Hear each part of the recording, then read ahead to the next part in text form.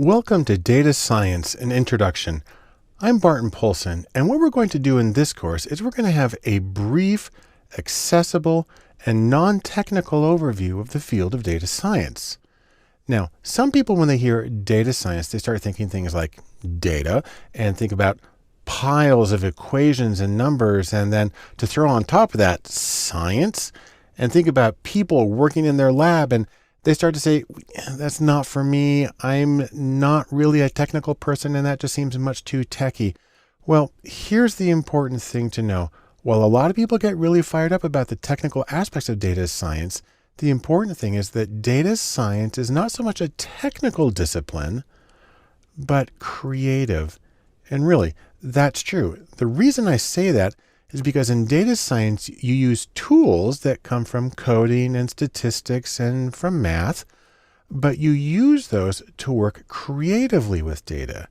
The idea is that there's always more than one way to solve a problem or answer a question, or most importantly, to get insight, because the goal, no matter how you go about it, is to get insight from your data. And what makes data science unique compared to so many other things is that you try to listen to all of your data, even when it doesn't fit in easily with your standard approaches and paradigms. You're trying to be much more inclusive in your analysis. And the reason you want to do that is because everything signifies, everything carries meaning, and everything can give you additional understanding and insight into what's going on around you. And so in this course, what we're trying to do is give you a map to the field of data science and how you can use it. And so now you have the map in your hands and you can get ready to get going with data science. Welcome back to Data Science and Introduction, and we're going to begin this course by defining data science. That makes sense, but we're going to do it in kind of a funny way. The first thing I'm going to talk about is the demand for data science. So let's take a quick look. Now, data science can be defined in a few ways. I'm going to give you some short definitions. Take one on my definition is that data science is coding, math, and statistics in applied settings. That's a reasonable working definition. But if you want to be a little more concise, I've got take two on a definition that data science is the analysis of diverse data or data that you didn't think would fit into standard analytic approaches. A third way to think about it is that data science is inclusive analysis. It includes all of the data, all of the information that you have in order to get the most insightful and compelling answer to your research questions. Now, you may say to yourself, wait, that's it? Well, if you're not impressed, let me show you a few things. First off, let's take a look at this article. This says, Data Scientists, the Sexiest Job of the 21st Century. And please note that this is coming from Harvard Business Review. So this is an authoritative source, and it's the official source of this saying that data science is sexy. Now, again, you may be saying to yourself, sexy? I hardly think so. Well, oh yeah, it's sexy. And the reason data science is sexy is because first, it has rare qualities, and second, it has high demand. Let me say a little more about those. The rare qualities are that data science takes unstructured data, then finds order, meaning, and value in the data. Those are important, but they're not easy to come across. Second, high demand. Well, the reason it's in high demand is because data science provides insight into what's going on around you, and critically, it provides competitive advantage, which is a huge thing in business settings. Now, let me go back and say a little more about demand. Let's take a look at a few other sources. So for instance, the McKinsey Global Institute published a very well-known paper, and you can get at it with this URL. And if you go to that webpage, this is what's going to come up. And we're going to take a quick look at this one, the executive summary. It's a PDF that you can download. And if you open that up, you'll find this page. And let's take a look at the bottom right corner. Two numbers here. I'm going to zoom in on those. The first one is they are projecting a need in the next few years for somewhere between 140 and 190,000 deep analytical talent positions. So this means actual practicing data scientists. That's a huge number. but almost 10 times as high is 1.5 million more data savvy managers will be needed to take full advantage of big data in the United States. Now, that's people who aren't necessarily doing the analysis, but have to understand it, who have to speak data. And that's one of the main purposes of this particular course, is to help people who may or may not be the practicing data scientists learn to understand what they can get out of data and some of the methods used to get there. Let's take a look at another article from LinkedIn. Here's a shortcut URL for it. And that'll bring you to this webpage, the 25 hottest job skills that got people hired in 2014. And take a look at number 1 here, statistical analysis and data mining, very closely related to data science. And just to be clear, this was number 1 in Australia, in Brazil, in Canada, in France, in India, in the Netherlands, in South Africa, in the United Arab Emirates, in the United Kingdom, everywhere. And if you need a little more, let's take a look at Glassdoor, which published an article this year, 2016, and it's about the 25 best jobs in America. And look at number 1 right here. It's data scientist. And we can zoom in on this information. It says there's going to be 1,700 job openings with a median base salary of over $116,000 and fabulous career opportunities and job scores. So if you want to take all of this together, the conclusion you can reach is that data science pays. And I can show you a little more about that. So for instance, here's a list of the top 10 highest paying salaries that I got from US News.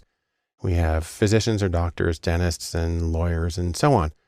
Now, if we add data scientists to this list using data from O'Reilly.com, we have to push things around the side, and it goes in third with an average total salary, not the base that we had in the other one, but the total compensation of about $144,000 a year. That's extraordinary. So, in sum, what do we get from all of this? First off, we learned that there is a very high demand for data science. Second, we learned that there is a critical need for both specialists, those are the sort of practicing data scientists, and for generalists, people who speak the language and know what can be done. And of course, there's excellent pay. And altogether, this makes data science a compelling career alternative and a way of making you better at whatever you're doing.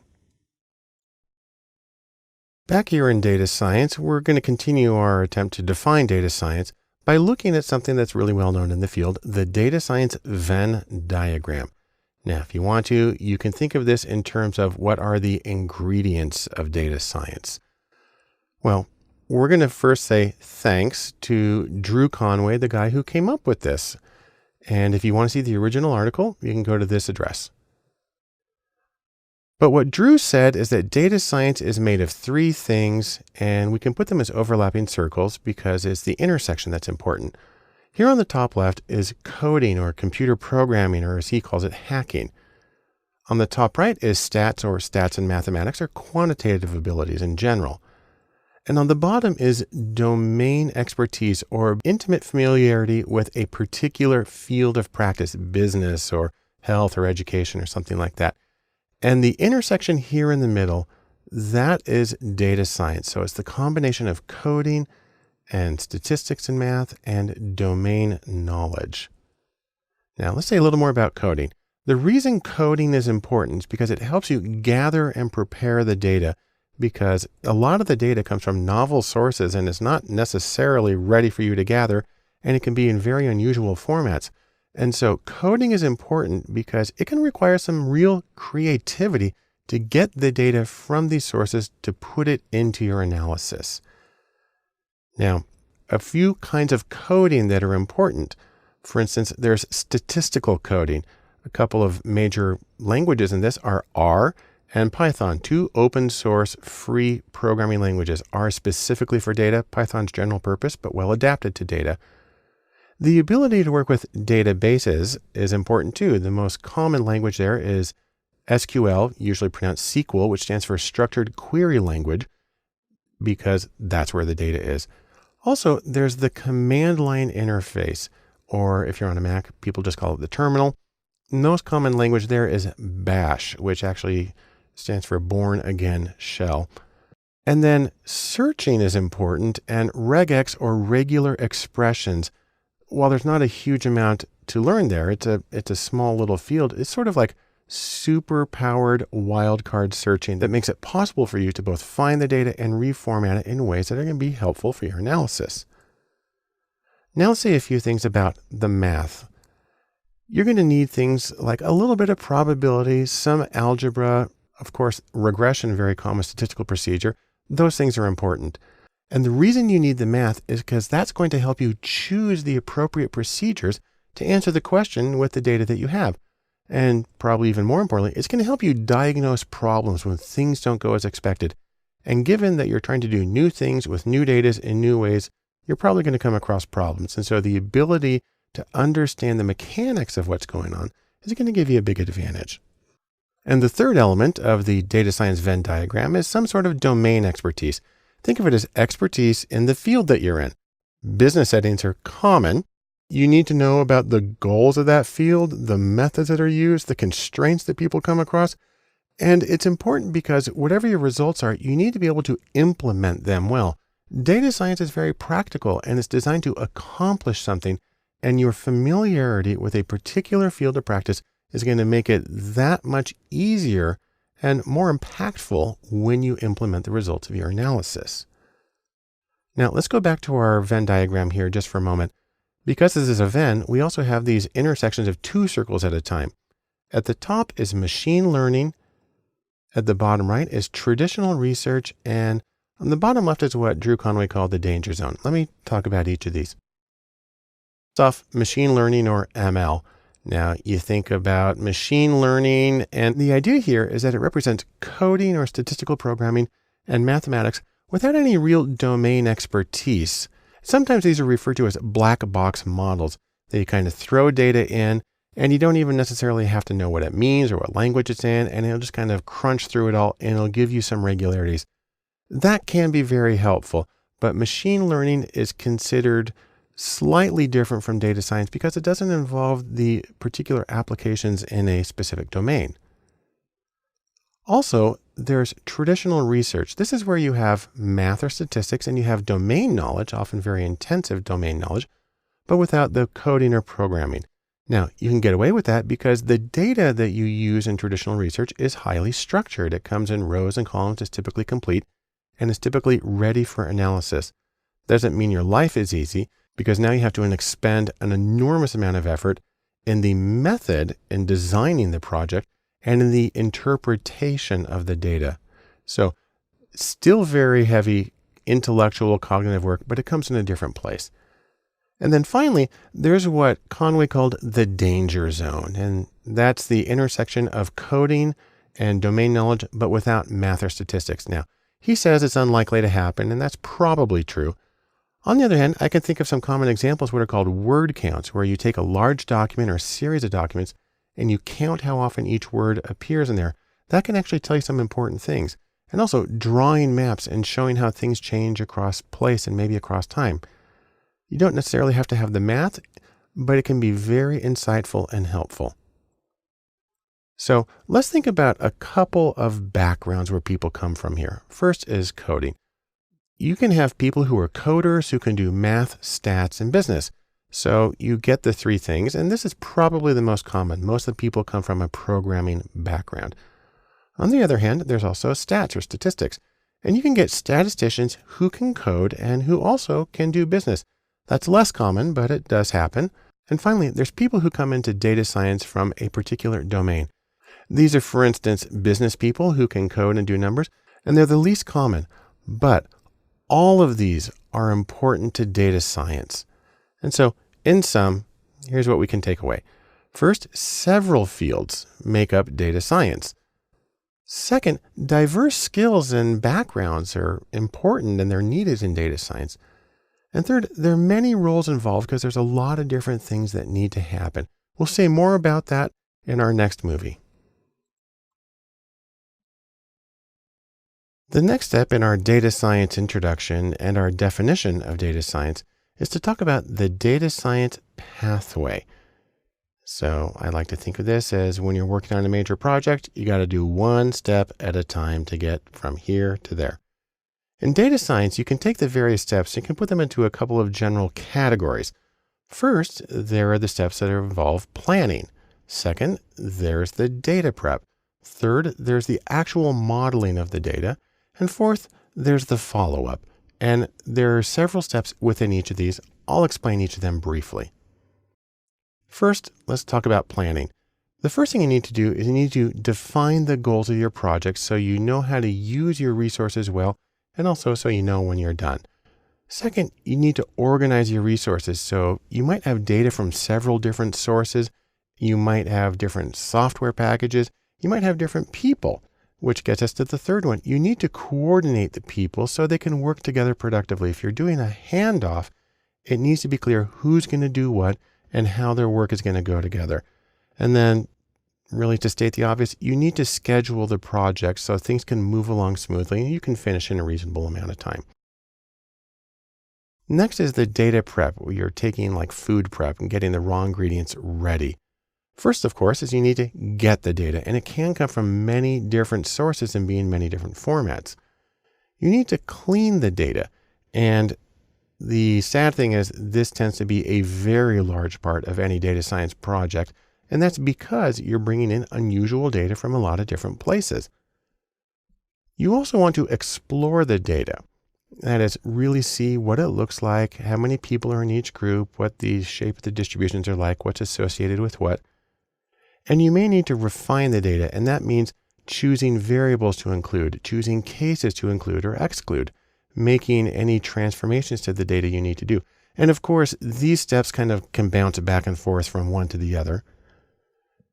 The third group is modeling or statistical modeling. This is where you actually want to create the statistical model.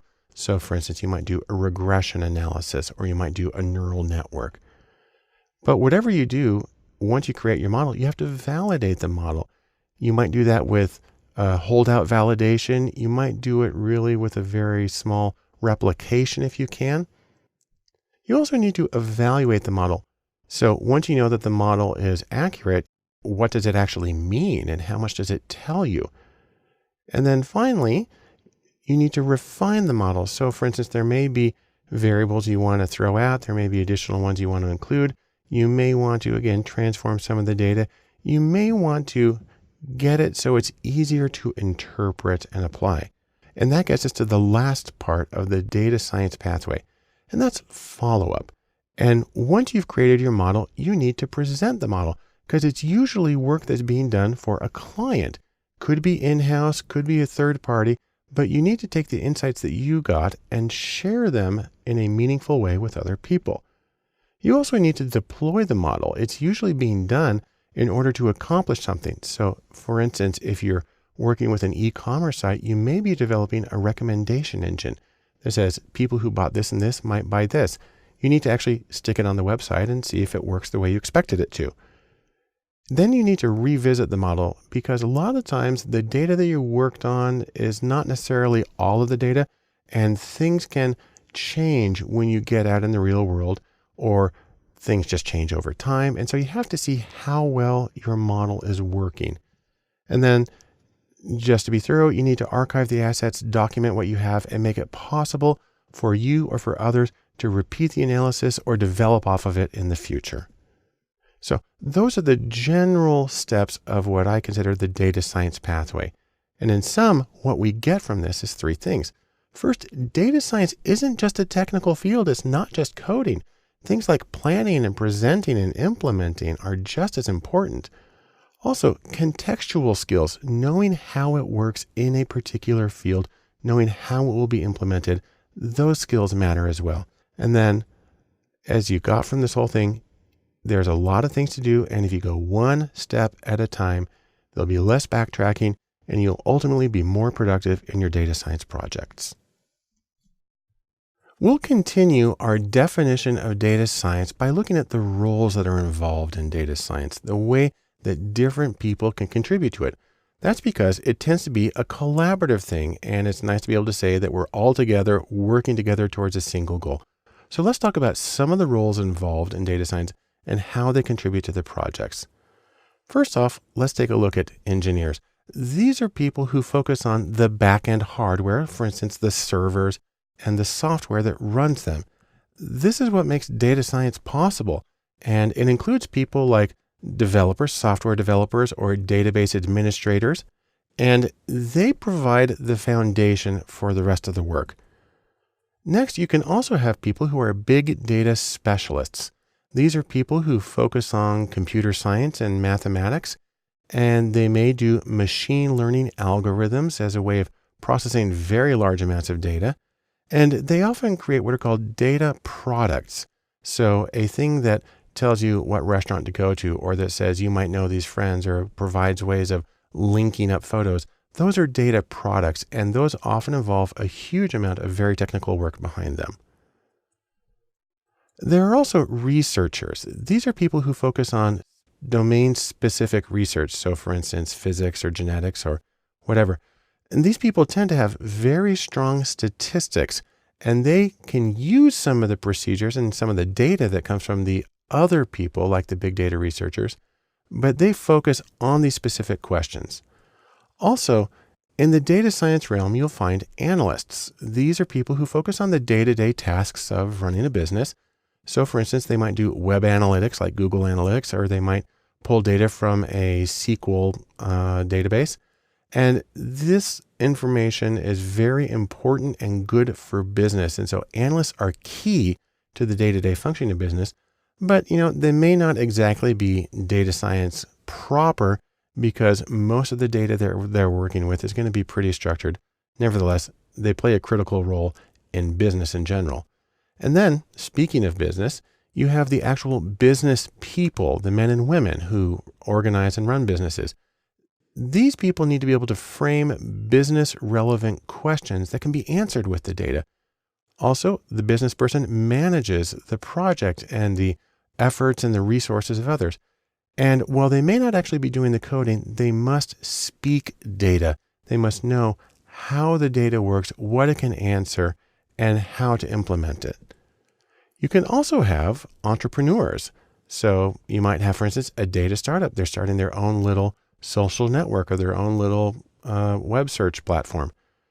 An entrepreneur needs data and business skills, and truthfully, they have to be creative at every step along the way, usually because they're doing it all themselves at a smaller scale. Then we have in data science something known as the full stack unicorn. And this is a person who can do everything at an expert level. And they're called a unicorn because truthfully, they may not actually exist. I'll have more to say about that later. But for right now, we can sum up what we got out of this video by three things. Number one, data science is diverse. There's a lot of different people who go into it, and they have different goals for their work, and they bring in different skills and different experiences and different approaches. Also, they tend to work in very different contexts.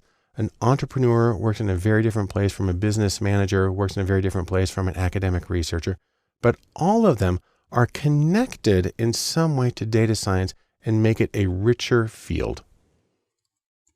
The last thing I want to say in data science and introduction, where I'm trying to define data science, is to talk about teams in data science.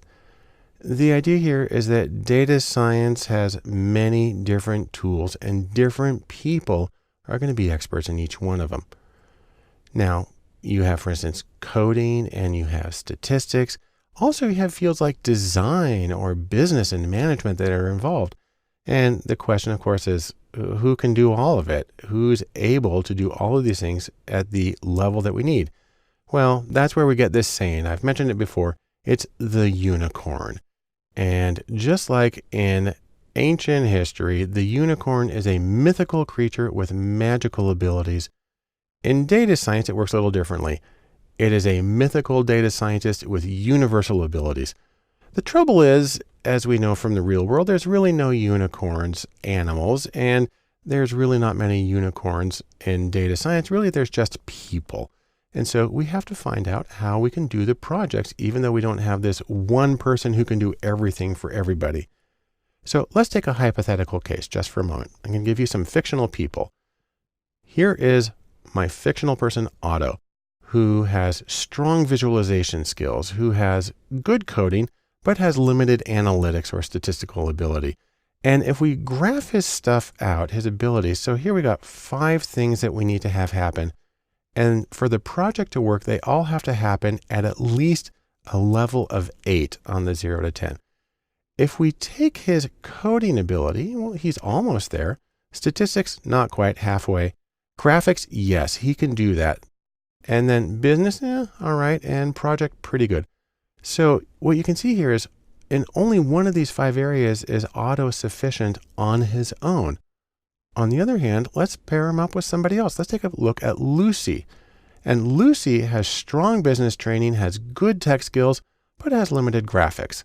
And so if we get her profile on the same thing that we saw, there's coding, pretty good. Statistics, pretty good. Graphics, not so much. Business, good. And projects, okay.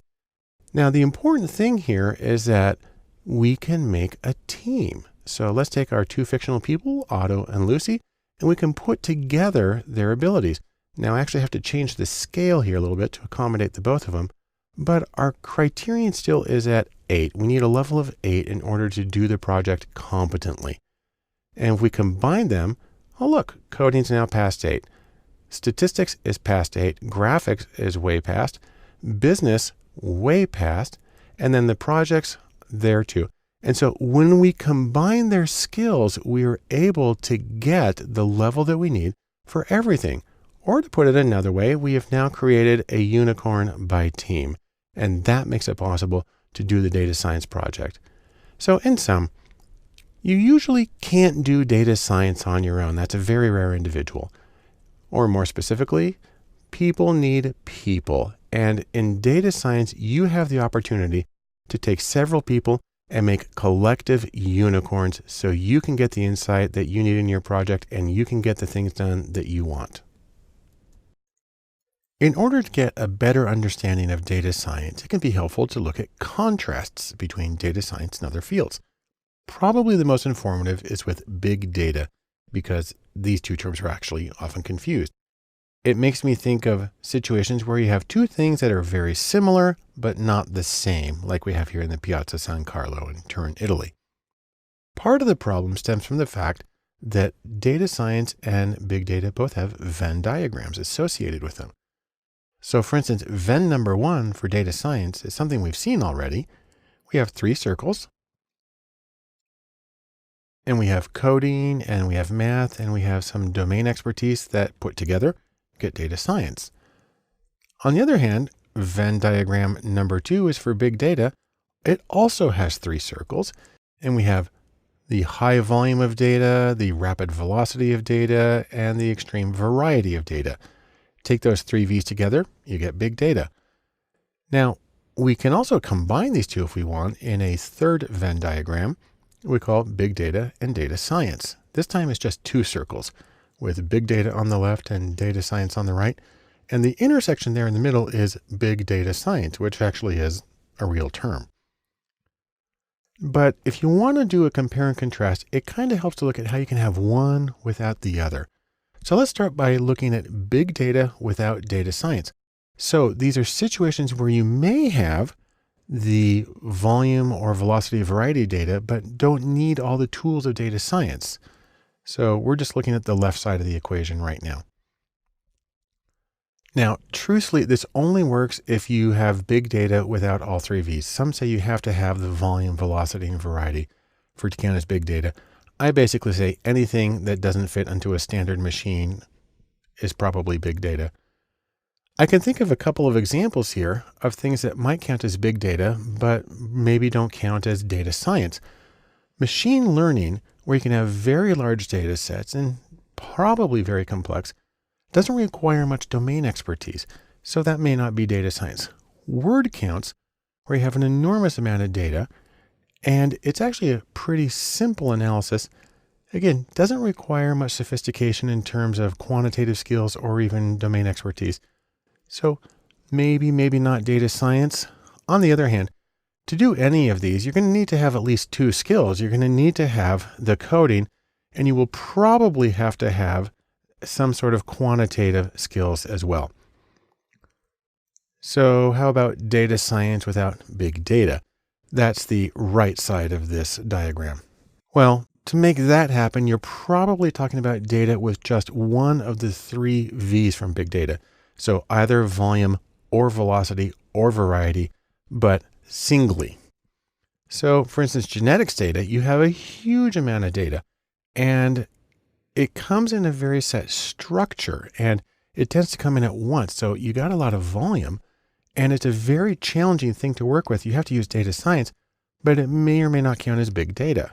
Similarly, streaming sensor data, where you have data coming in very quickly, but you're not necessarily saving it. You're just looking at these windows in it.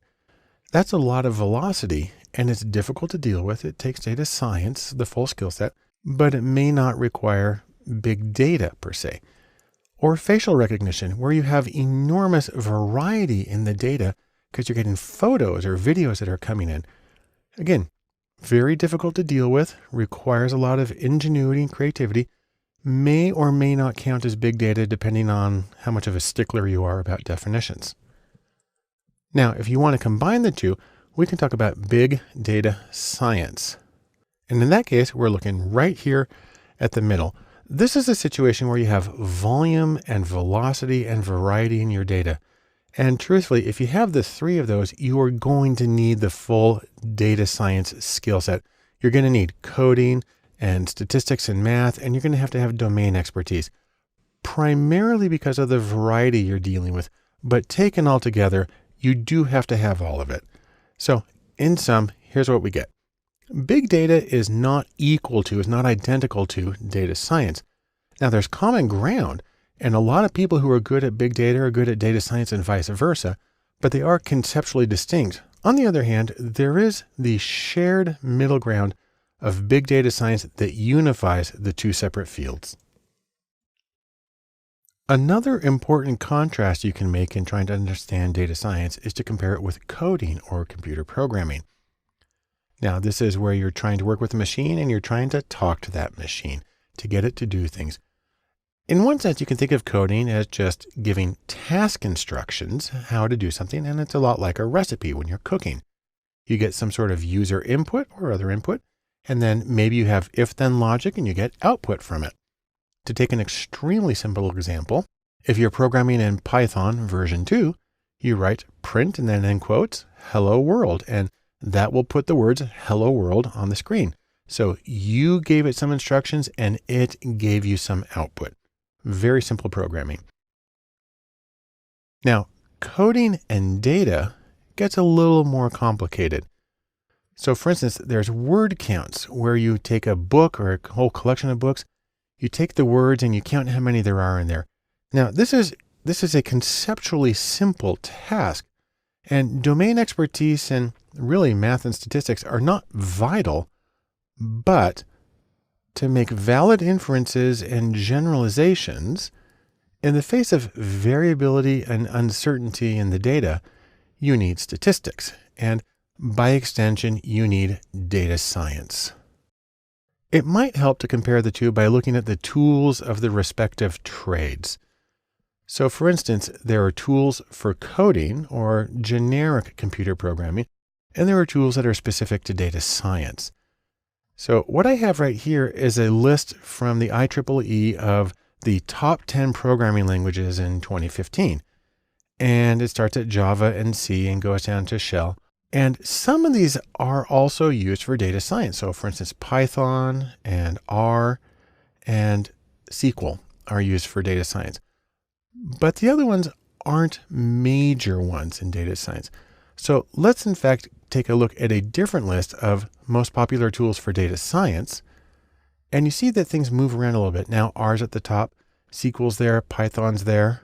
But for me, what's the most interesting on this list is that Excel is number 5, which would never be considered programming per se, but is in fact a very important tool for data science. And that's one of the ways that we can compare and contrast computer programming with data science. In sum, we can say this: data science is not equal to coding. They're different things. On the other hand, they share some of the tools and they share some practices, specifically when coding for data. On the other hand, there is one very big difference, and that's statistics. Statistical ability is one of the major separators between general purpose programming and data science programming. When we talk about data science and we're contrasting it with some fields, another field that a lot of people get confused and think they're the same thing is data science and statistics. Now, I'll tell you, there's a lot in common, but we can talk a little bit about the different focuses of each. And we also get into the issue of sort of definitionalism, that data science is different because we define it differently, even when there's an awful lot in common between the two. It helps to take a look at some of the things that go on in each field. So let's start here about statistics. Put a little circle here and we'll put data science. And to borrow a term from Stephen Jay Gould, we can call these non-overlapping magisteria, or NOMA. So you think of them as separate fields that are sovereign unto themselves with nothing to do with each other. But, that doesn't seem right.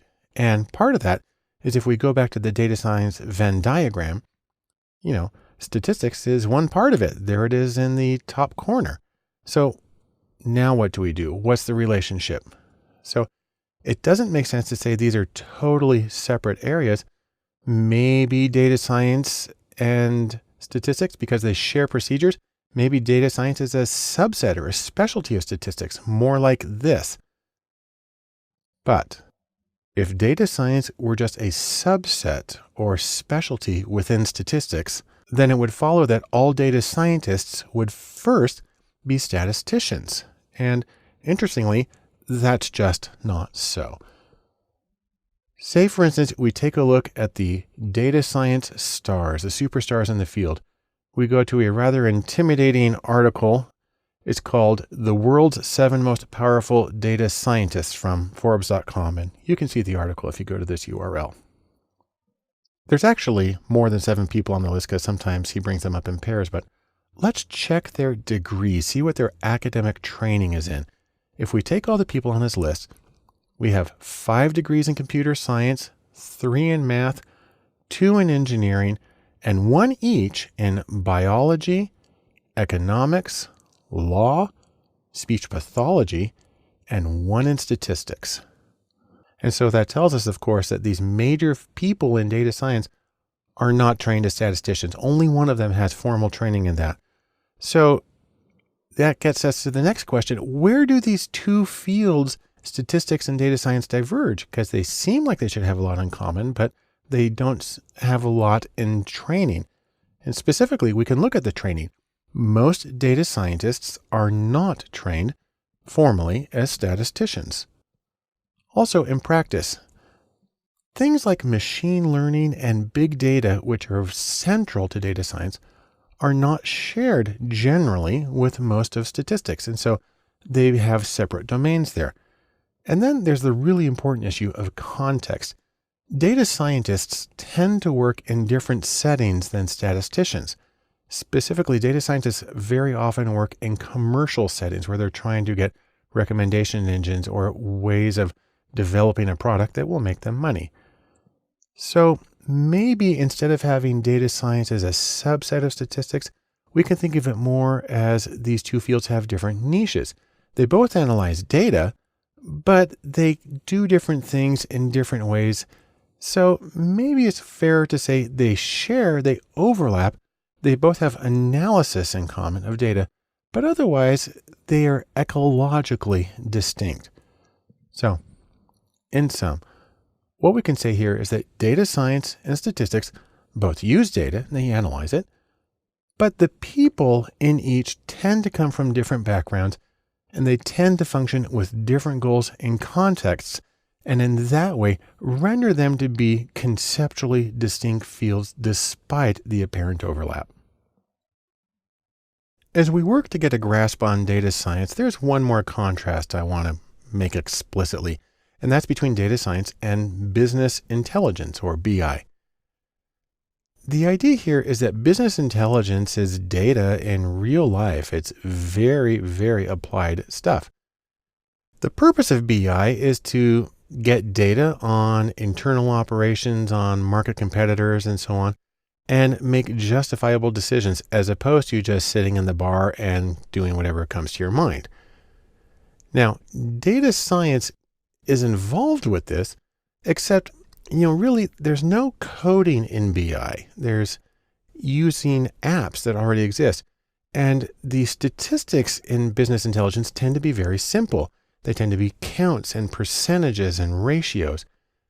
And so it's simple. The light bulb is simple. It just does its one job. There's nothing super sophisticated there. Instead, the focus in business intelligence is on domain expertise and on really useful direct utility. It's simple, it's effective, and it provides insight. Now, one of the main associations with business intelligence is what are called dashboards or data dashboards. They look like this. It's a collection of charts and tables that go together to give you a very quick overview of what's going on in your business. And while a lot of data scientists may, let's say, look down their nose upon dashboards, I'll say this.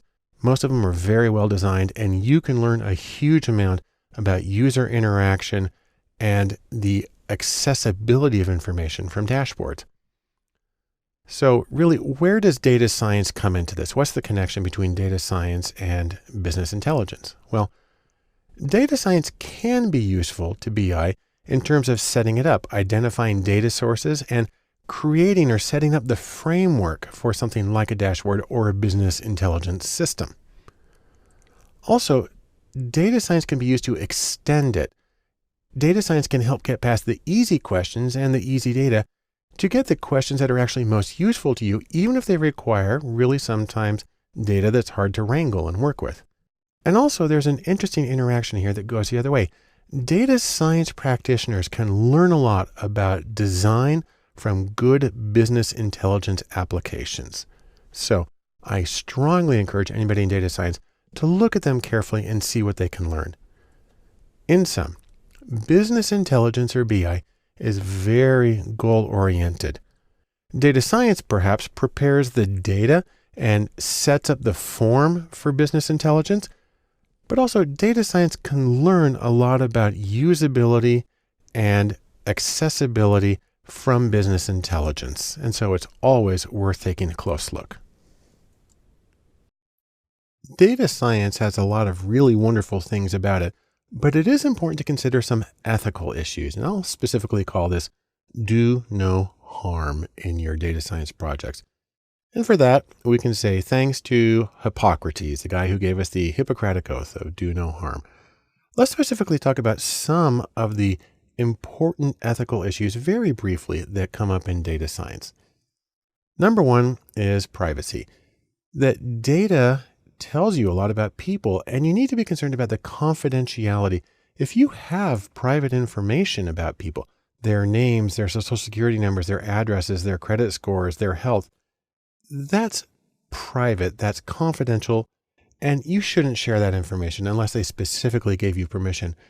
Now, one of the reasons this presents a special challenge in data science, because we'll see later, a lot of the sources that are used in data science were not intended for sharing. If you scrape data from a website or from PDFs, you need to make sure that it's okay to do that, but it was originally created without the intention of sharing. So privacy is something that really falls upon the analyst to make sure they're doing it properly. Next is anonymity. One of the interesting things we find is that it's really not hard to identify people in data. If you have a little bit of GPS data and you know where a person was at 4 different points in time, you have about a 95% chance of knowing exactly who they are. You look at things like HIPAA, that's the Health Insurance Portability and Accountability Act. Before HIPAA, it was really easy to identify people from medical records. Since then, it has become much more difficult to identify people uniquely. That's an important thing for really people's well-being. And then also proprietary data. If you're working for a client, a company, and they give you their own data, that data may have identifiers. You may know who the people are and they're not anonymous anymore. So anonymity may or may not be there. Major efforts to make data anonymous, but really the primary thing is that even if you do know who they are, that you still maintain the privacy and confidentiality of the data.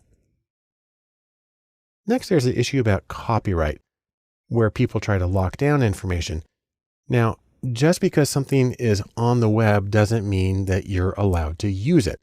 Scraping data from websites is a very common and a useful way of getting data for projects. You can get data from web pages, from PDFs, from images, from audio, from really a huge number of things. But again, the assumption that because it's on the web, it's okay to use it is not true. You always need to check copyright and make sure that it's acceptable for you to access that particular data. Next in our very ominous picture is data security. And the idea here is that when you go through all the effort to gather data, to clean it up and prepare for an analysis, you've created something that's very valuable to a lot of people. And you have to be concerned about hackers trying to come in and steal the data, especially if the data is not anonymous and it has identifiers in it. And so there is an additional burden placed on the analyst to ensure to the best of their ability that the data is safe and cannot be broken into and stolen. And that can include very simple things like a person who was on the project but is no longer, but took the data on a flash drive. You have to find ways to make sure that that can't happen as well. There's a lot of possibilities. It's tricky, but it's something that you have to consider thoroughly. Now, two other things that come up in terms of ethics, but don't usually get addressed in these conversations. Number one is potential bias. The idea here is that the algorithms or the formulas that are used in data science are only as neutral and bias-free as the rules and the data that they get.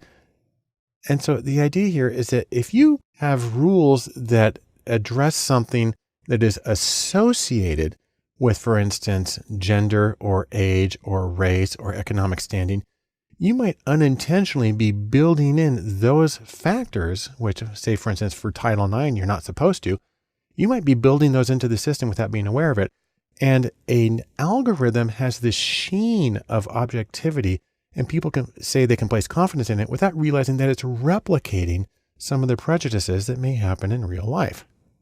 Another issue is overconfidence. And the idea here is that analyses are limited simplifications. They have to be. That's just what they are. And because of this, you still need humans in the loop to help interpret and apply this.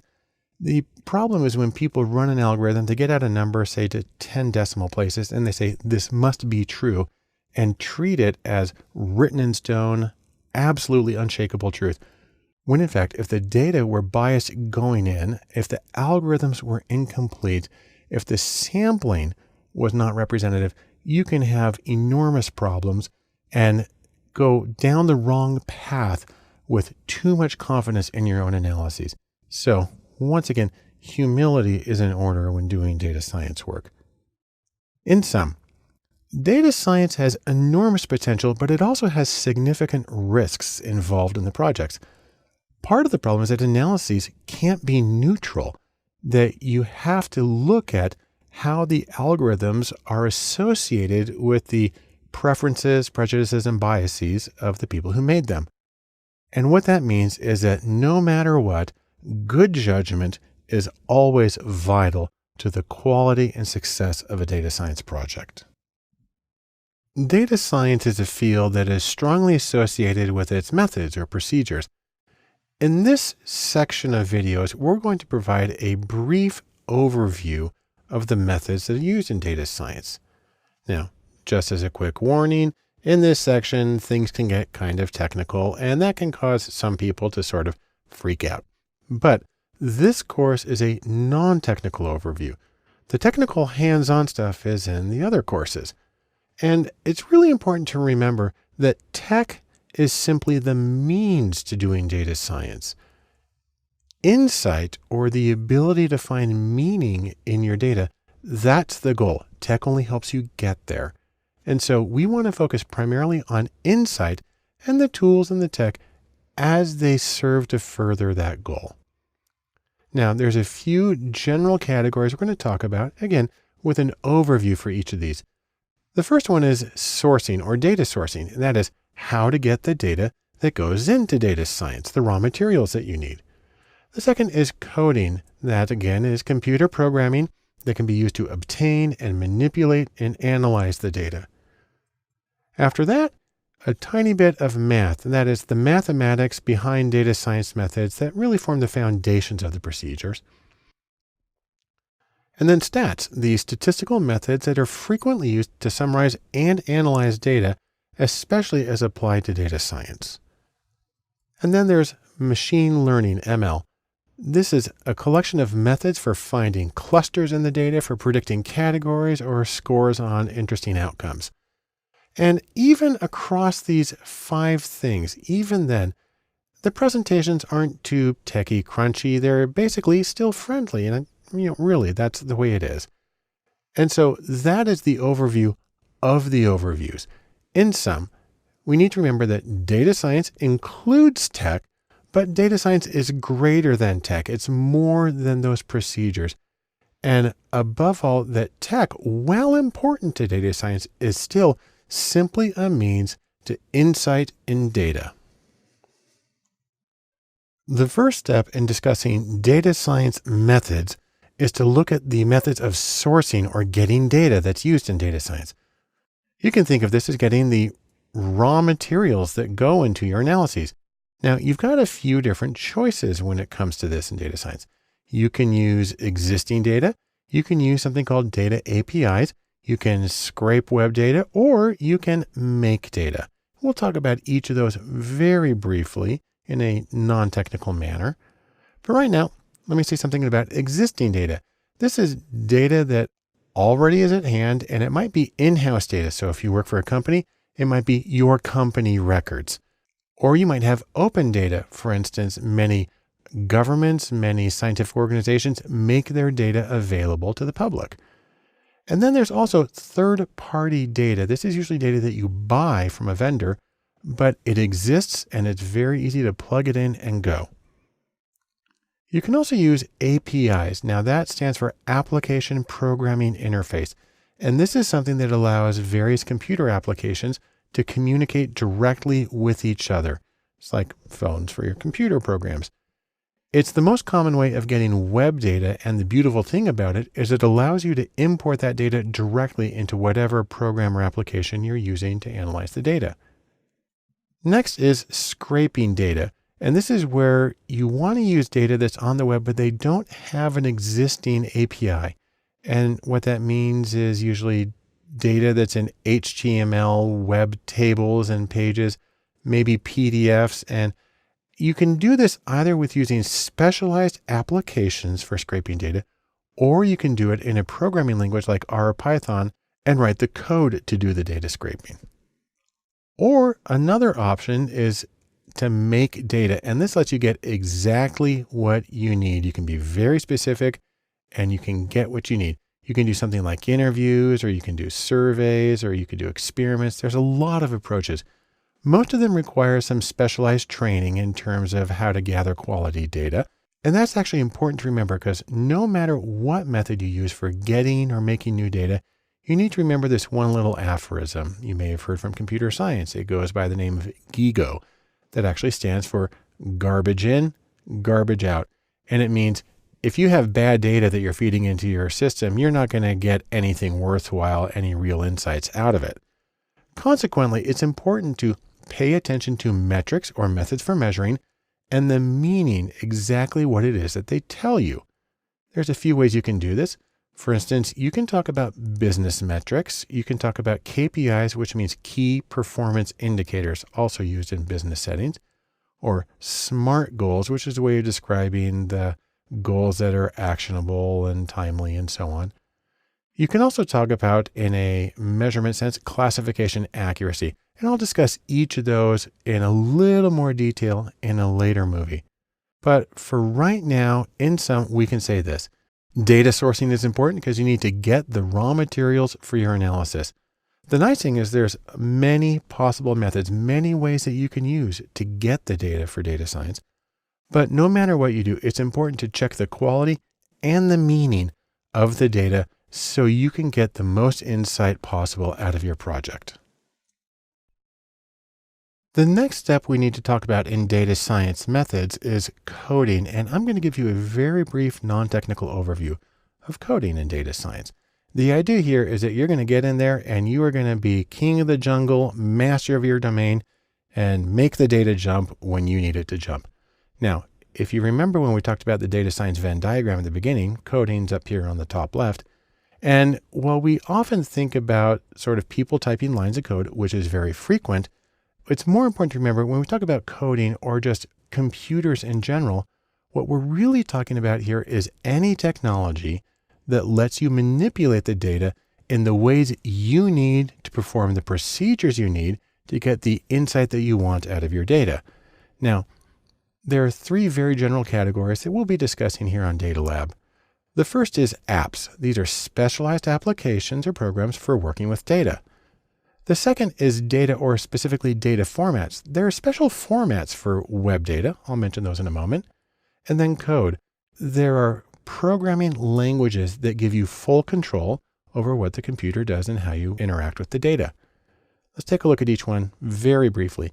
In terms of apps, there are spreadsheets like Excel or Google Sheets. These are the fundamental data tools of probably the majority of the world. There are specialized applications like Tableau for data visualization, or SPSS, a very common statistical package in the social sciences and in business. And one of my favorite, JASP, which is a free open source analog of SPSS, which actually I think is a lot easier to use and replicate research with. And there are tons of other choices. Now, in terms of web data, it's helpful to be familiar with things like HTML and XML and JSON and other formats that are used to encapsulate data on the web, because those are the things that you're going to have to be programming about to interact with when you get your data. And then there are actual coding languages. R is probably the most common, along with Python, a general purpose language, but it's been well adapted for data use. There's SQL, the structured query language for databases, and very basic languages like C and C++ and Java, which are used more in the back end of data science. And then there's Bash, the most common command line interface, and regular expressions. And we'll talk about all of these in other courses here at Data Lab. But remember this, tools are just tools. They're only one part of the entire data science process. They're a means to the end. And the end, the goal, is insight. You need to know where you're trying to go and then simply choose the tools that help you reach that particular goal. That's the most important thing. So, in sum, here's a few things.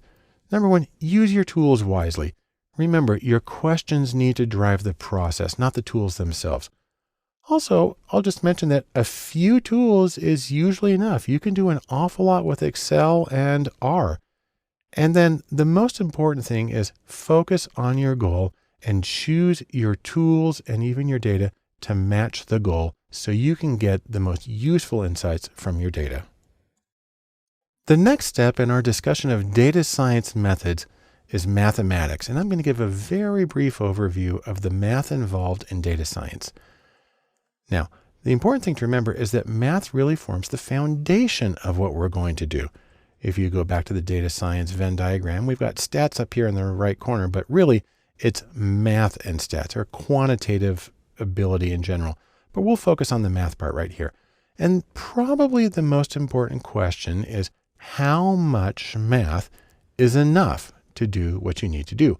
Or to put it another way, why do you need math at all? Because you've got a computer to do it. Well, I can think of 3 reasons you don't want to rely on just the computer, but it's helpful to have some sound mathematical understanding. Here they are. Number 1, you need to know which procedures to use and why. So you have your question, you have your data, you need to have enough of an understanding to make an informed choice. That's not terribly difficult. 2, you need to know what to do when things don't work right. Sometimes you get impossible results. I know in statistics you can get a negative adjusted R squared. That's not supposed to happen. And it's good to know the mathematics that go into calculating that so you can understand how something apparently impossible can work. Or you're trying to do a factor analysis or principal component, you get a rotation that won't converge. It helps to understand what it is about the algorithm that's happening and why that won't work in that situation. And number 3, interestingly, some procedures, some math is easier and quicker to do by hand than by firing up the computer. And I'll show you a couple of examples in later videos where that can be the case. Now, fundamentally, there's a nice sort of analogy here. Math is to data science, as for instance, chemistry is to cooking, kinesiology is to dancing, and grammar is to writing. The idea here is that you can be a wonderful cook without knowing any chemistry. But if you know some chemistry, it's going to help. You can be a wonderful dancer without knowing kinesiology, but it's going to help. And you can probably be a good writer without having an explicit knowledge of grammar, but it's going to make a big difference. The same thing is true of data science. You will do it better if you have some of the foundational information. So the next question is, what kinds of math do you need for data science? Well, there's a few answers to that. Number one is algebra.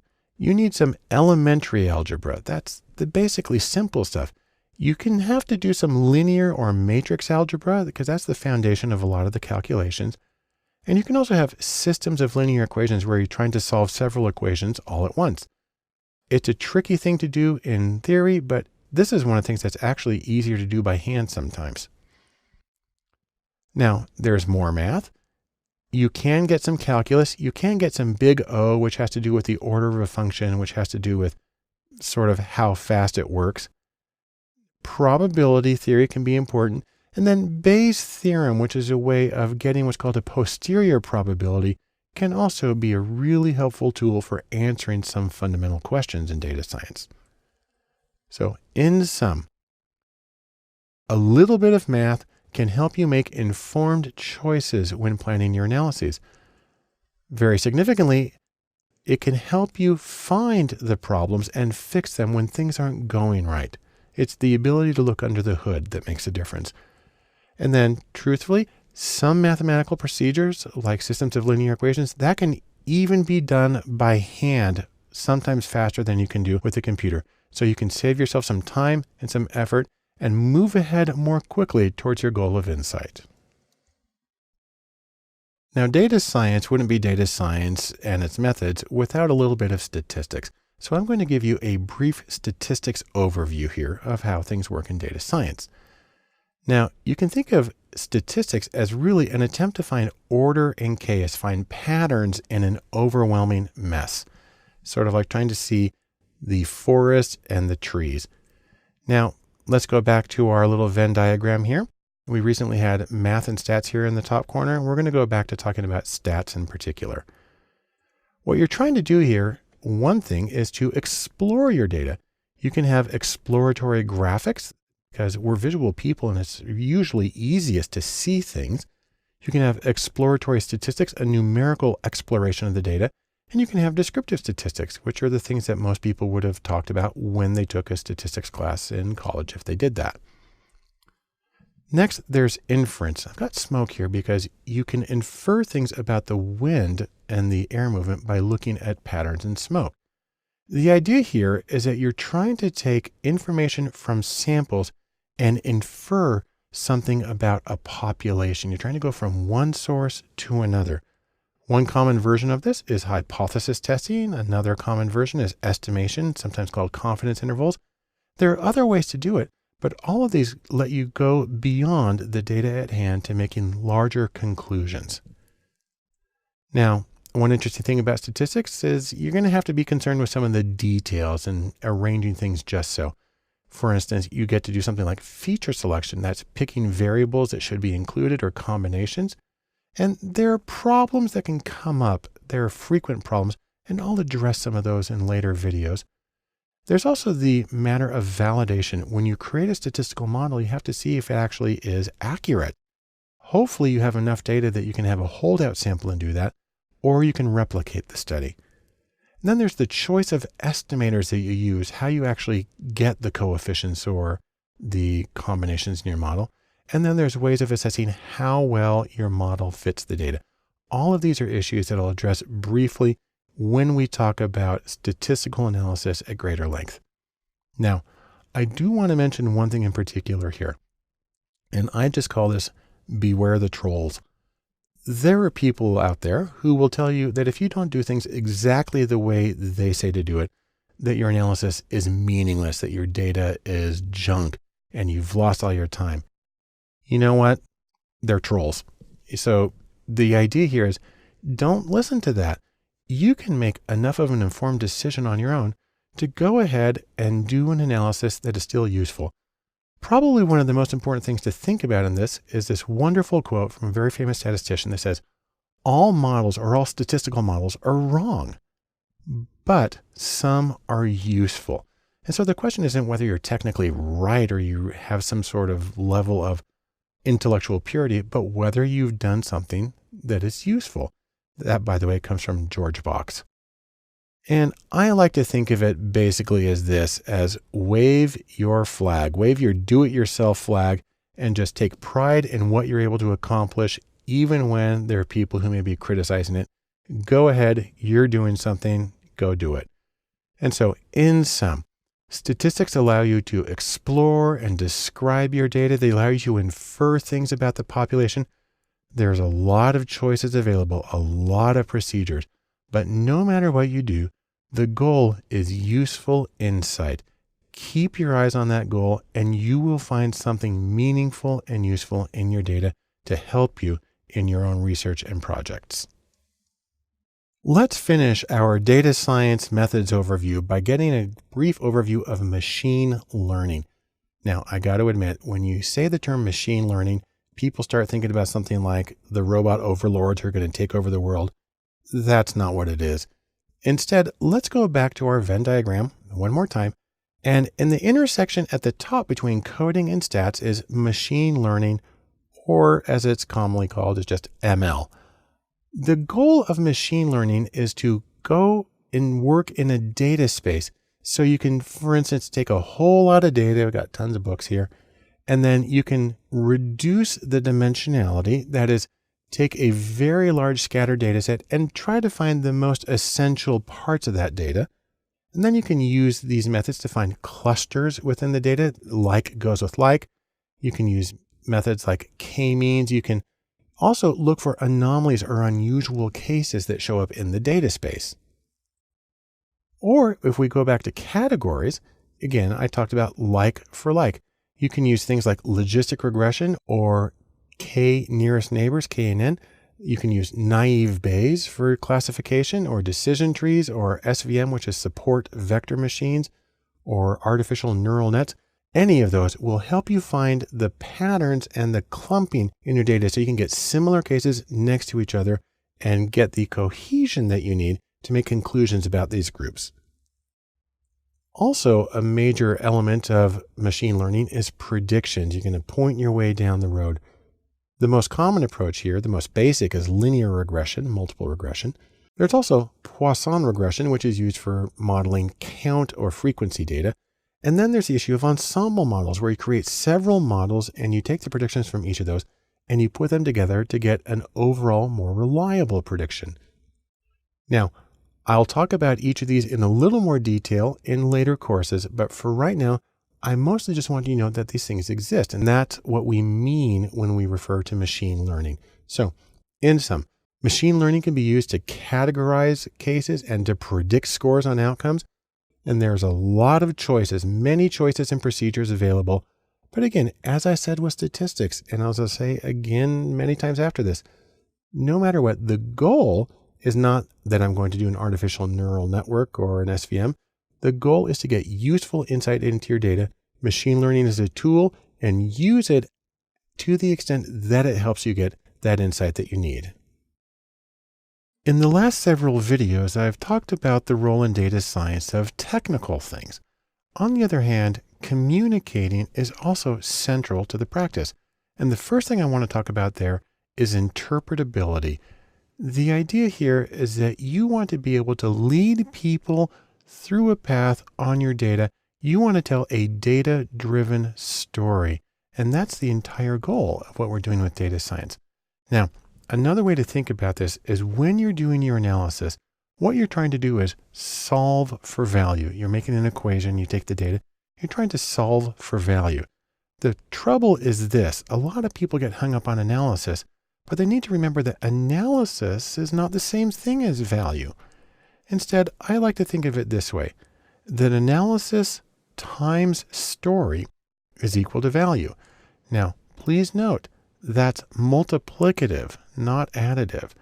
And so one consequence of that is when you go back to analysis times story equals value, well, if you have zero story, you're going to have zero value because, as you recall, anything times zero is zero. So instead of that, let's go back this and say what we really want to do is we want to maximize the story so that we can maximize the value that results from our analysis. Again, maximum value is the overall goal here.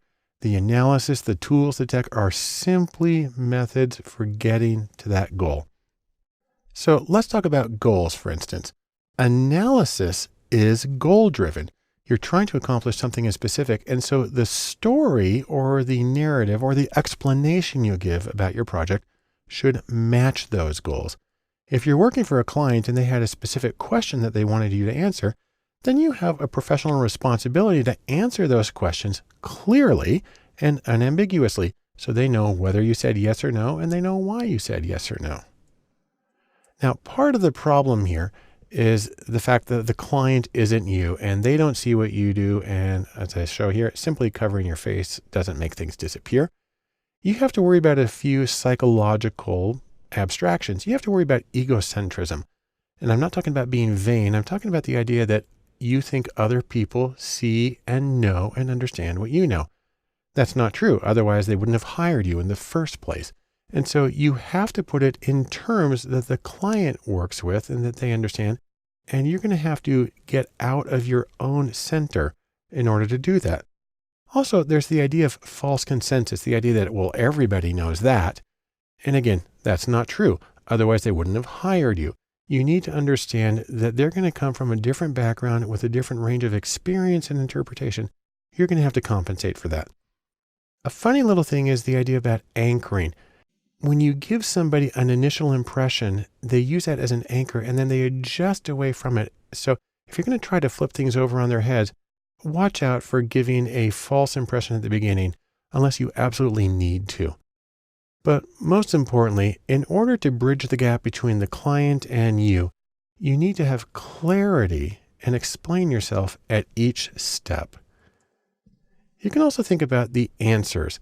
When you're explaining the project to the client, you might want to start in a very simple procedure. State the question that you're answering. Give your answer to that question. And if you need to, qualify as needed, and then go in order top to bottom. So you're trying to make it as clear as possible what you're saying, what the answer is, and make it really easy to follow. Now, in terms of discussing your process, how you did this all, most of the time, it's probably the case that they don't care. They just want to know what the answer is and that you used a good method to do that. So in terms of discussing process or the technical details, only when absolutely necessary. That's something to keep in mind. The process here is to remember that analysis, which means breaking something apart. This, by the way, is a mechanical typewriter broken into its individual components. Analysis means to take something apart. An analysis of data is an exercise in simplification. You're taking the overall complexity, sort of the overwhelmingness of the data, and you're boiling it down and finding the patterns that make sense and serve the needs of your client. Now, let's go to a wonderful quote from our friend Albert Einstein here, who said, "Everything should be made as simple as possible, but not simpler." That's true in presenting your analysis. Or, if you want to go see the architect and designer Ludwig Mies van der Rohe, who said, "Less is more." It's actually Robert Browning who originally said that, but Mies van der Rohe popularized it. Or if you want another way of putting a principle that comes from my field, I'm actually a psychological researcher. They talk about being minimally sufficient, just enough to adequately answer the question. If you're in commerce, you know about a minimal viable product. It's sort of the same idea with an analysis here, the minimum viable analysis. So here's a few tips. When you're giving a presentation, more charts, less text. Great. And then simplify the charts. Remove everything that doesn't need to be in there. Generally, you want to avoid tables of data because those are hard to read. And then one more time, because I want to emphasize it, less text. Again, charts, tables can usually carry the message. And so let me give you an example here. I'm going to give a very famous data set, Berkeley admissions. Now, these are not stairs to Berkeley, but it gives the idea of trying to get into something that's far off and distant. Here's the data. This is graduate school admissions in 1973. So it's over 40 years ago. But the idea is that men and women were both applying for graduate school at the University of California at Berkeley. And what we found is that 44% of the men who applied were admitted. That's their part in green. And that of the women, only 35% were admitted when they applied. So really, at first glance, this is bias, and it actually led to a lawsuit. It was a major issue. So what Berkeley then tried to do is find out, well, which programs are responsible for this bias? And then you got a very curious set of results. If you break the applications down by program, and here we're just calling them A through F, 6 different programs, what you find actually is that in each of these, male applicants are on the left, female applicants are on the right. If you look at program A, women actually got accepted at a higher rate. And the same is true for B. And the same is true for D. And the same is true for F. And so this is a very curious set of responses, and it's something that requires explanation. Now in statistics, this is known as Simpson's paradox. But here's the paradox. Bias may be negligible at the department level. And in fact, as we saw in 4 of the departments, there was a possible bias in favor of women. And the problem is that women applied to more selective programs with lower acceptance rates. Now, some people stop right here and say, therefore, nothing's going on, nothing to complain about. But that's still ending the story a little bit early.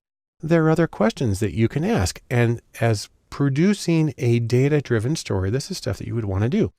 So for instance, you may want to ask, why do the programs vary in overall class size? Why do the acceptance rates differ from one program to the other? Why do men and women apply to different programs? And you might want to look at things like the admissions criteria for each of the programs, the promotional strategies, how they advertise themselves to students. You might want to look at the kinds of prior education students have in each of the programs, and you really want to look at funding levels for each of the programs. And so really you get one answer. It leads to more questions, maybe some more answers and more questions. And you need to address enough of this to provide a comprehensive overview and solution to it for your client. In sum, let's say this: stories give value to data analyses. And when you tell the story, you need to make sure that you are addressing your client's goals in a clear, unambiguous way. And the overall principle here is be minimally sufficient. Get to the point, make it clear, say what you need to, but otherwise be concise and make your message clear. The next step in discussing data science and communicating is to talk about actionable insights, or information that can be used productively to accomplish something. Now, to give sort of a bizarre segue here, you look at a game controller. It may be a pretty thing, it may be a nice object, but remember, game controllers exist to do something. They exist to help you play the game and to do it as effectively as possible. They have a function, they have a purpose. Same way, data is for doing. Now that's a paraphrase from one of my favorite historical figures, and this is William James, the father of American psychology and pragmatism in philosophy. And he has this wonderful quote. He said, "My thinking is first and last and always for the sake of my doing." And the idea applies to analysis. Your analysis and your data is for the sake of your doing. And so you're trying to get some sort of specific insight in how you should proceed. What you want to avoid is the opposite of this from one of my other favorite cultural heroes, the famous Yankees catcher Yogi Berra, who said, "We're lost, but we're making good time." And so the idea here is that frantic activity does not make up for a lack of direction. You need to understand what you're doing so you can reach the particular goal. And your analysis is supposed to do that. So when you're giving your analysis, you're going to try to point the way. Remember, why was the project conducted? The goal is usually to direct some kind of action, reach some kind of goal for your client, and that the analysis should be able to guide that action in an informed way. One thing you want to do is you want to be able to give the next steps to your client. Give the next steps. Tell them what they need to do now. You want to be able to justify each of those recommendations with the data and your analysis. As much as possible, be specific. Tell them exactly what they need to do. Make sure it's doable by the client, that it's within their range of capability, and that each step should build on the previous step. Now, that being said, there is one really fundamental sort of philosophical problem here, and that's the difference between correlation and causation. Basically, it goes this way. Your data gives you correlation. You know that this is associated with that. But your client doesn't simply want to know what's associated. They want to know what causes something. Because if they're going to do something, that's an intervention. It's designed to produce a particular result. So really, how do you get from the correlation, which is what you have in the data, to the causation, which is what your client wants? Well, there's a few ways to do that. One is experimental studies. These are randomized controlled trials. Now, that's theoretically the simplest path to causality, but it can be really tricky in the real world. There are quasi-experiments, and these are methods, a whole collection of methods, that use non-randomized data, usually observational data, adjusted in particular ways to get an estimate of causal inference. Or there's the theory and experience, and this is research-based theory and domain-specific experience. And this is where you actually get to rely on your client's information. They can help you interpret the information, especially if they have greater domain expertise than you do. Another thing to think about are the social factors that affect your data. Now, you remember the data science Venn diagram. We've looked at it lots of times. It's got these three elements. Some people have proposed adding a fourth circle to this Venn diagram, and we'll kind of put that in there and say that social understanding is also important, critical really, to valid data science. Now, I love that idea, and I do think that it's important to understand how things are going to play out. There's a few kinds of social understanding. You want to be aware of your client's mission. You want to make sure that your recommendations are consistent with your client's mission. Also, that your recommendations are consistent with your client's identity, not just this is what we do, but this is really who we are. You need to be aware of the business context, sort of the competitive environment and the regulatory environment that they're working in, as well as the social context. And that can be outside of the organization, but even more often within the organization. Your recommendations will affect relationships within the client's organization. And you're going to try to be aware of those as much as you can to make it so that your recommendations can be realized the way they need to be. So in sum, data science is goal focused. And when you're focusing on that goal for your client, you need to give specific next steps that are based on your analysis and justifiable from the data. And in doing so, be aware of the social, political, and economic context that gives you the best opportunity of getting something really useful out of your analysis. When you're working in data science and trying to communicate your results, presentation graphics can be an enormously helpful tool. Think of it this way. You are trying to paint a picture for the benefit of your client. Now, when you're working with graphics, there can be a couple of different goals. It depends on what kind of graphics you're working with. There's the general category of exploratory graphics. These are ones that you are using as the analyst. And for exploratory graphics, you need speed and responsiveness. And so you get very simple graphics. This is a base histogram in R, and they can get a little more sophisticated. And this is done in ggplot, and then you can break it down in a couple of histograms, or you can make it a different way, or make them see-through, or split them apart into small multiples. But in each case, this is done for the benefit of you as the analyst understanding the data. These are quick, they're effective. Now, they're not very well labeled, and they're usually for your insight, and then you do other things as a result of that. On the other hand, presentation graphics, which are for the benefit of your client, those need clarity and they need a narrative flow. Now, let me talk about each of those characteristics very briefly. Clarity versus distraction. There are things that can go wrong in graphics. Number one is colors. Colors can actually be a problem. Also, three-dimensional or false third dimensions are nearly always a distraction. One that gets a little touchy for some people is interaction. We think of interactive graphics as really cool, great things to have, but you run the risk of people getting distracted by the interaction and start playing around with it and going like, ooh, I press here, it does that. And that distracts from the message. So actually, it may be important to not have interaction. And then the same thing is true of animation. Flat static graphics can often be more informative because they have fewer distractions in them. Let me give you a quick example of how not to do things. Now, this is a chart that I made. I made it in Excel and I did it based on some of the mistakes I've seen in graphics submitted to me when I teach. And I guarantee you everything in here I have seen in real life, just not necessarily combined all at once. Let's zoom in on this a little bit so we can see the full badness of this graphic. And let's see what's going on here. We've got a scale here that starts at 8, goes to 28%, and it's tiny. Doesn't even cover the range of the data.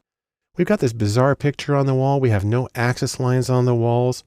We come down here. The labels for educational levels are in alphabetical order instead of the more logical higher levels of education. Then we've got the data represented as cones, which are difficult to read and compare. And it's only made worse by the colors and the textures. You know, if you want to take an extreme, this one for grad degrees doesn't even make it to the floor value of 8%. And this one for high school grad is cut off at the top at 28%.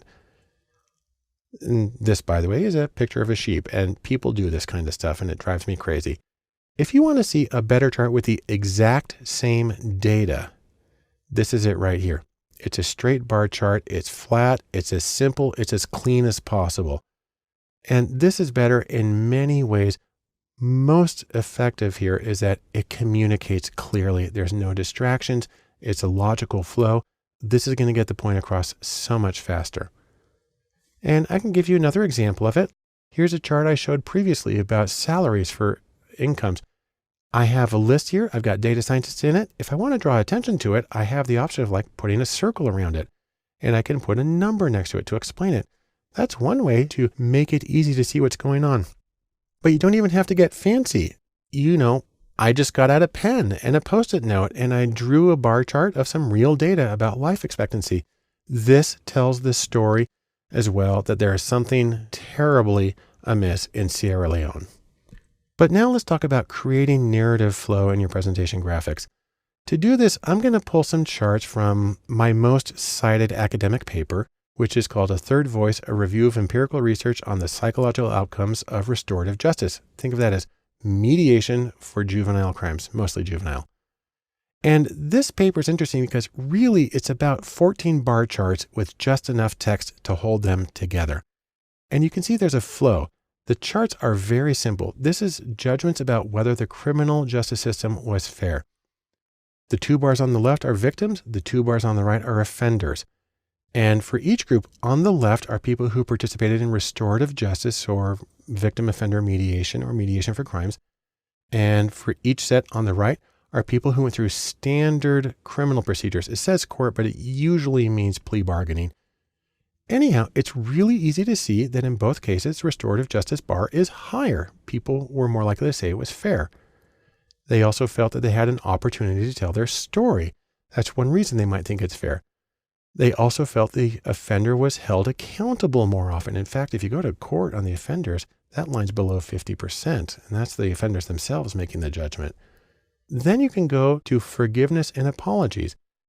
And again, this is actually a simple thing to code, and you can see there's an enormous difference. And in fact, one of the reasons there's such a big difference is because in standard court proceedings, the offender very rarely meets the victim. Now, it also turns out that I need to qualify this a little bit because a bunch of the studies included drunk driving with no injuries or accidents. When we take them out, we see a huge change. And then we can go to whether a person's satisfied with the outcome. Again, we see an advantage for restorative justice. Whether the victim is still upset about the crime, now the bars are a little different. And whether they're afraid of re-victimization, that's over a 2-to-1 difference. And then finally, recidivism for offenders or reoffending. And you see a big difference there. And so what I have here is a bunch of charts that are very, very simple to read, and they kind of flow in how they're giving the overall impression and then detailing it a little bit more. There's nothing fancy here. There's nothing interactive. There's nothing animated. There's nothing kind of flowing in 17 different directions. It's easy. but it follows a story and it tells a narrative about the data. And that should be your major goal with presentation graphics. In sum, presenting, or the graphics that you use for presenting, are not the same as the graphics you use for exploring. They have different needs and different goals. But no matter what you're doing, be clear in your graphics and be focused in what you're trying to tell.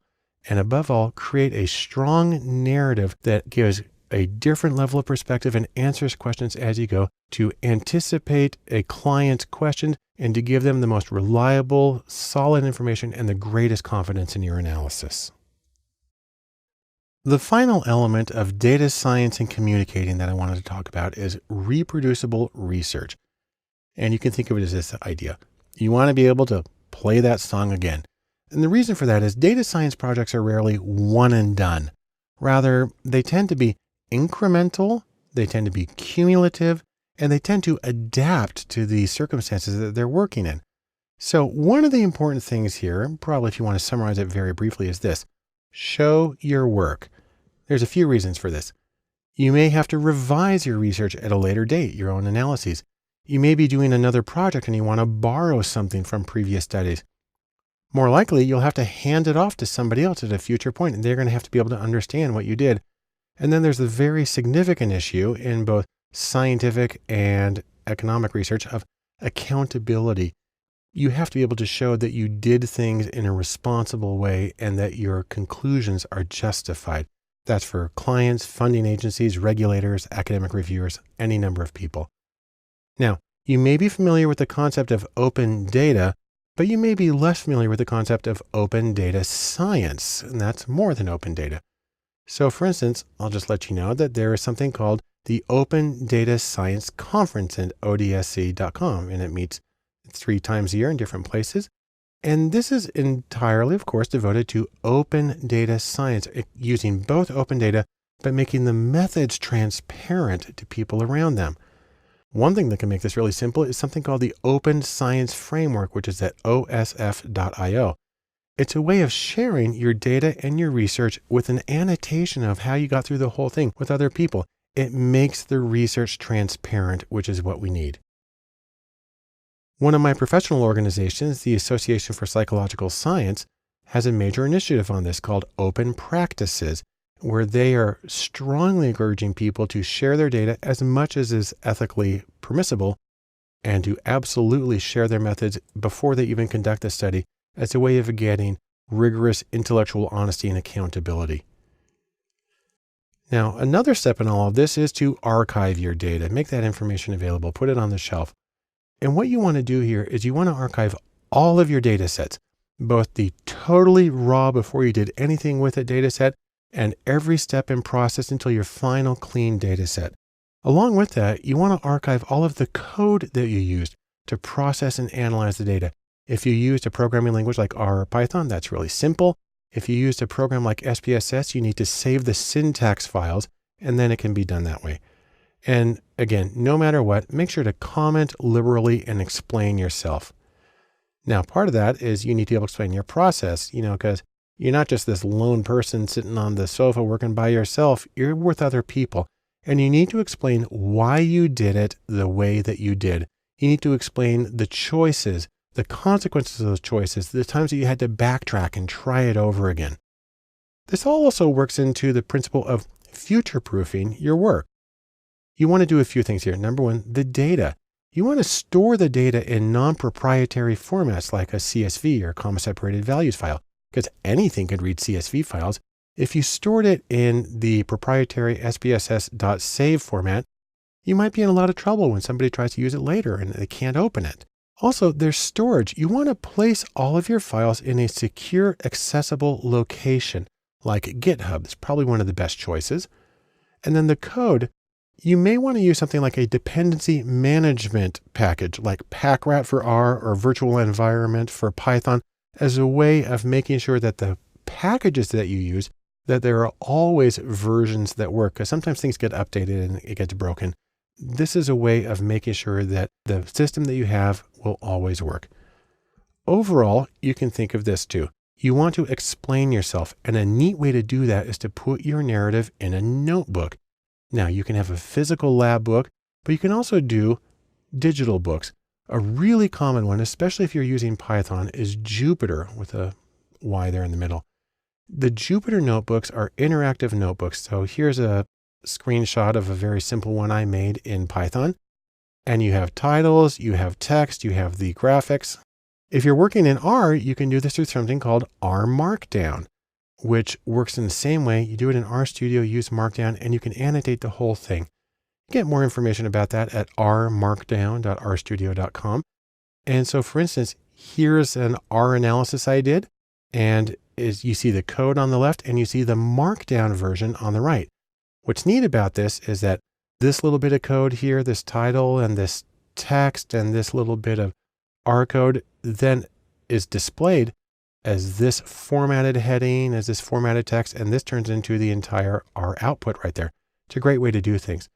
And then if you do R Markdown, you actually have the option of uploading the document into something called RPubs. And that's an online document that can be made accessible to anybody. Here's the same document. And if you want to go see it, you can go to this address. It's kind of long, so I'm going to let you write that one down yourself. But in sum, here's what we have. You want to do your work and archive the information in a way that supports collaboration. Explain your choices, say what you did, show how you did it. This allows you to future-proof your work so that it will work in other situations and for other people. And as much as possible, no matter how you do it, make sure to share your narrative so people understand your process and they can see that your conclusions are justifiable, strong, and reliable. Now, something that I've mentioned several times when talking about data science, and I'll do it again in this conclusion, is that it's important to give people next steps. So I'm going to do that for you right now. If you're wondering what to do after having watched this very general overview course, I can give you a few ideas. Number one, maybe you want to start trying to do some coding in R or Python. We have courses for those. You might want to try doing some data visualization, one of the most important things that you can do. You may want to brush up on statistics and maybe some math that goes along with it. And you may want to try your hand at machine learning. All of these will get you up and rolling in the practice of data science. You can also try looking at data sourcing, find the information that you're going to do. But no matter what happens, try to keep it in context. So for instance, data science can be applied to marketing and sports and health and education and the arts and really a huge number of other things. And we will have courses here at datalab.cc that talk about all of those. You may also want to start getting involved in the community of data science. One of the best conferences that you can go to is O'Reilly Strata, which meets several times a year around the globe. There's also Predictive Analytics World, again, several times a year around the world. Then there's much smaller conferences. I love Tapestry or tapestryconference.com, which is about storytelling in data science, and Extract, a one-day conference about data stories that's put on by Import.io, one of the great data sourcing applications that's available for scraping web data. If you want to start working with actual data, a great choice is to go to Kaggle.com. And they sponsor data science competitions, which actually have cash rewards, but there's also wonderful data sets you can work with there to find out how they work and compare your results to those of other people. And once you're feeling comfortable with that, you may actually try turning around and doing some service. Datakind.org is the premier organization for data science as humanitarian service. They do major projects around the world. I love their examples. There are other things you can do. There's an annual event called Do Good Data. And then datalab.cc will be sponsoring twice a year Data Lab charrettes, which are opportunities for people in the Utah area to work with local nonprofits on their data. But above all of this, I want you to remember this one thing. Data science is fundamentally democratic. It's something that everybody needs to learn to do in some way, shape, or form. The ability to work with data is a fundamental ability, and everybody would be better off by learning to work with data intelligently and sensitively. Or to put it another way, data science needs you. Thanks so much for joining me for this introductory course. I hope it's been good. and I look forward to seeing you in the other courses here at datalab.cc. Welcome to Data Sourcing. I'm Barton Poulsen, and in this course, we're going to talk about data opus, or that's Latin for data needed. The idea here is that no data science, and that is a sad thing. So instead of leaving it at that, we're going to use this course to talk about methods for measuring and evaluating data, and methods for accessing existing data, and even methods for creating new custom data. Take those together, and it's a happy situation. At the same time, we'll do all of this still at an accessible, conceptual, and non-technical level, because the technical hands-on stuff will happen in later other courses. But for now, let's talk data. For data sourcing, the first thing we want to talk about is measurement. And within that category, we're going to talk about metrics. The idea here is that you actually need to know what your target is if you want to have a chance to hit it. There's a few particular reasons for this. First off, data science is action-oriented. The goal is to do something as opposed to simply understand something, which I say as an academic practitioner. Also, your goal needs to be explicit, and that's important because the goals can guide your effort. So you want to say exactly what you're trying to accomplish so you know when you get there. Also, goals exist for the benefit of the client because they can prevent frustration. They know what you're working on. They know what you have to do to get there. And finally, the goals and the metrics exist for the benefit of the analyst because they help you use your time well. You know when you're done, you know when you can move ahead with something, and that makes everything a little more efficient and a little more productive. Now, when we talk about this, the first thing you want to do is try to define success in your particular project or domain. Depending on where you are in commerce, that can include things like sales or click-through rates or new customers. In education, it can include scores on tests. It can include graduation rates or retention. In government, it can include things like housing and jobs. In research, it can include the ability to serve the people that you're trying to better understand. So whatever domain you're in, there will be different standards for success, and you're going to need to know what applies in your domain. Next are specific metrics or ways of measuring. Now, again, there are a few different categories here. There are business metrics. There are key performance indicators or KPIs. There are SMART goals, that's an acronym. And there's also the issue of having multiple goals. I'll talk about each of those for just a second now. First off, let's talk about business metrics. If you're in the commercial world, there are some common ways of measuring success. A very obvious one is sales revenue. Are you making more money?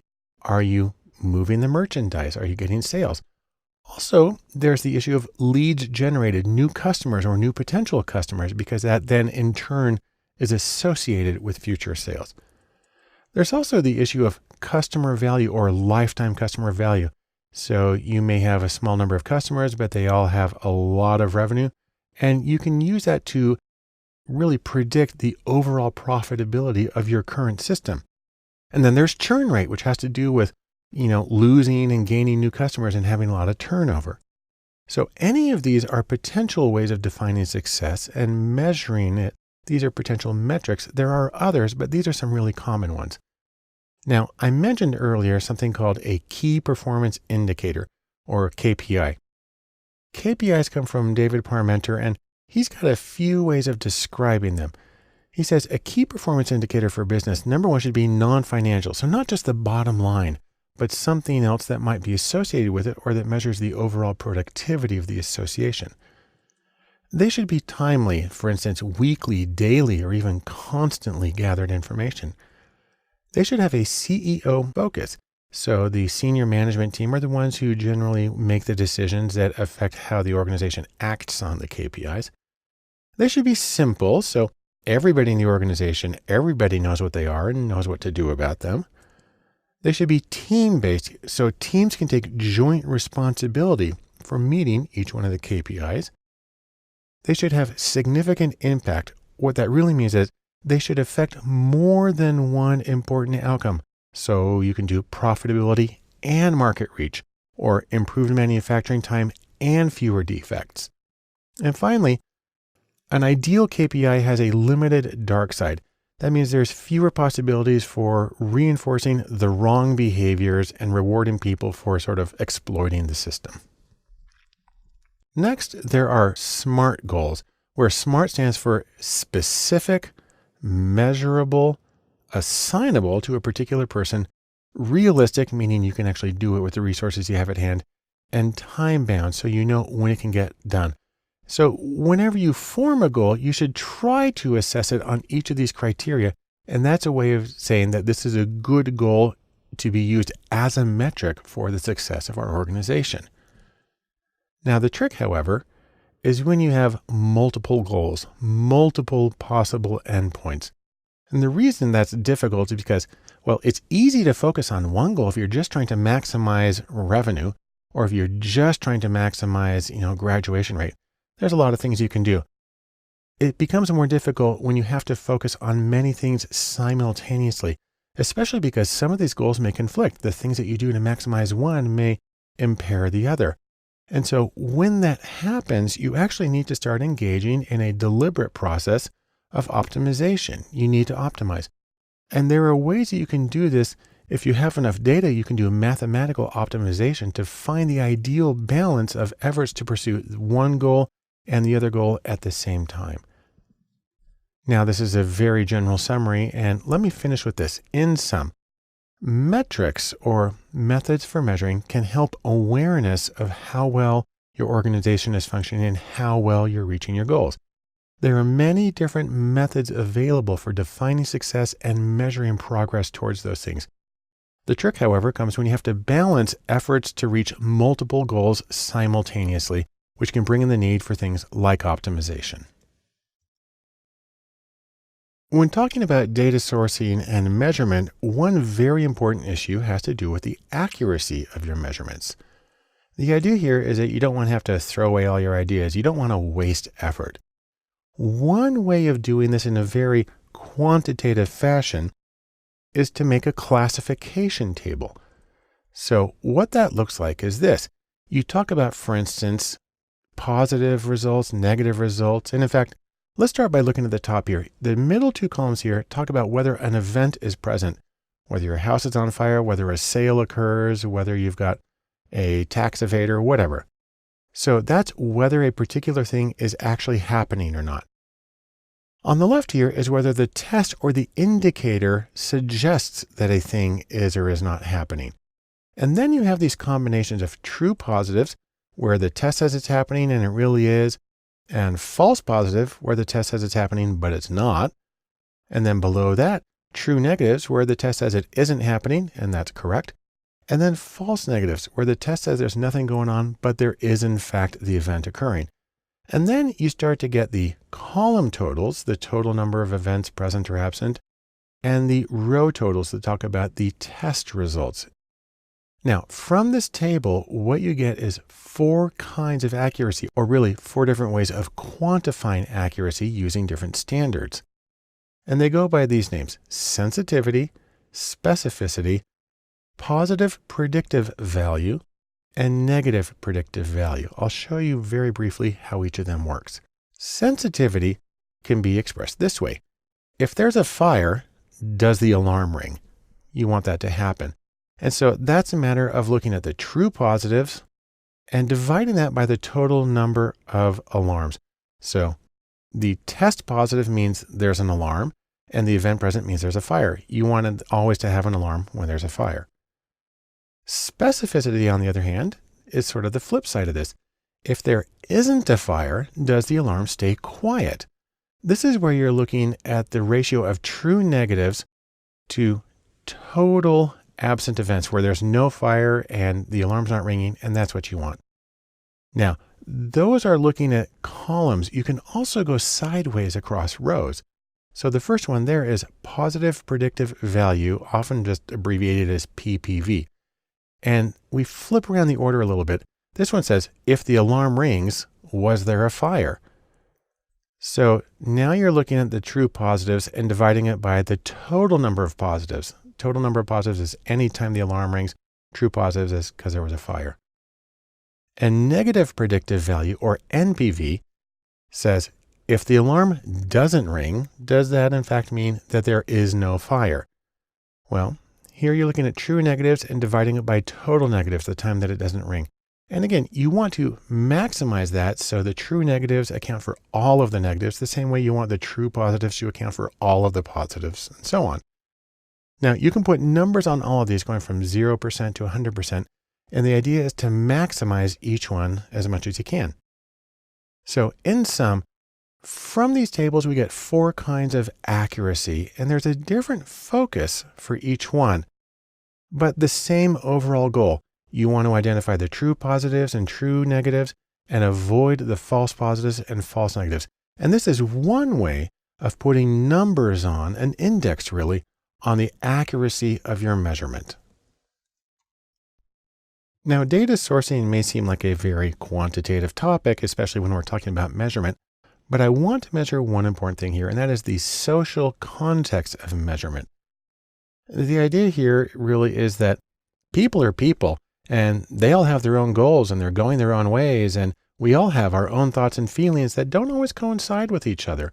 And this can affect measurement. And so, for instance, when you're trying to define your goals and you're trying to maximize them, you want to look at things like, for instance, the business model. An organization's business model, the way they conduct their business, the way they make their money, is tied to its identity and its reason to be. And if you make a recommendation that's contrary to their business model, that can actually be perceived as a threat to their core identity, and people tend to get freaked out in that situation. Also, restrictions. So for instance, there may be laws, policies, and common practices, both organizationally and culturally, that may limit the ways that goals can be met. Now, most of these make a lot of sense. So the idea is you can't just do anything you want. You need to have these constraints. And when you make your recommendations, maybe you'll work creatively in them as long as you're still behaving legally and ethically. But you do need to be aware of these constraints. Next is the environment. And the idea here is that competition occurs both between organizations. That company here is trying to reach a goal, but they're competing with company B over there. But probably even more significantly, there is competition within the organization. This is really a recognition of office politics, and that when you as a consultant make a recommendation based on your analysis, you need to understand you're kind of dropping a little football into the office, and things are going to further one person's career, maybe to the detriment of another. And in order for your recommendations to have the maximum effectiveness, they need to play out well in the office. That's something that you need to be aware of as you're making your recommendations. Finally, there's the issue of manipulation. And a sad truism about people is that any reward system at all, will be exploited, and people will generally game the system. This happens especially when you have a strong cutoff. You need to get at least 80% or you get fired. And people will do anything to make their numbers appear to be 80%. This happens an awful lot when you look at executive compensation systems. It looks a lot when you have very high stakes school testing.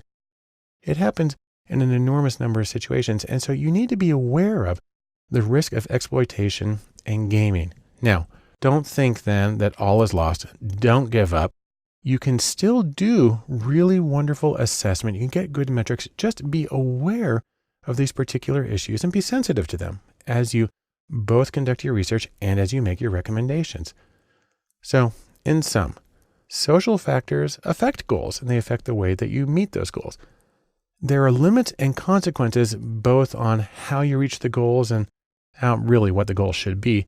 And that when you're making advice on how to reach those goals, please be sensitive to how things play out with metrics and how people will adapt their behavior to meet the goals.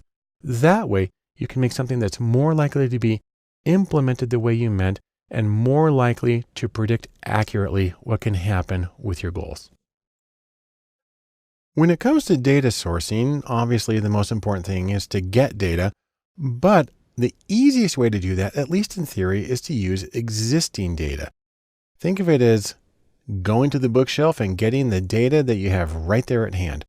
Now, there's a few different ways to do this.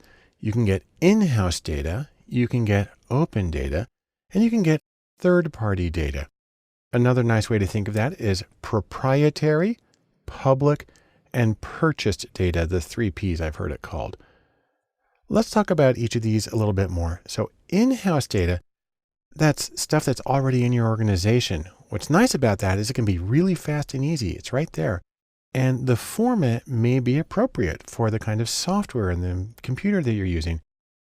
If you're fortunate, there's good documentation, although sometimes when it's in-house, people just kind of throw it together. So you have to watch out for that. And there's the issue of quality control. Now, this is true with any kind of data, but you need to pay attention with in-house because you don't know the circumstances necessarily under which people gathered the data and how much attention they were paying to something.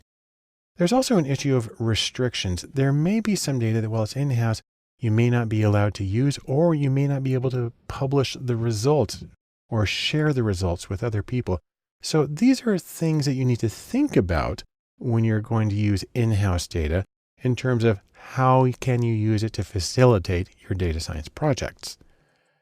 Specifically, there are a few pros and cons. In-house data, potentially quick, easy, free. Hopefully it's standardized. Maybe even the original team that conducted this study is still there. And you might have identifiers in the data which make it easier for you to do an individual level analysis. On the con side, however, the in-house data simply may not exist. Maybe it's just not there. Or the documentation may be inadequate. And of course, the quality may be uncertain. It's always true, but maybe something you have to pay more attention to when you're using in-house data. Now, another choice is open data, like going to the library and getting something. This is prepared data that's freely available. It consists of things like government data and corporate data and scientific data from a number of sources. Let me show you some of my favorite open data sources, just so you know where they are and that they exist. Probably the best one is data.gov here in the US. That is it says right here, the home of the US government's open data. Or you may have a state level one. For instance, I'm in Utah and we have data.utah.gov, also a great source of more regional information. If you're in Europe, you have open-data.europa.eu, the European Union Open Data Portal. And then there are major nonprofit organizations. So the UN has unicef.org/statistics for their statistical and monitoring data. The World Health Organization has the Global Health Observatory at who.int/GHO. And then there are private organizations that work in the public interest, such as the Pew Research Center, which shares a lot of its data sets, and the New York Times, which makes it possible to use APIs to access a huge amount of the data of things they've published over a huge time span. And then two of the mother loads, there's Google, which at google.com has public data, which is a wonderful thing. And then Amazon at aws.amazon.com datasets has gargantuan datasets. So if you needed a dataset that was like 5 terabytes in size, this is the place that you would go to get it. Now, there's some pros and cons to using this kind of open data. First is that you can get very valuable datasets that maybe cost millions of dollars to gather and to process. And you can get a very wide range of topics and times and groups of people and so on. And often the data is very well formatted and well documented. There are, however, a few cons. Sometimes there's biased samples. Say, for instance, you only get people who have internet access, and that can mean, not everybody. Sometimes the meaning of the data is not clear, or it may not mean exactly what you want it to. A potential problem is that sometimes you may need to share your analyses. And if you're doing proprietary research, well, it's going to have to be open research instead. And so that can create a crimp with some of your clients. And then finally, there are issues with privacy and confidentiality. And in public data, that usually means that the identifiers are not there, and you're going to have to work at a larger aggregate level of measurement. Another option is to use data from a third party. These go by the name Data as a Service, or DAS. You can also call them data brokers. And the thing about data brokers is they can give you an enormous amount of data on many different topics. Plus, they can save you some time and effort by actually doing some of the processing for you. And that can include things like consumer behaviors and preferences. They can get contact information. They can do marketing, identity, and finances. There's a lot of things. There's a number of data brokers around. Here's a few of them. Acxiom is probably the biggest one in terms of marketing data.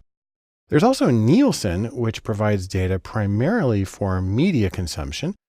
And there's another organization, DataSift. That's a smaller, newer one. And there's a pretty wide range of choices, but these are some of the big ones.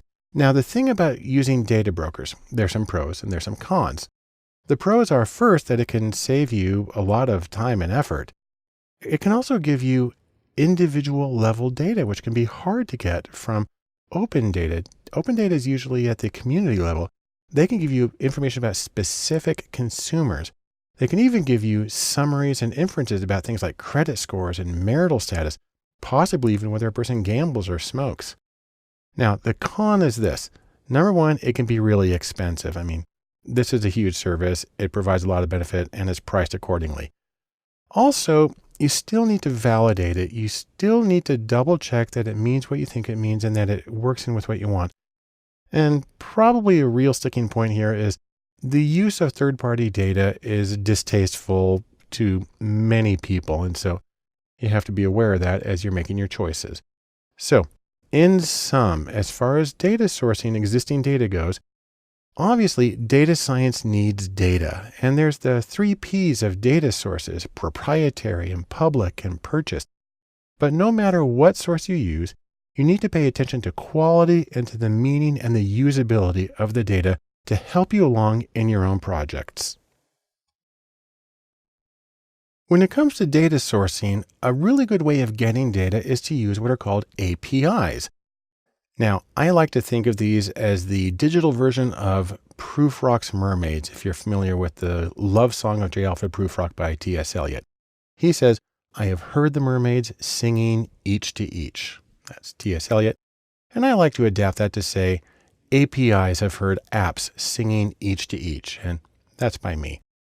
Now, more specifically, when we talk about an API, what we're talking about is something called an application programming interface. And this is something that allows programs to talk to each other. Its most important use in terms of data science is it allows you to get web data. It allows your program to directly go to the web on its own, grab the data, bring it back in, almost as though it were local data. And that's a really wonderful thing.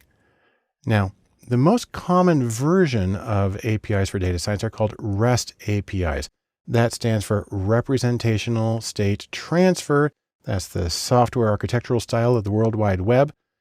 And it allows you to access data on web pages via HTTP. That's the Hypertext Transfer Protocol that, runs the web as we know it. And when you download the data, you usually get it in JSON format. That stands for JavaScript Object Notation. The nice thing about that is that's human readable, but it's even better for machines. Then you can take that information and you can send it directly to other programs. And the nice thing about REST APIs is that they're what's called language agnostic, meaning any programming language can call a REST API, can get data from the web, and can do whatever it needs to with it. Now, there are a few kinds of APIs that are really common. The first is what are called social APIs. These are ways of interfacing with social networks. So for instance, the most common is Facebook. There's also Twitter. Google Talk has been a big one, and Foursquare as well. And then SoundCloud. These are on lists of the most popular ones. And then there are also what are called visual APIs, which are for getting visual data. So for instance, Google Maps is the most common.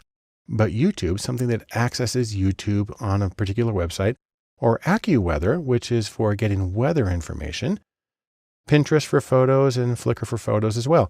So these are some really common APIs, and you can program your computer to pull in data from any of these services and sites and integrate it into your own website or here into your own data analysis. Now, there's a few different ways you can do this. You can program it in R, the statistical programming language. You can do it in Python.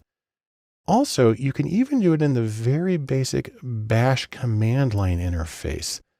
And there's a ton of other applications. Basically, anything can access an API one way or another.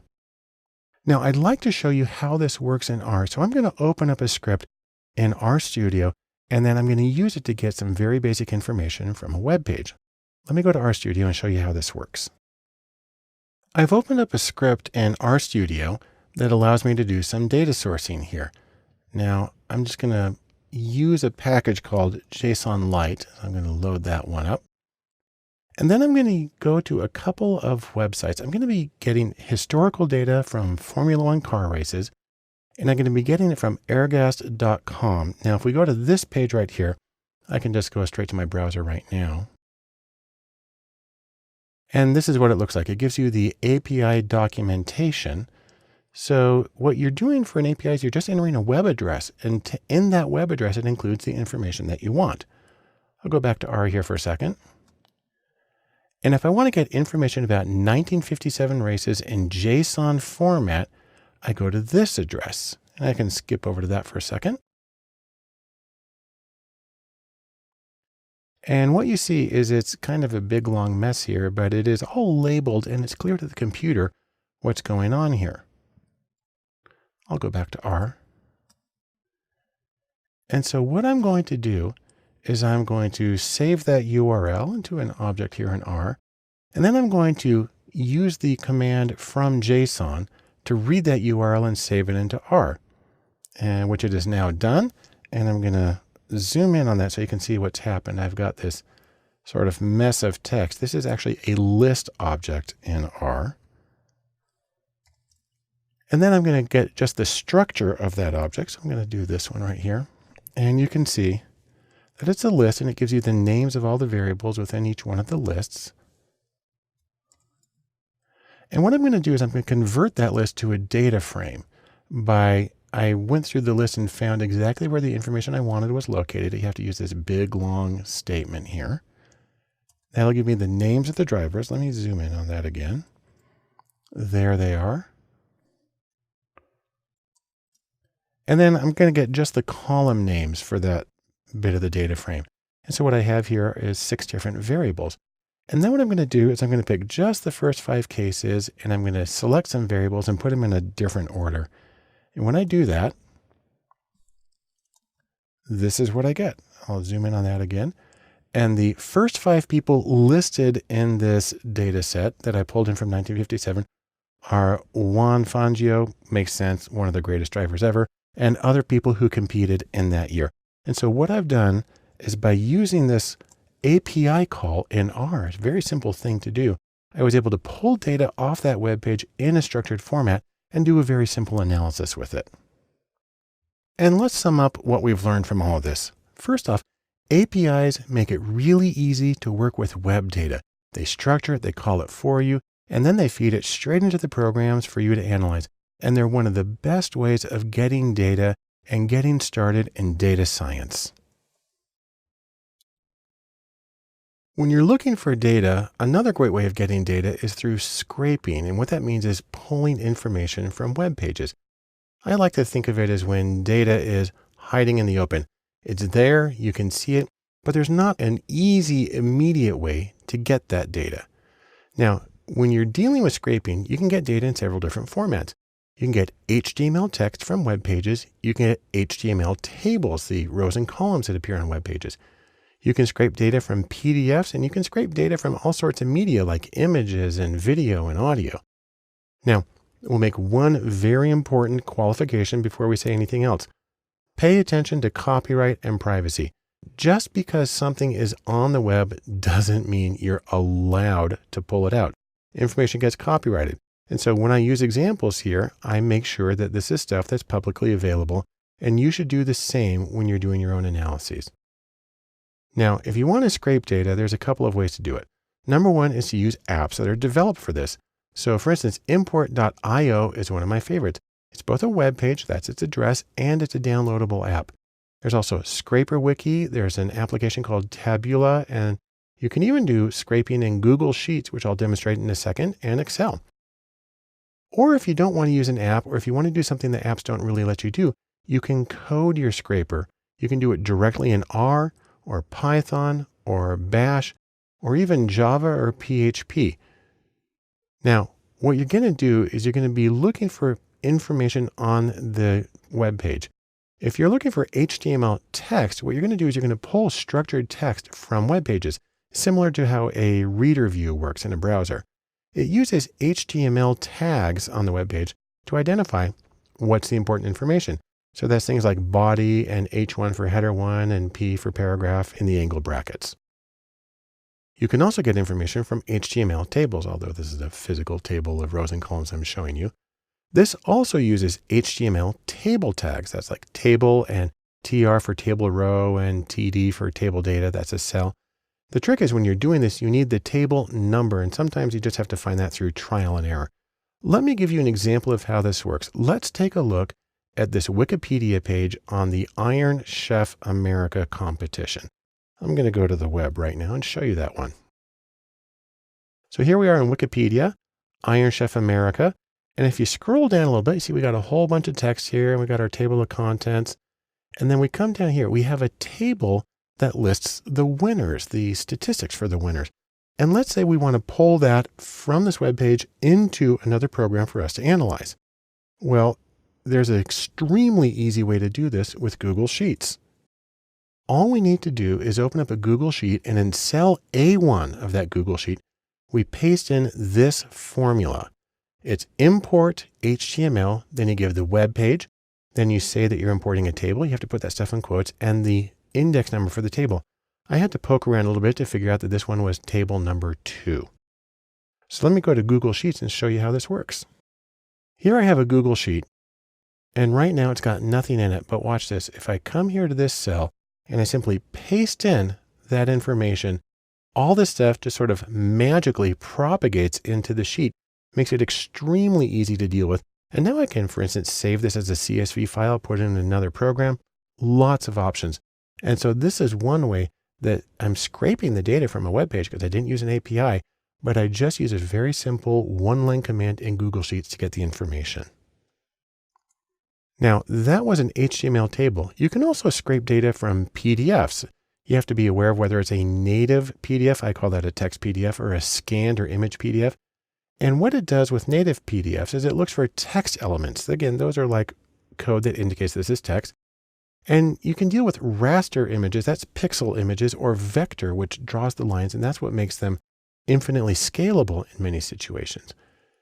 And then in PDFs, you can deal with tabular data, but you probably have to use a specialized program like Scraper, Wiki, or Tabula in order to get that.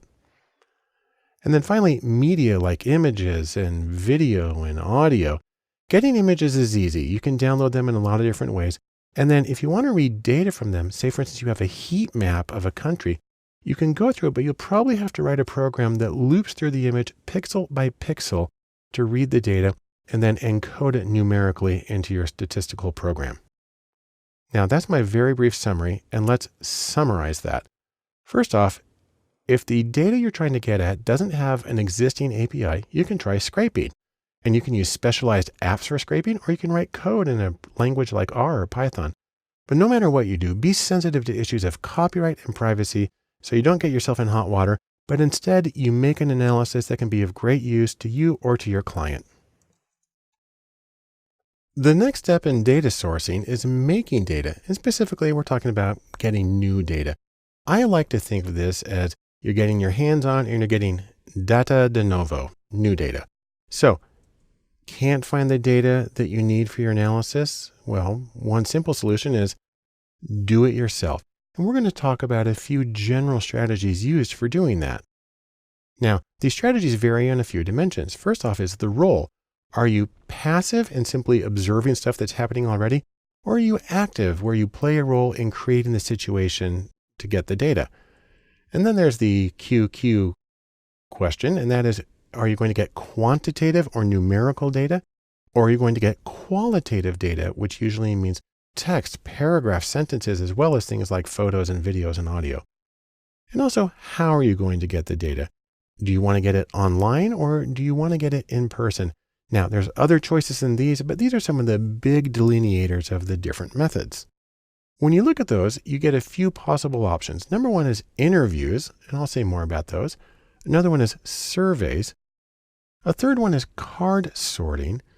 And the fourth one is experiments, although I actually want to split experiments into two kinds of categories. The first one is laboratory experiments, and that's in-person projects where you shape the information or an experience for the participants as a way of seeing how that involvement changes their reactions. It doesn't necessarily mean that you're a participant, but you create the situation. And then there's also A/B testing. This is automated online testing of two or more variations on a web page. It's a very, very simple kind of experimentation that's actually very useful for optimizing websites. So, in sum, from this very short introduction, make sure you can get exactly what you need. Get the data you need to answer your question. And if you can't find it somewhere, then make it. And as always, you have many possible methods, each of which have their own strengths and their own compromises. And we'll talk about each of those in the following sections. The first method of data sourcing where you're making new data that I want to talk about is interviews. And that's not because it's the most common, but because it's the one you would do for the most basic problem. Now, basically, an interview is nothing more than a conversation with another person or a group of people. And the fundamental question is, why do interviews as opposed to doing a survey or something else? Well, there's a few good reasons to do that. Number one, you're working with a new topic and you don't know what people's responses will be or how they'll react. And so you need something very open-ended. Number two, you're working with a new audience. You don't know how they will react in particular to what it is you're trying to do. And number three, something's going on with the current situation. It's not working anymore, and you need to find what's going on, and you need to find ways to improve. The open-ended information where you get past your existing categories and boundaries can be one of the most useful methods for getting that data. If you want to put it another way, you want to do interviews when you don't want to constrain responses. Now, when it comes to interviews, you have one very basic choice, and that's whether you do a structured interview. And with a structured interview, you have a predetermined set of questions, and everyone gets the same questions in the same order. It gives a lot of consistency, even though the responses are open-ended. And then you can also have what's called an unstructured interview. And this is a whole lot more like a conversation where you as the interviewer and the person you're talking to, your questions arise in response to their answers. Consequently, an unstructured interview can be different for each person that you talk to. Also, interviews are usually done in person, but not surprisingly, they can be done over the phone or often online. Now, a couple of things to keep in mind about interviews. Number one is time. Interviews can range from just a few minutes to several hours per person. Second is training. Interviewing is a special skill that usually requires specific training. Now, asking the questions is not necessarily the hard part. The really tricky part is the analysis. The hardest part of interviews by far is analyzing the answers for themes and way of extracting the new categories and the dimensions that you need for your further research. The beautiful thing about interviews is they allow you to learn things that you never expected. So, in sum, interviews are best for new situations or new audiences. On the other hand, they can be time-consuming, and they also require special training, both to conduct the interview, but even more to analyze the highly qualitative data that you get from them. An interesting topic in data sourcing when you're making data is card sorting. Now, this isn't something that comes up very often in academic research, but in web research, this can be a really important method. Think of it as what you're trying to do is like building a model of a molecule here. You're trying to build a mental model or a model of people's mental structures. Put more specifically, how do people organize information intuitively? And also, how does that relate to the things that you're doing online? Now, the basic procedure goes like this. You take a bunch of little topics and you write each one on a separate card. And you can do this physically with like 3x5 cards, or there's a lot of programs that allow you to do a digital version of it.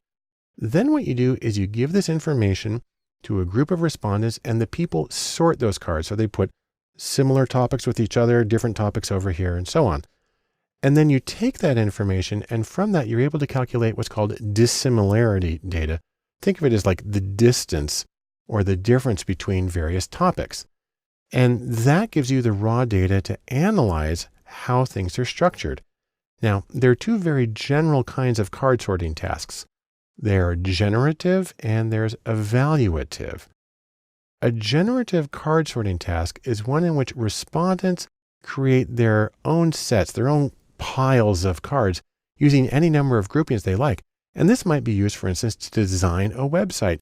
If people are going to be looking for one kind of information next to another one, then you want to put that together on the website so they know where to expect it. On the other hand, if you've already created a website, then you can do an evaluative card sorting. This is where you have a fixed number or fixed names of categories, like for instance, the way you've set up your menus already. And then what you do is you see if people naturally put the cards into these various categories that you've created. That's a way of verifying that your hierarchical structure makes sense to people.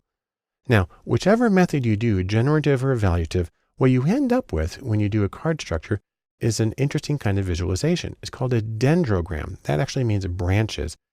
And what we have here is actually 150 data points.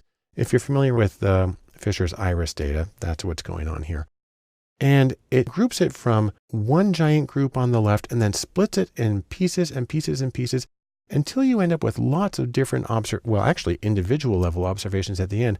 But you can cut things off into 2 or 3 groups or wherever it's most useful for you here as a way of visualizing the entire collection of similarity or dissimilarity between the individual pieces of information that you had people sort.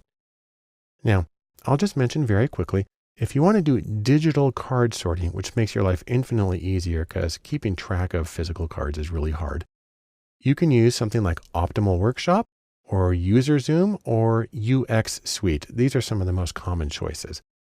Now, let's just sum up what we've learned about card sorting in this extremely brief overview. Number one, card sorting allows you to see intuitive organization of information in a hierarchical format. You can do it with physical cards, or you also have digital choices for doing the same thing. And when you're done, you actually get this hierarchical or branched visualization of how the information is structured and related to each other.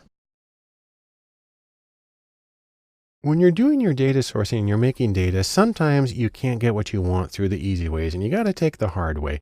And you can do what I'm calling laboratory experiments. Now, of course, when I mention laboratory experiments, people start to think of stuff like, Dr. Frankenstein in his lab, but lab experiments are less like this. And in fact, they're a little more like this. Nearly every experiment I have done in my career has been a paper and pencil one with people in a well-lighted room, and it's not been the threatening kind. Now, the reason you do a lab experiment is because you want to determine cause and effect. And this is the single most theoretically viable way of getting that information. Now, what makes an experiment is the fact that researchers play active roles in experiments with manipulations.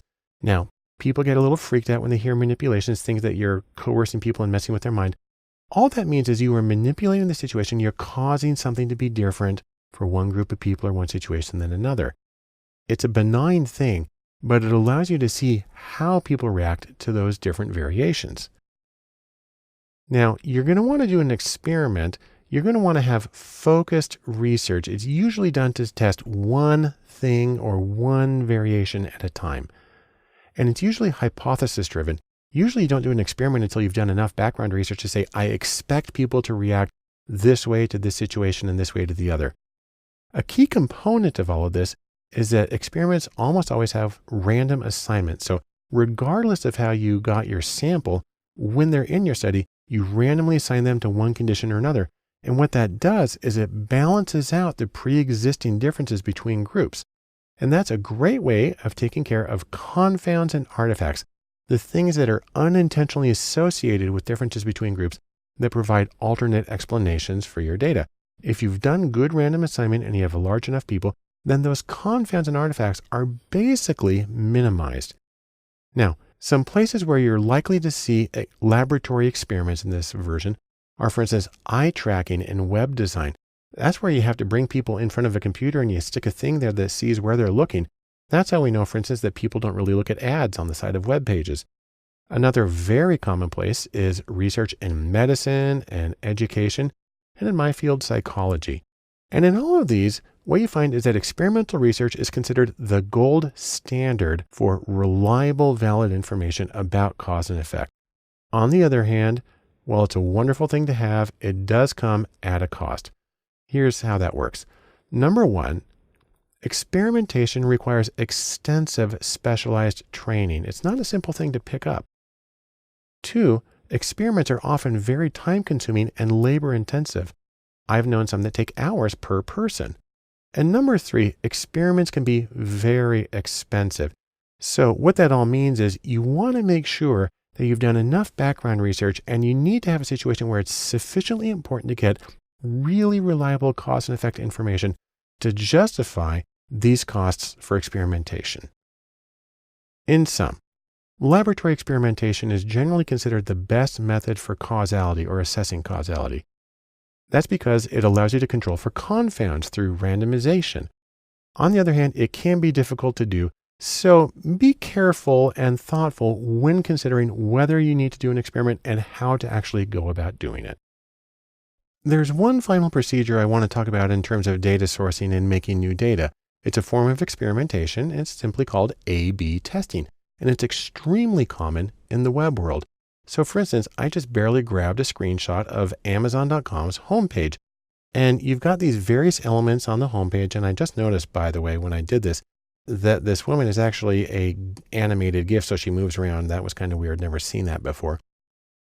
But the thing about this is this entire layout, how things are organized and how they're on there, will have been determined by variations on A/B testing by Amazon. Here's how it works. For your web page, you pick one element, like what's the headline, or what are the colors, or what's the organization, or how do you word something? And you create multiple versions, maybe just two, version A and version B, which is why you called A/B testing. And then when people visit your web page, you randomly assign those visitors to one version or another. You have software that does that for you automatically. And then you compare the response rates on some response. I'll show you those in a second. And then once you have enough data, you implement the best version. You sort of set that one solid, and then you go on to something else. Now, in terms of response rates, there's a lot of different outcomes you can look at. You can look at how long a person's on a page. You can actually do mouse tracking if you want to. You can look at click-throughs. You can also look at shopping cart value or abandonment. A lot of possible outcomes. All of these contribute through A/B testing to the general concept of website optimization, to make your website as effective as it can possibly be. Now, the idea also is that this is something you're going to do a lot. You can perform A/B tests continually. In fact, I've seen one person say that what A/B testing really stands for is always be testing. Kind of cute, but it does give you the idea that improvement is a constant process. Now, if you want some software to do A/B testing, two of the most common choices are Optimizely and VWO, which stands for Visual Web Optimizer. Now, many others are available, but these are especially common. And when you get the data, you're going to use statistical hypothesis testing to compare the differences, or really, the software does it for you automatically, but you may want to adjust the parameters because most software packages cut off testing a little too soon and the information is not quite as reliable as it should be. But in sum, here's what we can say about A/B testing.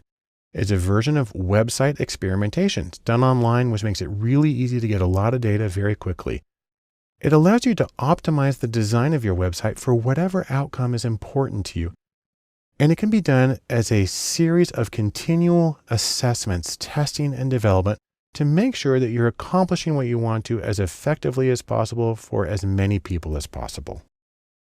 The next logical step in data sourcing and making data is surveys. Now, think of this. If you want to know something, just ask. That's the easy way. And you want to do a survey under certain situations. The real question is, do you know your topic and your audience well enough to anticipate their answers, to know what the range of their answers and the dimensions and the categories that are going to be important? If you do, then a survey might be a good approach. Now, just as there were a few dimensions for interviews, there's a few dimensions for surveys. you can do what's called a closed-ended survey. That's also called a forced choice. It's where you give people just particular options like a multiple choice. You can have an open-ended survey where you have the same questions for everybody, but you allow them to write in a free-form response. You can do surveys in person, and you can also do them online or over the mail or phone or however. And now it's very common to use software when doing surveys. Some really common applications for online surveys are SurveyMonkey and Qualtrics, or at the very simple end, there's Google Forms, and at the simple and pretty end, there's Typeform. There's a lot more choices, but these are some of the major players in how you can get data from online participants in survey format. Now, the nice thing about surveys is, they're really easy to do. They're very easy to set up, and they're really easy to send out to large groups of people. You can get tons of data really fast. On the other hand, the same way that they're easy to do, they're also really easy to do badly. The problem is that the questions you ask, they can be ambiguous, they can be double-barreled, they can be loaded, and the response scales can be confusing. So if you say, I never think this particular way, and a person puts strongly disagree, they may not know exactly what you're trying to get at. So you have to take special effort to make sure that the meaning is clear, unambiguous, and that the rating scale, the way that people respond, is very clear and they know where their answer falls. Which gets us into one of the things about people behaving badly, and that is beware the push-pull. Now, especially during election time, like we're in right now, a push-pull is something that sounds like a survey, but really what it is a very biased attempt to get data, just fodder for social media campaigns, or I'm going to make a chart that says that 98% of people agree with me. A push-pull is one that's so biased, there's really only one way to answer to the questions. This is considered extremely irresponsible and unethical from a research point of view. Just hang up on them. Now, aside from that egregious violation of research ethics, you do need to do other things like watch out for bias in the question wording, in the response options, and also in the sample selection, because any one of those can push your responses off one way or another without you really being aware that it's happening. So in sum, let's say this about surveys. You can get lots of data quickly. On the other hand, it requires familiarity with the possible answers in your audience, so you know sort of what to expect. And no matter what you do, you need to watch for bias to make sure that your answers are going to be representative of the group that you're really concerned about understanding. The very last thing I want to talk about in terms of data sourcing is to talk about the next steps. And probably the most important thing is, don't just sit there. I want you to go and see what you already have. Try to explore some open data sources. And if it helps, check with a few data vendors. And if those don't give you what you need to do your project, then consider making new data. Again, the idea here is get what you need and get going. Thanks for joining me, and good luck on your own projects. Welcome to Coding in Data Science. I'm Bart Poulson, and what we're going to do in this series of videos is we're going to take a little look at the tools of data science. So I'm inviting you to know your tools, but probably even more important than that is to know their proper place. Now, I mention that because a lot of the times when people talk about data tools, they talk about it as though that were the same thing as data science, as though they were the same set. But I think if you look at it for just a second, that's not really the case. Data tools are simply one element of data science, because data science is made up of a lot more than the tools that you use. It includes things like business knowledge. It includes the meaning making and interpretation. It includes social factors. And so there's much more than just the tools involved. That being said, you will need at least a few tools. And so we're going to talk about some of the things that you can use in data science if it works well for you. In terms of getting started, the basic things, number one is spreadsheets. It's the universal data tool, and I'll talk about how they play an important role in data science. Number two is a visualization program called Tableau. There's Tableau Public, which is free, and there's Tableau Desktop, and there's also something called Tableau Server. But Tableau is a fabulous program for data visualization, and I'm convinced for most people provides the great majority of what they need.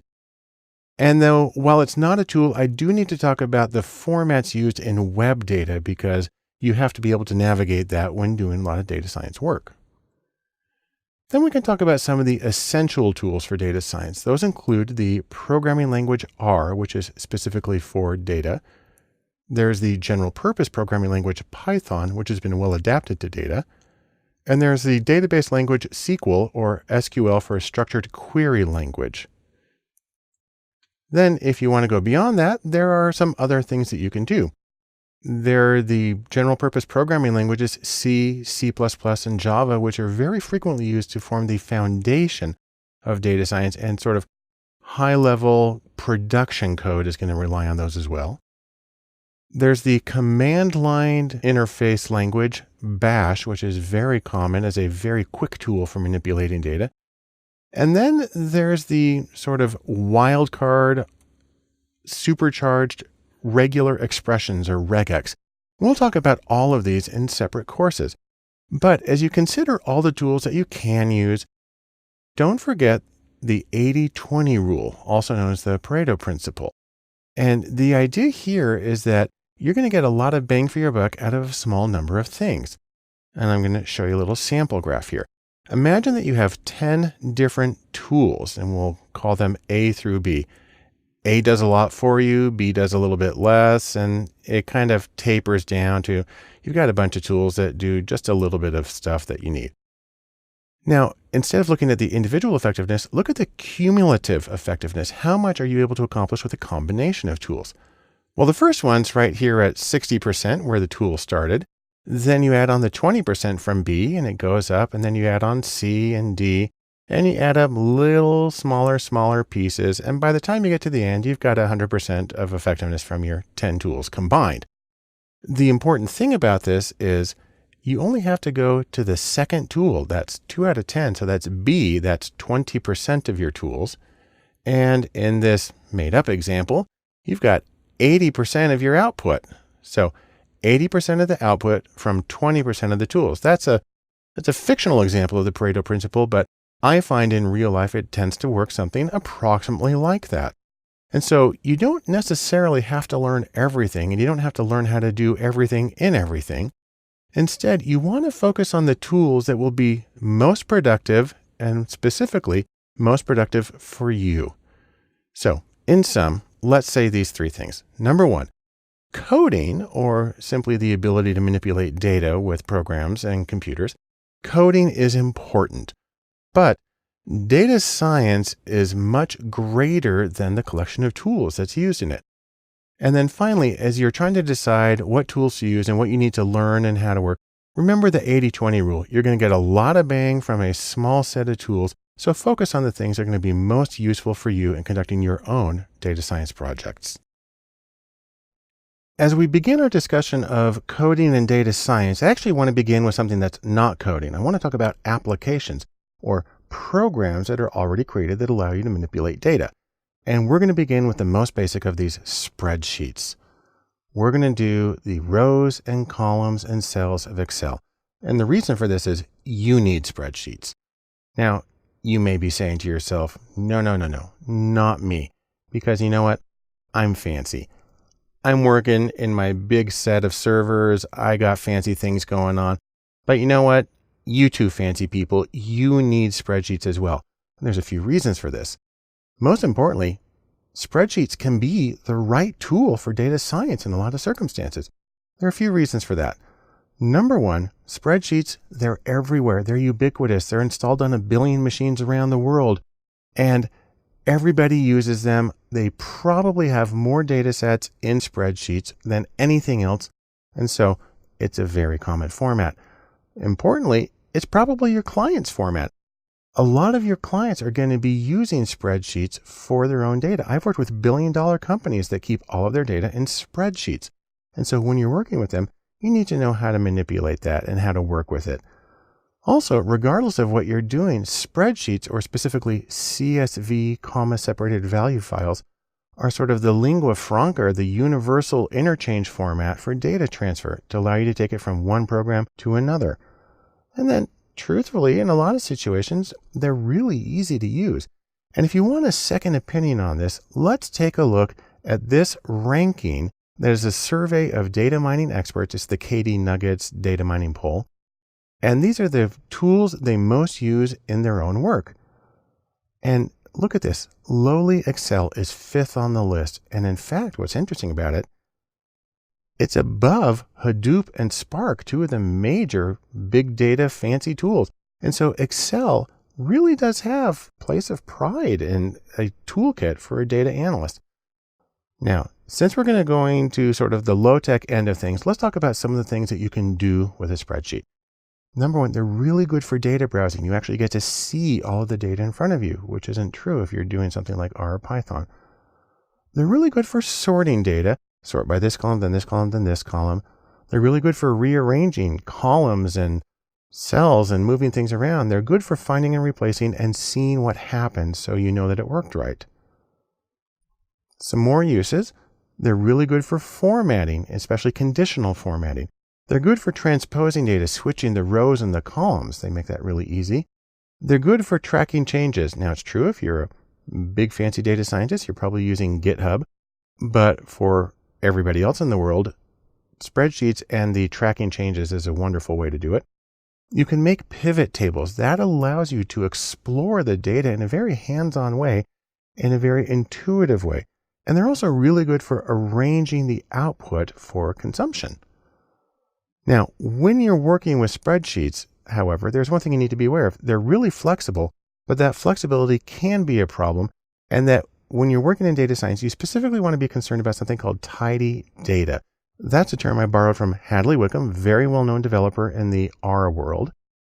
Tidy data is for transferring data and making it work well. There's a few rules here that undo some of the flexibility inherent in spreadsheets. Number one, what you want to do is have a column be equivalent to the same thing as a variable. Columns, variables, they are the same thing. And then rows are exactly the same thing as cases. And then you have one sheet per file, and then you have one level of measurement, say individual, then organization, then state per file. Again, this is undoing some of the flexibility that's inherent in spreadsheets, but it makes it really easy to move the data from one program to another. Let me show you how all this works. You can try this in Excel. If you've downloaded the files for this course, we simply want to open up this spreadsheet. Let me go to Excel and show you how it works. So when you open up this spreadsheet, what you get is totally fictional data here that I made up, but it's showing sales over time of several products at 2 locations, like if you're selling stuff at a baseball field. And this is the way spreadsheets often appear. We got blank rows and columns. We got stuff arranged in a way that makes it easy for the person to process it. And we got totals here and with formulas, putting them all together. And that's fine. That works well for the person who made it. And then that's for 1 month. And then we have another month right here. And then we have another month right here. And then we combine them all for the first quarter of 2014. We've got some headers here, and we've got some conditional formatting and changes. And if we come to the bottom, we've got a very busy line graphic that eventually loads. It's not a good graphic, by the way, but similar to what you will often find. So this is the stuff that, while it may be useful for the client's own personal use, you can't feed this into R or Python. It'll just choke and it won't know what to do with it. And so you need to go through a process of tidying up the data. And what this involves is undoing some of this stuff. So for instance, here's data that is almost tidy. Here we have a single column for the date, a single column for the day, a column for the site. So we have 2 locations, A and B. And then we have 6 columns for the 6 different things that are sold and how many were sold on each day. Now, in certain situations, you would want the data laid out exactly like this. If you're doing, for instance, a time series, you'll do something vaguely similar to this. But for true tidy stuff, we're going to collapse it even further. Let me come here to the tidy data. And now what I've done is I've created a new column that says, what is the item being sold? And so, by the way, what this means is that we've got a really long data set now. It's got over 1,000 rows. Come back up to the top here. But what that shows you is that now it's in a format that's really easy to import from one program to another. That makes it tidy, and you can remanipulate it however you want once you get to each of those. So let's sum up our little presentation here in a few lines. Number one, no matter who you are, no matter what you're doing in data science, you need spreadsheets. And the reason for that is that spreadsheets are often the right tool for data science. Keep one thing in mind though, and that is as you're moving back and forth from one language to another, tidy data or well-formatted data is going to be important for exporting data into your analytical programmer language of choice.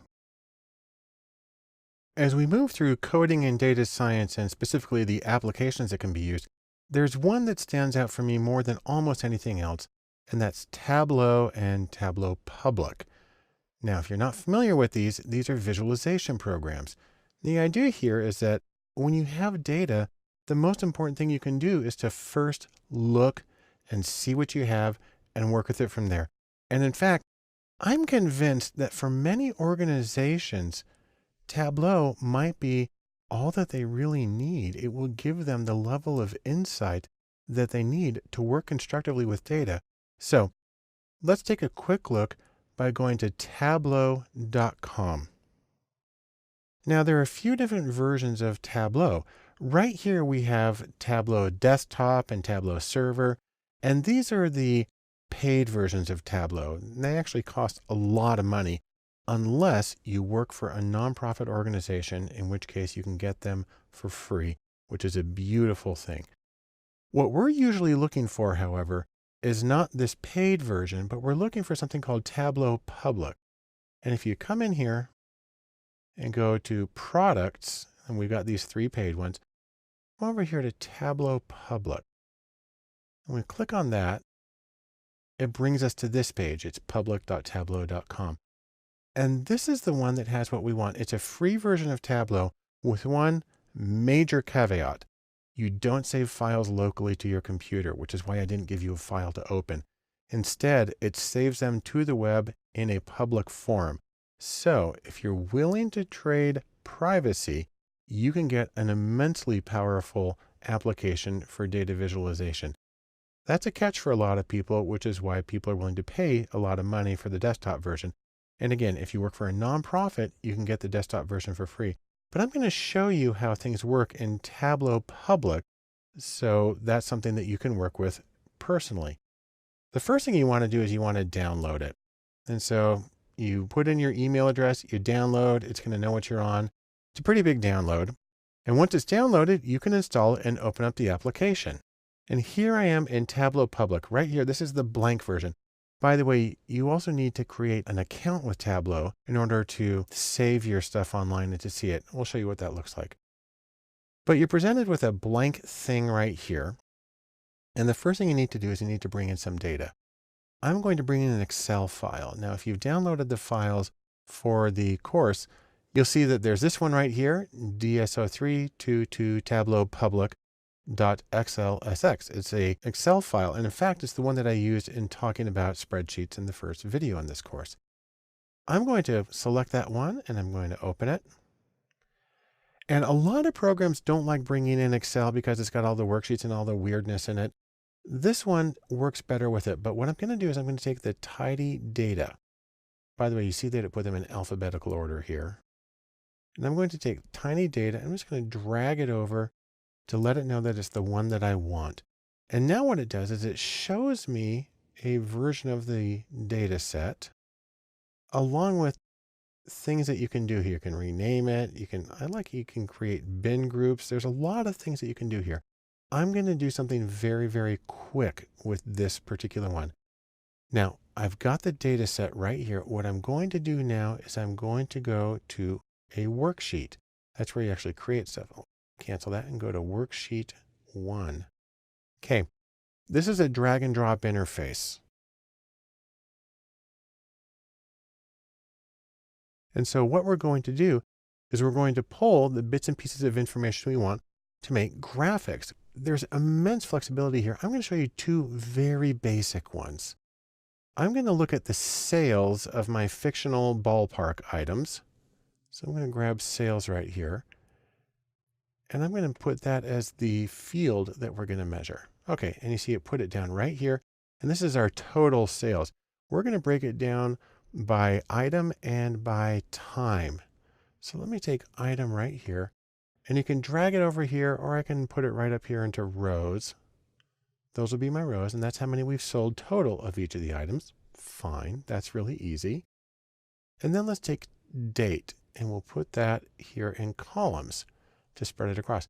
Now, by default, it's doing it by year. I don't want to do that. I only have 3 months of data. And so what I can do is I can click right here, and I can choose a different time frame. I can go to quarter, but that's not going to help because I only have 1 quarter's worth of data. That's 3 months. I'm going to come down to week. Actually, let me go to day. If I do day, you see it gets enormously complicated, so that's no good. So I'm going to back up to week. And I've got a lot of numbers there, but what I want is a graph.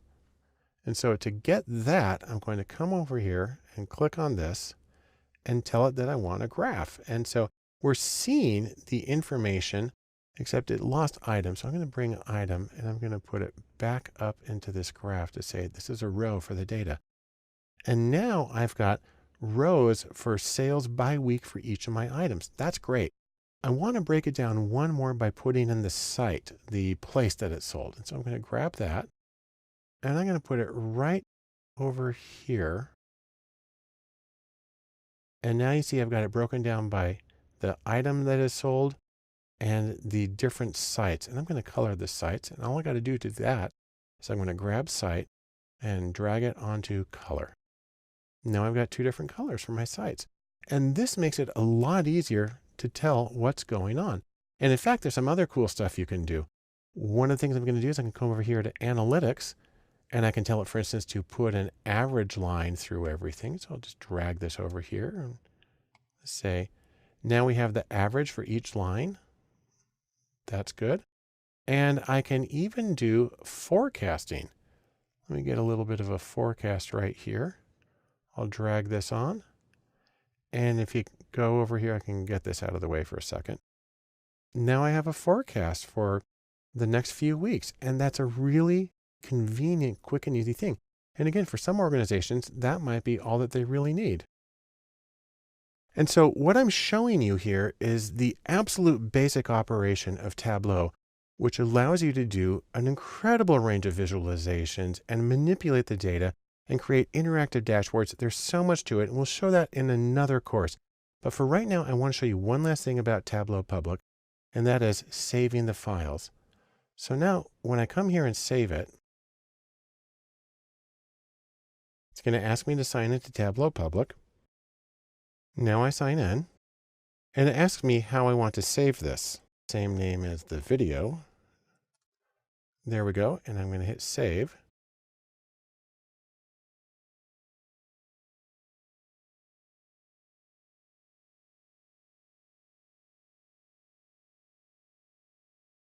And then that opens up a web browser, and since I'm already logged into my account, see, here's my account, my profile. Here's the page that I created. And it's got everything I need there. I'm going to edit just a few details. I'm going to say, for instance, I'm going to leave its name like that. I could put more of a description in there if I wanted. I can allow people to download the workbook and its data. I'm going to leave that there so you can download it if you need to. If I had more than one tab, I would do this thing that says show the different sheets as tabs. Hit save.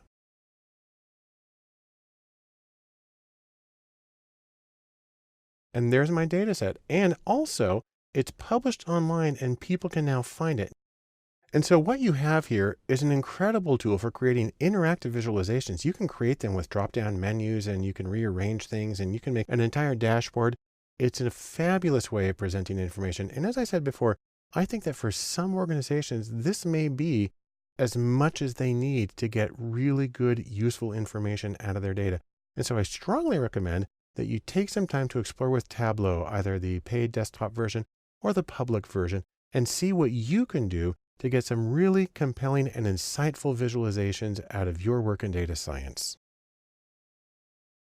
For many people, their first experience of coding in data science is with the application SPSS. Now, I think of SPSS, and the first thing that comes to my mind is sort of life in the ivory tower, though this looks more like, Harry Potter. But if you think about it, The package name SPSS comes from Statistical Package for the Social Sciences, although if you ask IBM about it now, they'll act like it doesn't stand for anything.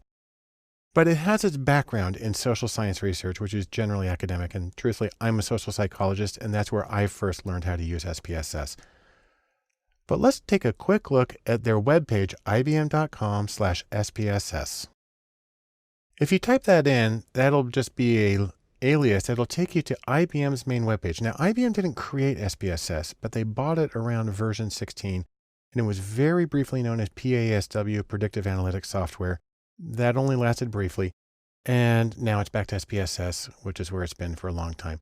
SPSS is a desktop program. It's pretty big. It does a lot of things. It's very powerful. It's used in a lot of academic research. It's also used in a lot of business consulting, management, and even some medical research.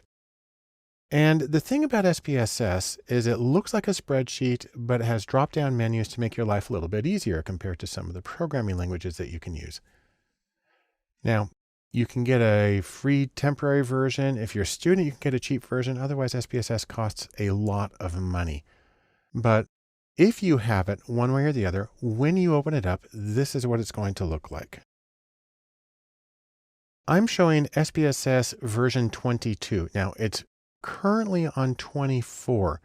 And the thing about SPSS versioning is in any other software package, these would be point updates. So I sort of feel like we should be on 17.3 as opposed to 22 or 24, because the variations are so small that anything you learn from the earlier ones is going to work in the later ones. And there's a lot of backwards and forwards compatibility. So I'd almost say that this one, the version you have, practically doesn't matter. You get this little welcome splash screen, and if you don't want to see it anymore, you can get rid of it. I'm just going to hit cancel here. And this is our main interface. Looks a lot like a spreadsheet.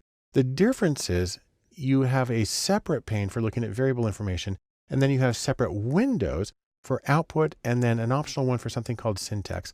But let me show you how this works by first opening up a data set. SPSS has a lot of sample data sets in them, but they're not easy to get to, and they're really well hidden. On my Mac, for instance, let me go to where they are. In my Mac, I go to the Finder. I have to go Mac to Applications, to the folder IBM, to SPSS, to Statistics, to 22, the version number, to Samples. Then I have to say I want the ones that are in English. And then it brings them up.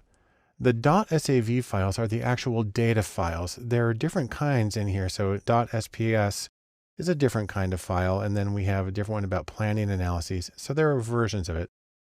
I'm going to open up a file here called marketvalues.sav. It's a small data set in SPSS format. And if you don't have that, you can open up something else. It really doesn't matter for now. By the way, in case you haven't noticed, SPSS tends to be really, really slow when it opens.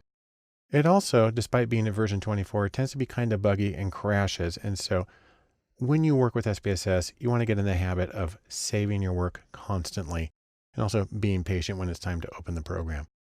So here's a data set that just shows addresses and house values and square feet for some information. This, I don't even know if this is real information. It looks artificial to me. But SPSS lets you do point and click analyses, which is unusual for a lot of things. So I'm going to come up here and I'm going to say, for instance, make a graph. I'm actually going to use what's called a legacy dialog to get a histogram of house prices. So I simply click values, put that right there, and I'll put a normal curve on top of it and hit OK. And then it's going to open up a new window, and it opened up a microscopic version of it here. So I'm going to make that bigger. This is the output window. And so this is a separate window, and it has a navigation pane here on the side. It tells me where the data came from, and it saves the command here. And then, there's my default histogram. And so we see most of the houses were right around $125,000, and then they went up to at least 400,000. I have a mean of 256,000, a standard deviation of about 80,000, and there's 94 houses in the data set. Fine, that's great. The other thing I can do is if I want to do some analyses, let me go back to the data just for a moment. For instance, I can come here to analyze and I can do descriptives. I'm actually going to do, I'm going to do one here called explore.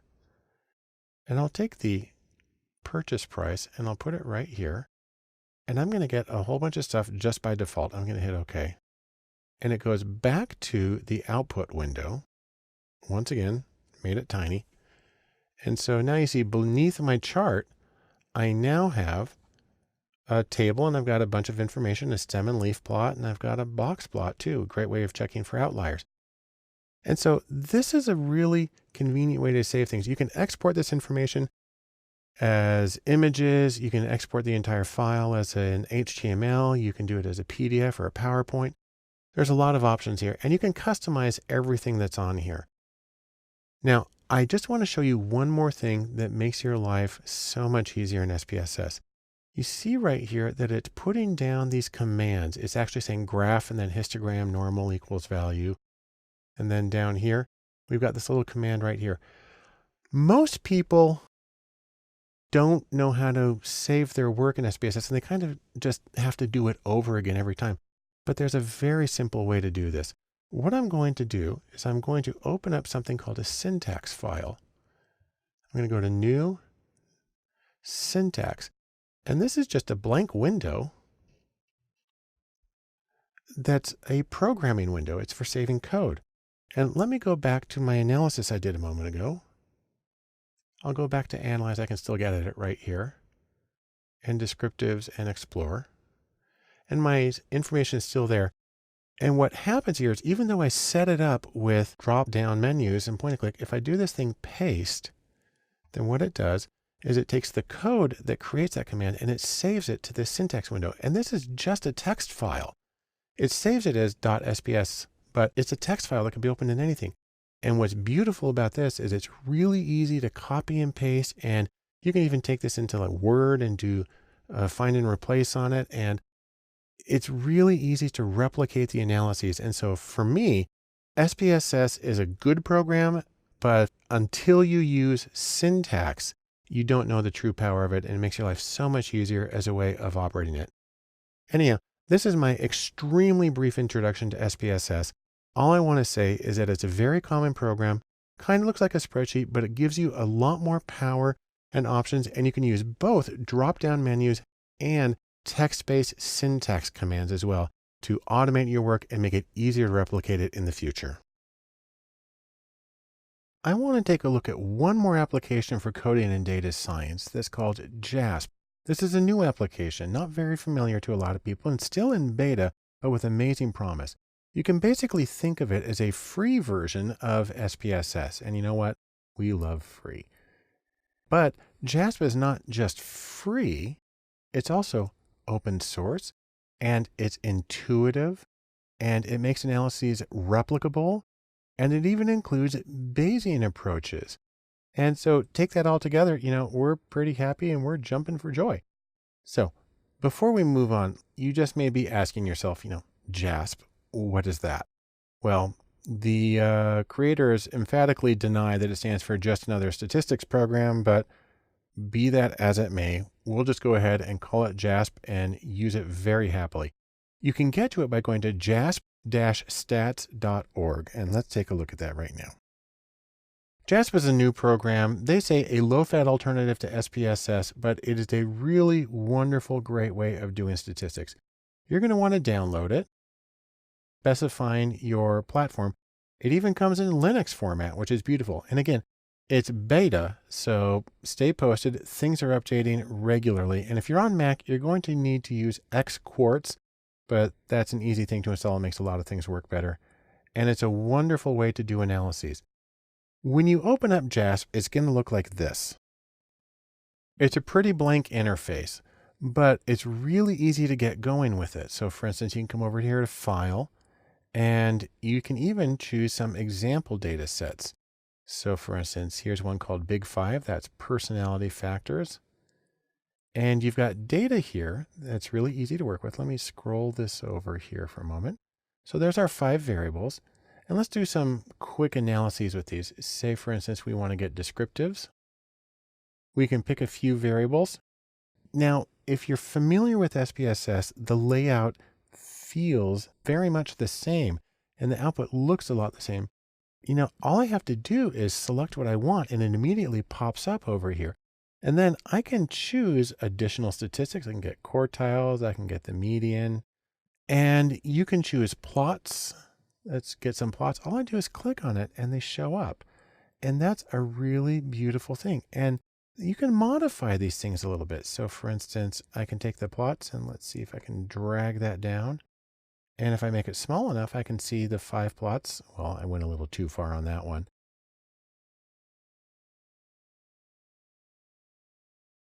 Anyhow, you can do a lot of things here, and I can hide this. I can collapse that, and I can go on and do other analyses. Now, what's really neat though, is when you navigate away from it. So I just clicked in a blank area of the results pane. We're back to the data here.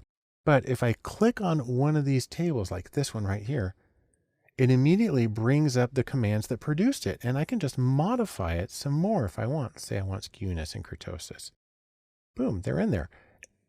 It's an amazing thing. And then I can come back out here. I can click away from that and I can come down to the plots, expand those. And if I click on that, it brings up the commands that made them. It's an amazingly easy and intuitive way to do things. Now, there's another really nice thing about JASP. And that is that you can share the information online really well through a program called osf.io. That stands for the Open Science Foundation. That's its web address, osf.io. So let's take a quick look at what that's like. Here's the Open Science Framework website, and it's a wonderful service. It's free, and it's designed to support open, transparent, accessible, accountable, collaborative research. And I really can't say enough nice things about it. What's neat about this is once you sign up for OSF, you can create your own area. And I've got one of my own. I'll go to that right now. So for instance, here's the Data Lab page in Open Science Framework. And what I've done is I created a version of this JASP analysis and I've saved it here. In fact, let's open up my JASP analysis in JASP, and then I'll show you what it looks like in OSF. So let's first go back to JASP. And when we're here, we can come over to File and click Computer. And I just saved this file to the desktop. Click on Desktop. And you should have been able to download this with all the other files, DSO324JASP. I'm going to double click on that to open it. And now it's going to open up a new window. And you see I was working with the same data set, but I did a lot more analyses. I've got these graphs. I have correlation scatter plots. Come down here, I did a linear regression. And we just click on that and you can see the commands that produced it as well as the options. Didn't do anything special for that, but I did do some confidence intervals and specified that. And it's really a great way to work with all this. I'll click back in an empty area and you can see the commands go away. And so I've got my output here in JASP. When I saved it though, I had the option of saving it to OSF.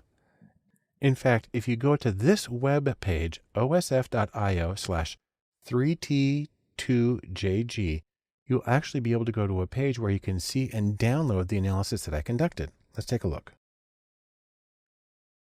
This is that page. There's the address I just barely gave you. And what you see here is the same analysis that I conducted. It's all right here. So if you're collaborating with people or if you want to show things to people, this is a wonderful way to do it.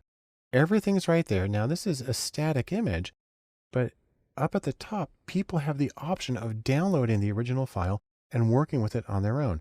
So in case you can't tell, I'm really enthusiastic about JASP and about its potential. Still in beta, still growing rapidly. I see it really as an open source, free and collaborative replacement to SPSS. And I think it's going to make data science work so much easier for so many people. I strongly recommend you give JASP a close look. Let's finish up our discussion of coding and data science, the applications part of it, by just briefly looking at some other software choices. And I'll have to admit, it gets kind of overwhelming because there are just so many choices. Now, This is in addition to the spreadsheets and Tableau and SPSS and JASP that we've already talked about. I mean, there's so much more than that. I'm going to give you a range of things that I'm aware of, and I'm sure I've left out some important ones or things that other people like really well. But these are some common choices and some less common but interesting ones. Number one, in terms of things that I did not mention, is SAS. SAS is an extremely common analytical program, very powerful, used for a lot of things. It's actually the first program that I learned. And on the other hand, it can be kind of hard to use and it can be expensive. But there's a couple of interesting alternatives. SAS also has something called the SAS University Edition. If you're a student, this is free and it's slightly, reduced in what it does. But the fact that it's free, and also it runs in a virtual machine, which makes it an enormous download, but it's a good way to learn SAS if it's something that you want to do. SAS also makes a program that I really love were it not so extraordinarily expensive, and that is called JUMP. And it's a visualization software. Think a little bit of like Tableau, how we saw you work with it visually. And this one, you can drag things around. It's a really wonderful program. I personally find it prohibitively expensive. Another very common choice among working analysts is Stata, and some people use Minitab. Now, for mathematical people, there's MATLAB, and then of course there's Mathematica itself, but that's really more a language than a program. On the other hand, Wolfram, who makes Mathematica, is also the people who give us Wolfram Alpha. Most people don't think of this as a stats application because you can run it on your iPhone. But Wolfram Alpha is in fact incredibly capable. And especially if you pay for the pro account, you can do amazing things in this, including analyses, regression models, visualizations. And so it's worth taking a little closer look at that also, because it actually provides a lot of the data that you need. So Wolfram Alpha is an interesting one. Now, several applications that are more specifically geared towards data mining. So you don't want to do your regular, little t-tests and stuff on these, but there's RapidMiner and there's KNIME and Orange. And those are all really nice to use because they are control languages where you drag nodes onto a screen and you connect them with lines and you can see how things run through. All three of them are free or have free versions, and all three of them work in pretty similar manners. There's also BigML, which is for machine learning. And this is unusual because it's browser-based. It runs on their servers. There's a free version, although you can't download a whole lot. It doesn't cost a lot to use BigML, and actually is a very friendly, very accessible program. Then in terms of programs you can actually install for free on your own computer, there's one called SOFA Statistics. That means Statistics Open for All. Kind of a cheesy title, but it's a good program. And then one with a web page straight out of 1990 is PAST3. This is paleontological software. On the other hand, does do very general stuff. It runs on many platforms and it's a really powerful thing, and it's free, but it is relatively unknown. And then speaking of relatively unknown, one that's near and dear to my heart is a web application called StatCrunch. It costs, but it costs like $6 or $12 a year. It's really cheap. And it's very good, especially for basic statistics and for learning. I used it in some of the classes that I was teaching. And then if you're deeply wedded to Excel and you just can't stand to leave that environment, you can purchase add-ins like Excel Stat, which give you a lot of statistical functions within the Excel environment itself. That's a lot of choices. And the most important thing here is don't get overwhelmed. There's a lot of choices, but you don't even have to try all of them. Really, the important question is what works best for you and the projects that you're working on. There's a few things you might want to consider in that regard. First off is functionality. Does it actually do what you want, or does it even run on your machine? You don't need everything that a program can do. I mean, think about all the stuff that Excel can do. People probably use 5% of what is available. Then there's also ease of use. Some of these programs are a lot easier to use than the others. And I personally find that the ones that are easy to use, I like them. And so you might say, no, I need to program because I need to do custom stuff, but I'm willing to bet that 95% of what people do does not require anything custom. Also, the existence of a community. Constantly when you're working, you come across problems, don't know how to solve it, and being able to simply get online and do a search for an answer and have enough of a community that there are people there who have put answers up and discuss these things. Those are wonderful. Some of these programs have very substantial communities. Some of them it's practically non-existent, and you get to decide how important that is to you. And then finally, of course, there's the issue of cost. Many of these programs I mentioned are free. Some of them are very cheap. Some of them run on sort of a freemium model, and some of them are outrageously expensive. So you don't buy them unless somebody else is paying for it. So these are some of the things that you want to keep in mind when you're trying to look at various programs. Also, let's mention this. Don't forget the 80-20 rule. You're going to be able to do most of the stuff that you need to do with only a small number of tools. 1 or 2, maybe 3 will probably be all that you ever need. So you don't need to explore the range of every possible tool. Find something that does what you need, find something you're comfortable with, and really try to extract as much value as you can out of that. So in sum, in our discussion of available applications for coding and data science, first, remember, applications are tools. They don't drive you, you use them. And that your goals are what drive the choice of your applications and the way that you do it. And the single most important thing is to remember what works for you may work well for somebody else. If you're not comfortable with it, if it's not the questions you address, then it's more important to think about what works for you and the projects that you're working on as you make your own choices for tools for working in data science. When you're coding in data science, one of the most important things you can do is be able to work with web data. And if you work with web data, you're going to be working with HTML. Now, in case you're not familiar with it, HTML is what makes the World Wide Web go round. What it stands for is Hypertext Markup Language.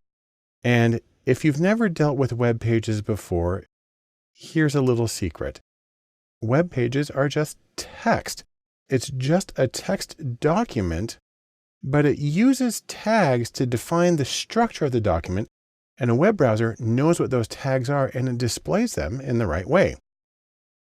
So for instance, some of the tags, they look like this. They're in angle brackets, and you have angle bracket and then a beginning tag, so body. Then you have the body, the main part of your text, and then you have in angle brackets and a backslash body to let the computer know that you're done with that part. You also have P and backslash P for paragraphs. H1 is for header 1, and you put it in between that text. TD is for table data, or the cell in a table, and you mark it off that way. If you want to see what it looks like, just go to this document, DSO331html.txt. I'm going to go to that one right now. Now, depending on what text editor you open this up, it may actually give you the web preview. I've opened it up in TextMate, and so it actually is showing the text the way I typed it. I typed this manually, I just typed it all in there, and I have HTML to say what a document is. I have an empty header, but that sort of needs to be there. This I say what the body is, and then I have some text. LI is for list items. I have headers. This is for a link to a web page. Then I have a small table. And if you want to see what this looks like when it's actually displayed as a web page, we'll just go up here to Window and Show Web Preview. This is the same document, but now it's in a browser. And that's how you make a web page. Now, I know this is very fundamental stuff, but the reason this is important is because if you're going to be extracting data from the web, you have to understand how that information is encoded in the web and is going to be in HTML most of the time for a regular web page. Now, I will mention something that there's another thing called CSS, and web pages use CSS to define the appearance of a document. HTML is theoretically there to give the content, and CSS gives the appearance, and that stands for Cascading Style Sheets. I'm not going to worry about that right now because we're really interested in the content. And now you have the key to being able to read web pages and pull data from web pages for your data science projects. So in sum, first, the web runs on HTML. That's what makes the web pages that are there. HTML defines the page structure and the content that's in the page. And you need to learn how to navigate the tags and the structure in order to get data from the web pages for your data science projects. The next step in coding in data science when you're working with web data is to understand a little bit about XML. I like to think of this as the part of web data that follows the imperative, data define thyself. XML stands for Extensible Markup Language. And what it is, XML is semi-structured data. What that means is that tags define data so a computer knows what a particular piece of information is. But unlike HTML, the tags are free to be defined any way you want. And so you have this enormous flexibility in there, but you're still able to specify it so the computer can read it. Now, there's a couple of places where you're going to see XML files. Number one is in web data. HTML defines the structure of a web page, but if they're feeding data into it, then that will often come in the form of an XML file. Interestingly, Microsoft Office files, if you have docx or XLSX, X part at the end stands for a version of XML that's used to create these documents. If you use iTunes, the library information that has all of your artists and your genres and your ratings and stuff, that's all stored in an XML file. And then finally, data files that often go with particular programs can be saved as XML as a way of representing the structure of the data to the program. And for XML, tags use opening and closing angle brackets just like HTML did. Again, the major difference is that you're free to define the tags however you want. So for instance, thinking about iTunes, you can define a tag that's genre, and you have the angle brackets and genre to begin that information, and then you have the angle brackets with the backslash to let it know you're done with that piece of information. Or you can do it for composer, or you can do it for rating, or you can do it for comments. And you can create any tags you want, and you put the information in between those two things. Now, let's take an example of how this works. I'm going to show you a quick data set that comes from the web. It's at Airgast.com and API. This is a website that stores information about automobile Formula One racing. Let's go to this webpage and take a quick look at what it's like. So here we are at Airgast.com, and it's the API for Formula One. And what I'm bringing up is the results of the 1957 season in Formula One racing. And here you can see who the competitors were in each race and how they finished and so on. So this is a data set that's being displayed in a web page. If you want to see what it looks like in XML, all you have to do is type XML onto the end of this .xml. I've done that already, so I'm just going to go to that one. You see, it's only this little bit that I've added, .xml. Now, it looks exactly the same because the web page is structuring XML data by default. But if you want to see what it looks like in its raw format, just do an option click on the web page and go to View Page Source. At least that's how it works in Chrome. And this is the structured XML page. And you can see we've got tags here. It says race name, circuit name, location. And obviously these are not standard HTML tags. They're defined for the purposes of this particular data set. But we begin with one, we have circuit name right there, and then we close it using the backslash right there. And so this is structured data. The computer knows how to read it, which is exactly, this is how it displays it by default. And so it's a really good way of displaying data, and it's a good way to know how to pull data from the web. You can actually use what's called an API, an application programming interface, to access this XML data, and it pulls it in along with its structure, which makes working with it really easy. What's even more interesting is how easy it is to take XML data and convert it between different formats because it's structured and the computer knows what you're dealing with. So for example one, it's really easy to convert XML to CSV or comma separated value files. That's the spreadsheet format because it knows exactly what the headings are and what piece of information goes in each column. Example 2, it's really easy to convert HTML documents to XML because you can think of HTML with its restricted set of tags as sort of a subset of the much freer XML. And 3, you can convert CSV or your spreadsheet comma separated value to XML and vice versa. You can bounce them all back and forth because the structure is made clear to the programs that you're working with. So in sum, here's what we can say. Number 1, XML is semi-structured data. What that means is it has tags to tell the computer what the piece of information is, but you can make the tags whatever you want them to be. And XML is very common for web data, and it's really easy to translate the formats XML, HTML, CSV, so on and so forth. It's really easy to translate them back and forth, which gives you a lot of flexibility in manipulating data so you can get into the format you need for your own analysis. The last thing I want to mention about coding in data science and web data is something called JSON. And I like to think of it as a version of smaller is better. Now, what JSON stands for is JavaScript Object Notation, although JavaScript is supposed to be one word. And what it is that like XML, JSON is semi-structured data. That is, you have tags that define the data so the computer knows what each piece of information is. But like XML, the tags can vary freely. And so there's a lot in common between XML and JSON.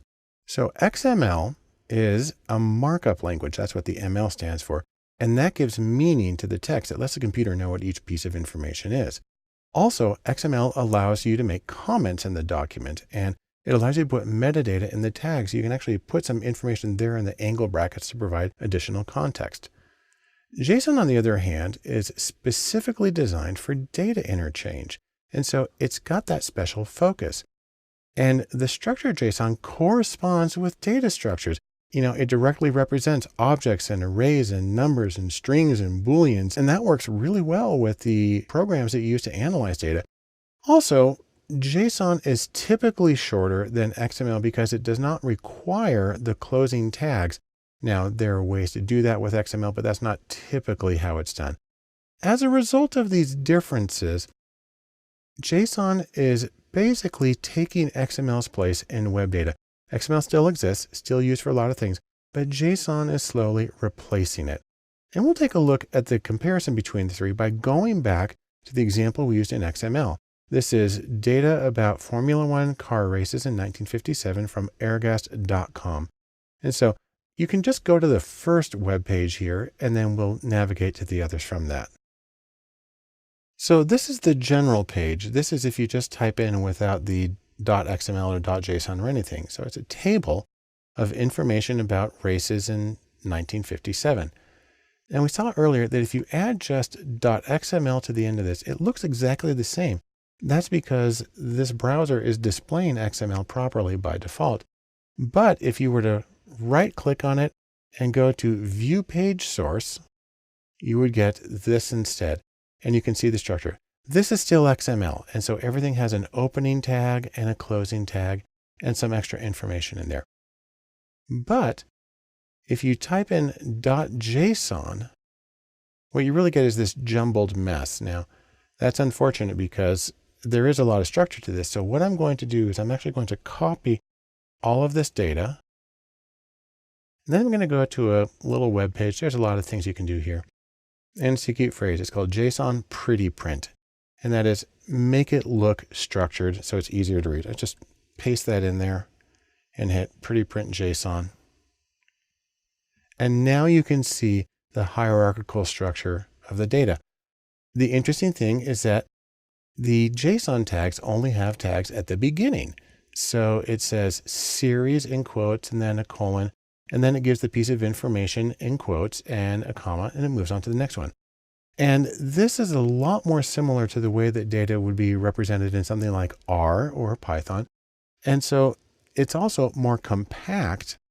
Again, there's things you can do with XML, but this is one of the reasons that JSON is generally becoming preferred as a data carrier for websites.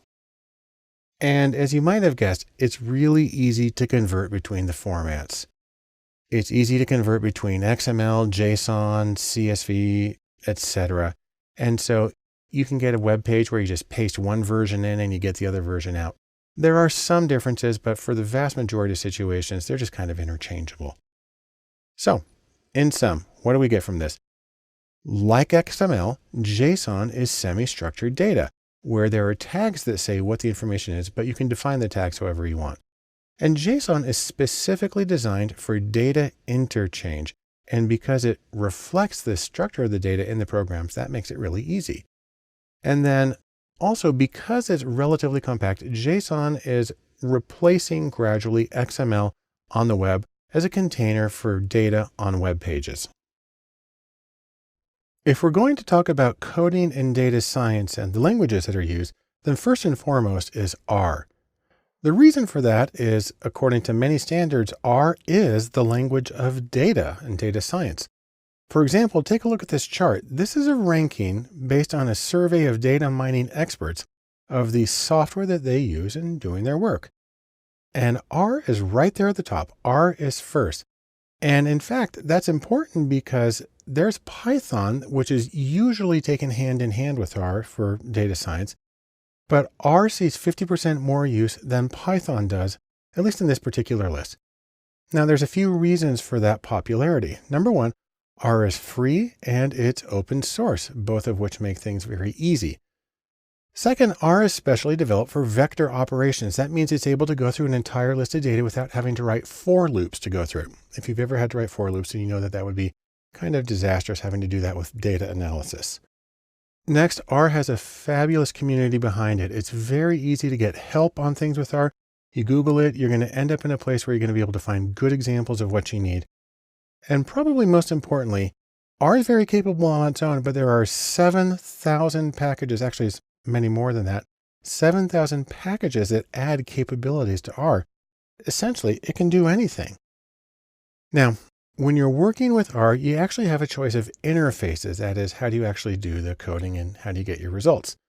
R comes with its own IDE or interactive development environment. You can do that, or if you're on a Mac or a Linux, you can actually do R through the terminal, through command line. If you've installed R, you just type R and it starts up. There's also a very popular development environment called RStudio, and that's actually the one that I use and I'll be using for all of my examples. But another new competitor is Jupyter, which is very commonly used for Python. It's what I use for examples there. It works in a browser window, even though it's locally installed. And RStudio and Jupyter, there's pluses and minuses to each one of them. I'll mention them as we get to them. But no matter what interface you use, R's command line, you are typing lines of code in order to get the commands. Some people get really scared about that, but really there's some advantages to that in terms of the replicability and really the accessibility, the transparency of your commands. So for instance, here's a short example of some commands in R. You can enter them into what's called the console, and that's just like one line at a time. That's called an interactive way. Or you can save scripts and run bits and pieces of them selectively. That makes your life a lot easier. No matter how you do it, if you're familiar with programming in other languages, then you're going to find that R is a little weird. It has an idiosyncratic model. It makes sense once you get used to it, but it is a different approach. And so it does take some adaptation if you're accustomed to programming in other languages. Now, once you do your programming and get your output, what you're going to get is graphs in a separate window. You're going to get text and numbers, numerical output in the console. And no matter what you get, you can save the output to files. So that makes it portable. You can do it in other environments. But most importantly, I like to think of this. Here's our box of chocolates where you never know what you're going to get. The beauty of R is in the packages that are available to expand its capabilities. Now, there are two sources of packages for R. One goes by the name of CRAN, and that stands for the Comprehensive R Archive Network. And that's at cran.rstudio.com. And what that does is it takes these 7,000 or so different packages that are available, and it organizes them in topics that they call task views. And for each one, if they've done their homework, you have data sets that come along with that package. You have a manual in PDF format, and you can even have vignettes where they run through examples of how to do it. Another interface is called Crantastic, and the exclamation point is part of the title. That's at crantastic.org. And what this is an alternative interface that links to CRAN. So if you find something like in Crantastic and you click on the link, it's going to open in CRAN. But the nice thing about Crantastic is it shows the popularity of packages, and it also shows how recently they were updated. And that can be a nice way of knowing that you're getting sort of the latest and greatest. Now, from this very abstract presentation, we can say a few things about R. Number one, according to many, R is the language of data science. And it's a command line interface. You're typing lines of code. So that gives it both a strength and it's a challenge for some people. But the beautiful thing is the thousands and thousands of packages of additional code and capability that are available for her that make it possible to do nearly anything in this statistical programming language. When talking about coding in data science and the languages, along with R, we need to talk about Python. Now, Python, the snakes, is a general purpose program that can do it all, and that's its beauty. If we go back to this survey of the software used by data mining experts, you see that Python's there. It's number 3 on the list. And what's significant about that is on this list, Python is the only general purpose programming language. It's the only one that can theoretically be used to develop any kind of application that you want. That gives it some special power compared to all these others, most of which are very specific to data science work. So the nice things about Python are, number one, it's general purpose. It's also really easy to use. And if you have a Macintosh or a Linux computer, Python is built into it. Also, Python has a fabulous community around it with hundreds of thousands of people involved. And also, Python has thousands of packages. Now, it actually has something like 70 or 80,000 packages, but in terms of ones that are specific to data, there are still thousands available that give it some incredible capabilities. Now, a couple of things to know about Python. First is about versions. There are 2 versions of Python that are in wide circulation. There's 2.x, so that means like 2.5, 2.6, and there's 3.x, 3.1, 3.2. Version 2 and version 3 are similar, but they're not identical. And in fact, the problem is this. There are some compatibility issues where code that runs in one does not run in the other. And consequently, most people have to choose between one or the other. And what this leads to is that many people still use 2.x. I have to admit, the examples that I use, I'm using 2.x because so many of the data science packages are developed with that in mind. Now, let me say a few things about interfaces for Python.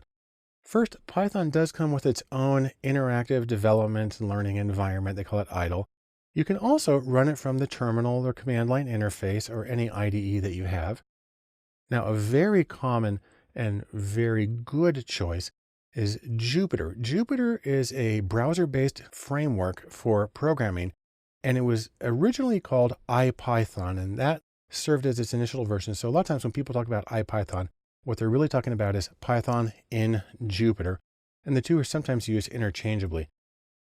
One of the neat things you can do is there are 2 companies, there's Continuum and Enthought, both of which have made special distributions of Python with hundreds and hundreds of packages pre-configured to make it very easy to work with data. I personally prefer Continuum Anaconda. It's the one that I use. A lot of other people use it, but either one's going to work and it's going to get you up and running. And like I said with R, no matter what interface you use, all of them are command line. You're typing lines of code. Again, there are some tremendous strengths to that, but it can be intimidating to some people at first. In terms of the actual commands of Python, you have some examples here on the side. The important thing to remember is that it's a text interface. On the other hand, Python is familiar to millions of coders because it's very often a first programming language that people learn to do general purpose programming. And there are a lot of very simple adaptations for data that make it very powerful for data science work. So let me say something else again. Data science loves Jupyter, and Jupyter is the browser-based framework. It's a local installation, but you access it through a web browser that makes it possible to really do some excellent work in data science. There's a few reasons for this. When you're working in Jupyter, you get text output and you can use what's called Markdown as a way of formatting documents.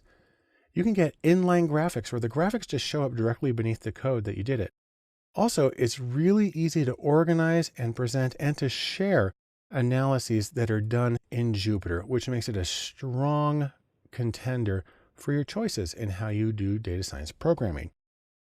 Another one of the beautiful things about Python, like R, is that there are thousands of packages available. In Python, there's one main repository. It goes by the name PyPy, which is for the Python Package Index. Right here, it says there's over 80,000 packages, and 7,000 or 8,000 of those are for data-specific purposes. Now, some of the packages that you'll get to be very familiar with are NumPy and SciPy, which are for scientific computing in general. Matplotlib and a development of it called Seaborn are for data visualization and graphics. Pandas is the main package for doing statistical analysis. And for machine learning, almost nothing beats scikit-learn. And when I go through hands-on examples in Python, I will be using all of these as a way of demonstrating the power of the program for working with data.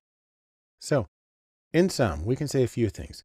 Number one, Python is a very popular program, familiar to millions of people, and that makes it a good choice.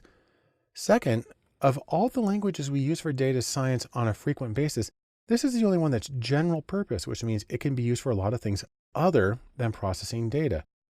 And it gets its power, like R does, from having thousands of contributed packages, which greatly expand its capabilities, especially in terms of doing data science work. A choice for coding in data science, one of the languages that may not come immediately to mind when they think data science, is SQL or SQL. And SQL is the language of databases. And we think, why do we want to work in SQL? Well, to paraphrase the famous bank robber Willie Sutton, who apparently explained why he robbed banks and said, because that's where the money is. The reason we would work with SQL in data science is because that's where the data is. And so let's take another look at our ranking of software among data mining professionals. And there's SQL. It's third on the list. And also, of this list, it's the first database tool. Other tools in there, for instance, get much fancier and they're much newer and shinier, but SQL's been around for a while and is very, very capable. Now, there's a few things to know about SQL. By the way, you'll notice I'm saying SQL, even though that stands for something. It stands for Structured Query Language. SQL is a language. It's not an application. There's not a program SQL. It's a language that can be used in different applications. Primarily, SQL is designed for what are called relational databases. And those are special ways of storing structured data that you can pull in, you can put things together, you can join them in special ways, you can get some summary statistics. And then what you usually do is you then export that data into your analytical application of choice. So the big word here is RDBMS, and that stands for Relational Database Management System. And that's where you will usually see SQL as a query language being used. In terms of relational database management systems, there are a few very common choices. In the industrial world where people have some money to spend, there's Oracle Database is a very common one, and Microsoft SQL or SQL Server. In the open source world, two very common choices are MySQL. Even though we generally say SQL, when it's here, you generally say MySQL. And then another one is PostgreSQL. These are both open source free versions of the language. They're sort of dialects of each that make it possible for you to be working with databases and get your data out. The neat thing about them, no matter what you do, is that databases minimize data redundancy by using connected tables. Each table has rows and columns, and they store different levels or different of abstraction or measurement, which mean you only have to put the information in one place and then it can refer to lots of other tables. Makes it very easy to keep things organized and up to date. When you're looking at a way of working with a relational database management system, you get to choose in part between using a graphical user interface or GUI, and some of those include SQL Developer and SQL Server Management Studio, two very common choices. And there are a lot of other ones like Toad and some other choices that are graphical interfaces for working with these databases. And there are also text-based interfaces. So really any command line interface and any interactive development environment or programming tool is going to be able to do that. Now you can think of yourself being on the command deck of your ship and learn a few basic commands that are very important for working with SQL. There are just a handful of commands that can get you most of where you need to go. There is the select command where you're choosing the cases that you want to include. From says which tables are you going to be extracting them from. Where is a way of specifying conditions, and then order by, obviously, is just a way of putting it all together. This works because usually when you're in a SQL database, you're just pulling out the information. You want to select it, you want to organize it, and then what you're going to do is you're going to send the data to your program of choice for further analysis, like R or Python or whatever. So in sum, here's what we can say about SQL.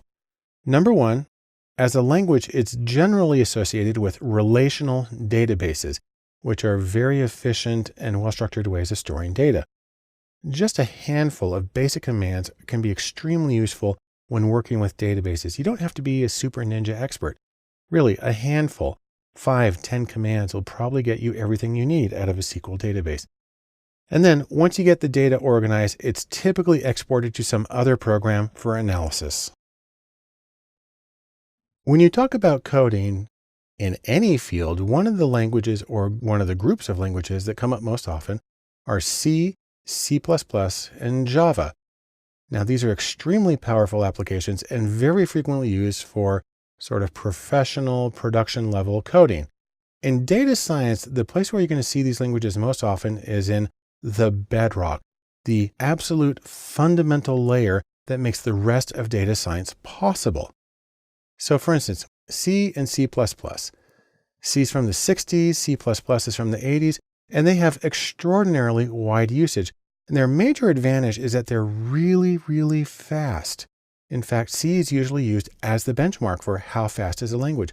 They're also very, very stable, which makes them really well suited to production level code and, for instance, server use.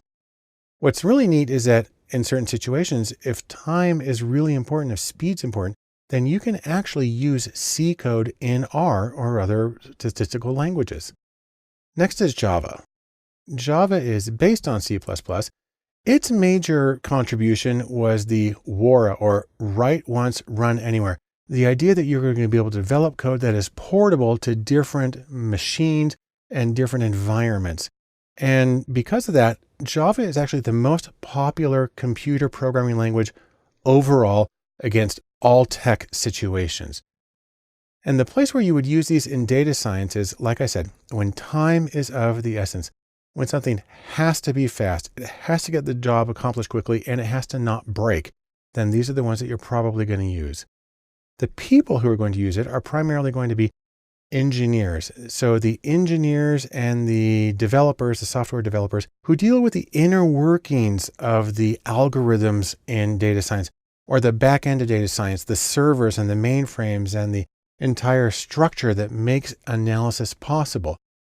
In terms of analysts, people who are actually analyzing the data typically don't do hands-on work with the foundational elements. They don't usually touch C or C++.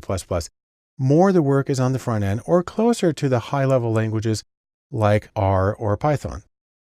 In sum, C, C++, and Java form a foundational bedrock and the back end of data and data science.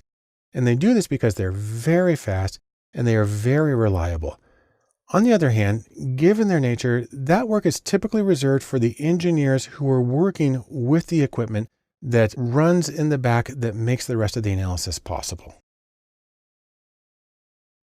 I want to finish our extremely brief discussion of coding in data sciences and the languages that can be used by mentioning one other that's called Bash. And Bash really is a great example of old tools that have survived and are still being used actively and productively with new data. You can think of it this way. It's almost like typing on your typewriter.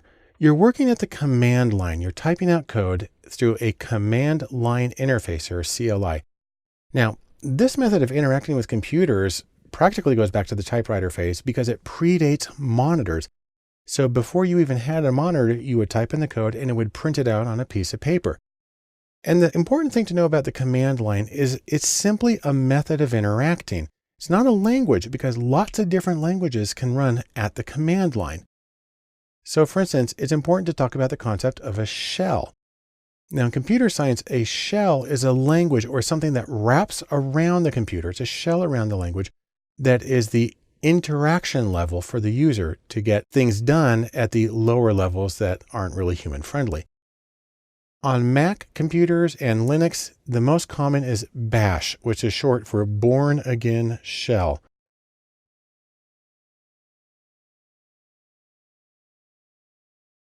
On Windows computers, the most common version is PowerShell. But whatever you do, there actually are a lot of choices. There's the Bourne shell, there's the C shell, which is why I have a C shell right here.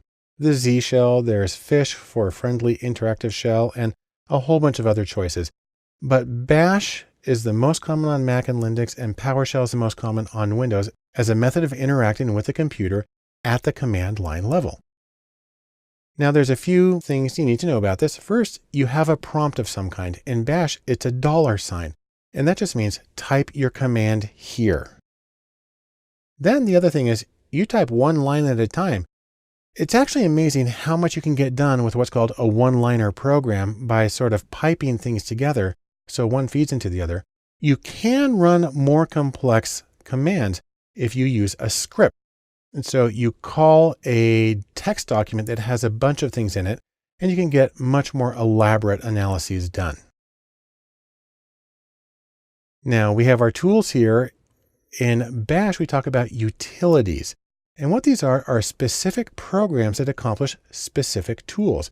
Bash really thrives on do one thing and do it very well. There are two general categories of utilities for Bash. Number one is the built-ins. These are the ones that come installed with it, and so you're able to use them at any time by simply calling in their name. Some of the most common ones are cat, which is for catenate, and that's to put information together. There's awk, which is its own interpreted programming language, but it's often used for text processing from the command line. By the way, the name awk comes from the initials of the people who created it. Then there's grep, which is for global search with a regular expression, and print. It's a way of searching for information. And then there's sed, which stands for stream editor. And its main use is to transform text. You can do an enormous amount with just these four utilities. A few more are head and tail that display the first or last 10 lines of a document. Sort and unique, which sort and count the number of unique answers in a document. WC, which is for word count, and printf, which formats the output that you get in your console. And while you can get a huge amount of work done with just this small number of built-in utilities, there are also a wide range of installables or other command line utilities that you can add to Bash or to whatever program you're using.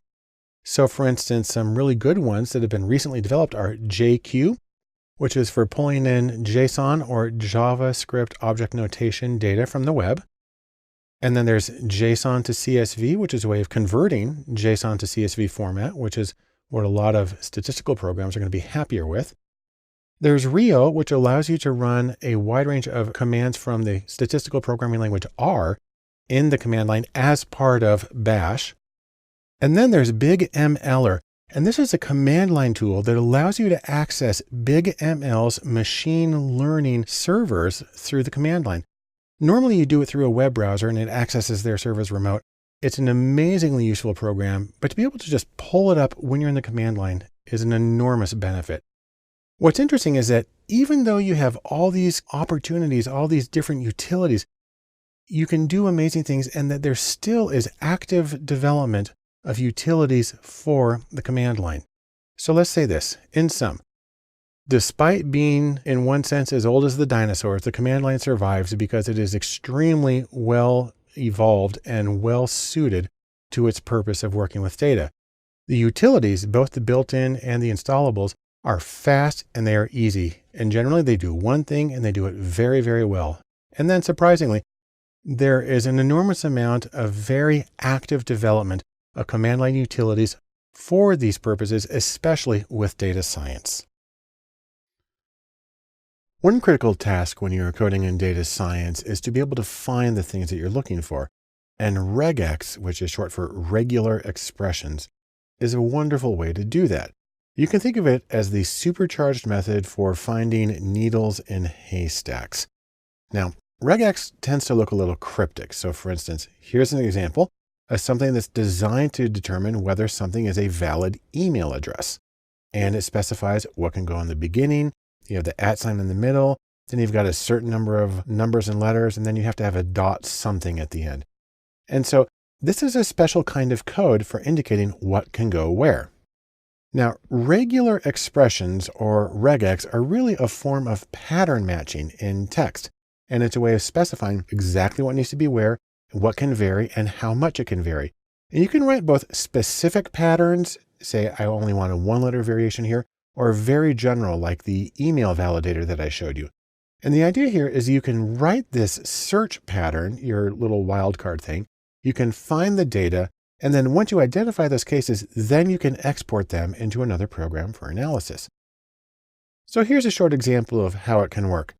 What I've done is I've taken some text documents. They're actually the text to Emma and to Pygmalion, 2 books I got off of Project Gutenberg. And this is the command, grep::l.ve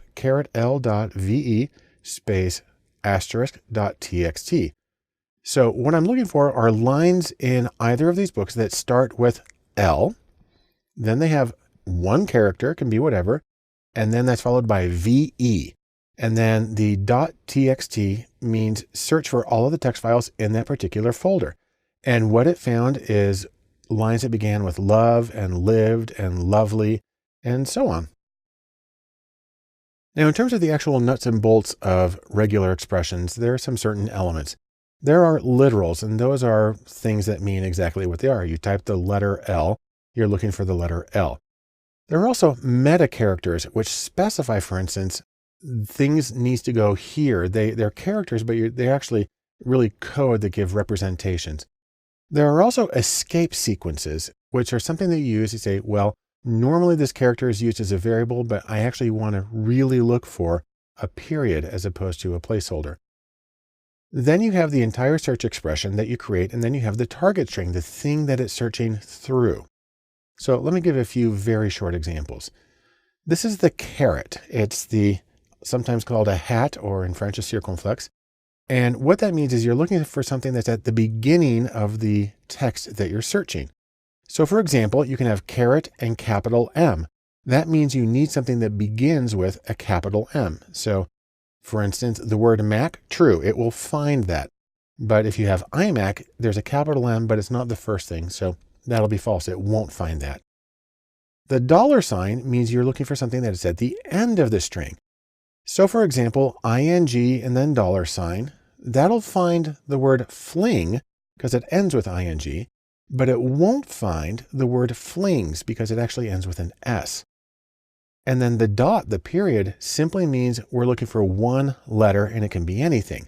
So for example, you can write AT period, and that will find data because it has an A, a T, and then one letter after it. But it won't find flat because flat doesn't have anything after the AT. And so these are extremely simple examples of how it can work. Obviously, it gets more complicated, and the real power is when you start combining these bits and elements. Now, one interesting thing about this is you can actually treat this as a game. I love this website. It's called Regex Golf, and it's at regex.alf.nu. And what it does is it brings up lists of words, 2 columns, and your job is to write a regular expression in the top that matches all the words on the left column and none of the words on the right, and that uses the fewest characters possible. And you get a score. And it's a great way of learning how to do regular expressions and learning how to search in a way that's going to get you the data that you need for your projects. So, in sum, regex or regular expressions help you find the right data for your project. They're very powerful and they're very flexible. Now, on the other hand, they are cryptic, at least when you first look at them. But at the same time, it's like a puzzle, and it can be a lot of fun if you practice it and you see how you can find what you need. I want to thank you for joining me in coding and data science, and we'll wrap up this course by talking about some of the specific next steps that you can take for working in data science. The idea here is that you want to get some tools and you want to start working with those tools. Now, please keep in mind something that I've said at another time. Data tools and data science are related. They're important, but don't make the mistake of thinking that if you know the tools that you have done the same thing as actually conducted data science. That's not true. People sometimes get a little enthusiastic and they get a little carried away. What you need to remember is the relationship really is this. Data tools are an important part of data science, but data science itself is much bigger than just the tools. Now, speaking of tools, remember there's a few kinds that you can use and that you might want to get some experience with these. Number one, in terms of apps or just specific built applications, Excel and Tableau are really fundamental for both getting the data from clients or doing some basic data browsing. And Tableau is really wonderful for interactive data visualization. I strongly recommend that you get very comfortable with both of those. In terms of code, it's a good idea to learn either R or Python, or ideally to learn both because you can use them hand in hand. In terms of utilities, it's a great idea to learn how to work with Bash, the command line utility, and to use regular expressions or regex. You can actually use those in lots and lots of programs, regular expressions. And so they can have a very wide application. And then finally, data science requires some kind of domain expertise. You're going to need some sort of field experience or intimate understanding of a particular domain and the challenges that come up and what constitutes workable answers and the kind of data that's available. Now, as you go through all of this, you don't need to build this monstrous list of things. Remember, you don't need everything. You don't need every tool. You don't need every function. You don't need every approach. Instead, remember, get what's best for your needs and for your style. But no matter what you do, remember, tools are tools. They're a means to an end. Instead, you want to focus on the goal of your data science project, whatever it is. And I can tell you really, the goal is meaning, extracting meaning out of your data to make informed choices. In fact, I'll say a little more. The goal is always meaning. And so with that, I strongly encourage you, get some tools, get started in data science, and start finding meaning in the data that's around you. Welcome to Mathematics and Data Science. I'm Barton Poulsen, and we're going to talk about how mathematics matters for data science. Now, you may be saying to yourself, why math? And computers can do it. I don't need to do it. And really, fundamentally, I don't need math. I'm just here to do my work. Well, I'm here to tell you, no, you need math. That is, if you want to be a data scientist, and I assume that you do. So we're going to talk about some of the basic elements of mathematics, really at a conceptual level, and how they apply to data science. There are a few ways that math really matters to data science. Number one, it allows you to know which procedures to use and why, so you can answer your questions in a way that's the most informative and most useful. Two, if you have a good understanding of math, then you know what to do when things don't work right, that you get impossible values or things won't compute. And that makes a huge difference. And then three, an interesting thing is that some mathematical procedures are easier and quicker to do by hand than by actually firing up the computer. And so for all three of these reasons, it's helpful to have at least a grounding in mathematics if you're going to do work in data science. Now, probably the most important thing to start with is algebra. And there are three kinds of algebra that we want to mention. The first is elementary algebra. That's the regular x plus y. Then there's linear or matrix algebra, which looks more complex, but is conceptually simpler and is used by computers to actually do the calculations. And then finally, I'm going to mention systems of linear equations where you have multiple equations simultaneously that you're trying to solve. Now, there's more math than just algebra. A few other things that I'm going to cover in this course. A little bit of calculus. A little bit of big O or order, which has to do with the speed or the complexity of operations. A little bit of probability theory, and a little bit of Bayes or Bayes' theorem, which is used for getting posterior probabilities and changes the way that you interpret the results of an analysis. And for the purposes of this course, I'm going to demonstrate the procedures by hand. Of course, you would use software to do this in the real world, but we're dealing with simple problems at conceptual levels. And really the most important thing to remember is Even though a lot of people get put off by math, really, you can do it. And so, in sum, let's say these three things about math. First off, you do need some math to do good data science. It helps you diagnose problems. It helps you choose the right procedures. And interestingly, you can do a lot of it by hand, or you can use software, computers to do the calculations as well. As we begin our discussion of the role of mathematics in data science, we'll of course begin with the foundational elements. And in data science, nothing is more foundational than elementary algebra. Now, I'd like to begin this with really just a little bit of history. In case you're not aware, the first book on algebra was written in 820 by Muhammad ibn Musa al-Khwarizmi, and it was called The Compendious Book on Calculation by Completion and Balancing. Actually, it was called this, which if you transliterate that comes out to this, but look at this word right here. That's the algebra, which means restoration. Any case, that's where it comes from. And for our concerns, there are several kinds of algebra that we're going to talk about.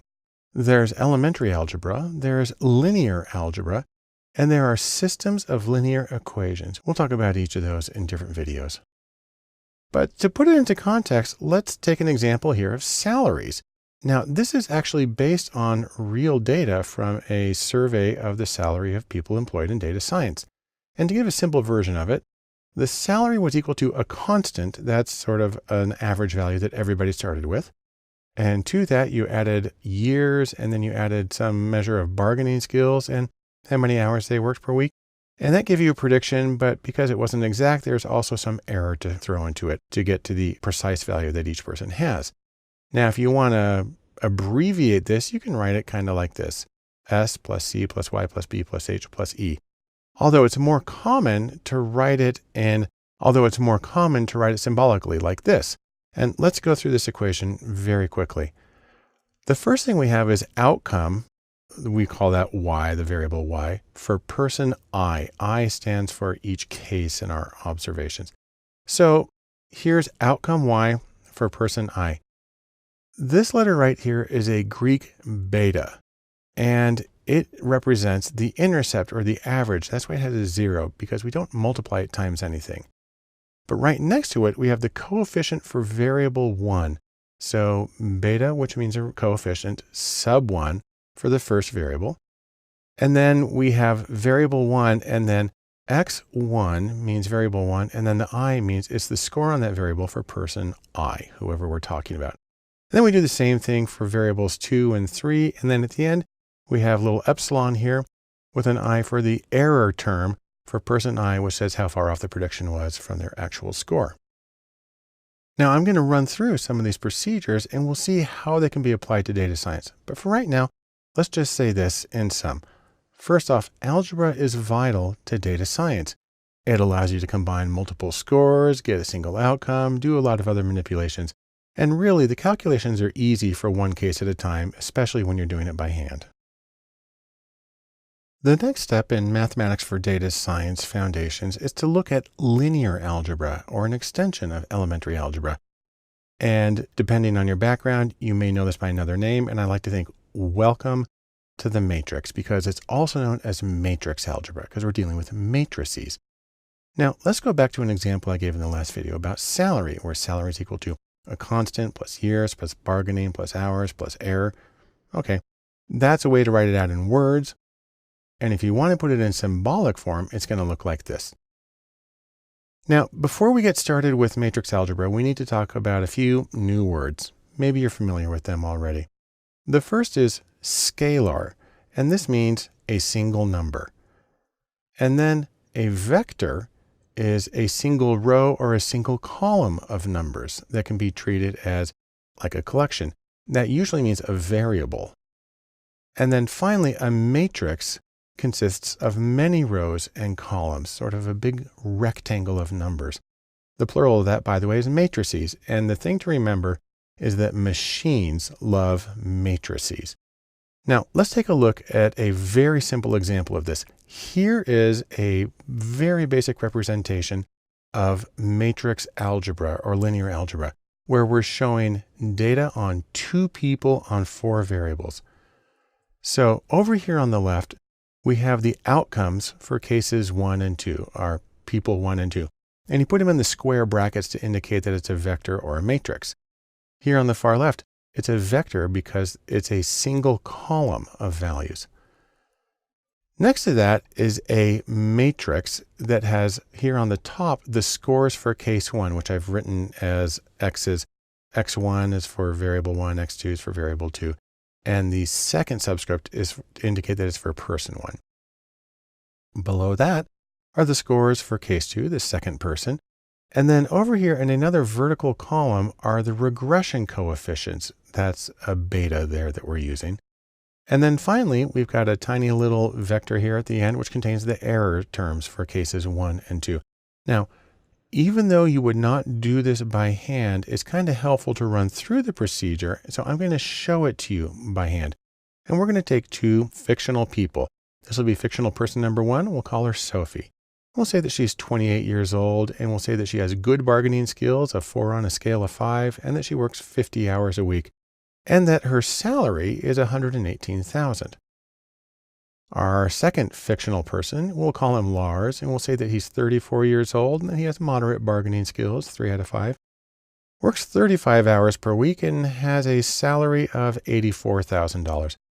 And so if we're trying to look at salaries, we can go back to our matrix representation that we had here with our variables indicated with their Latin and sometimes Greek symbols.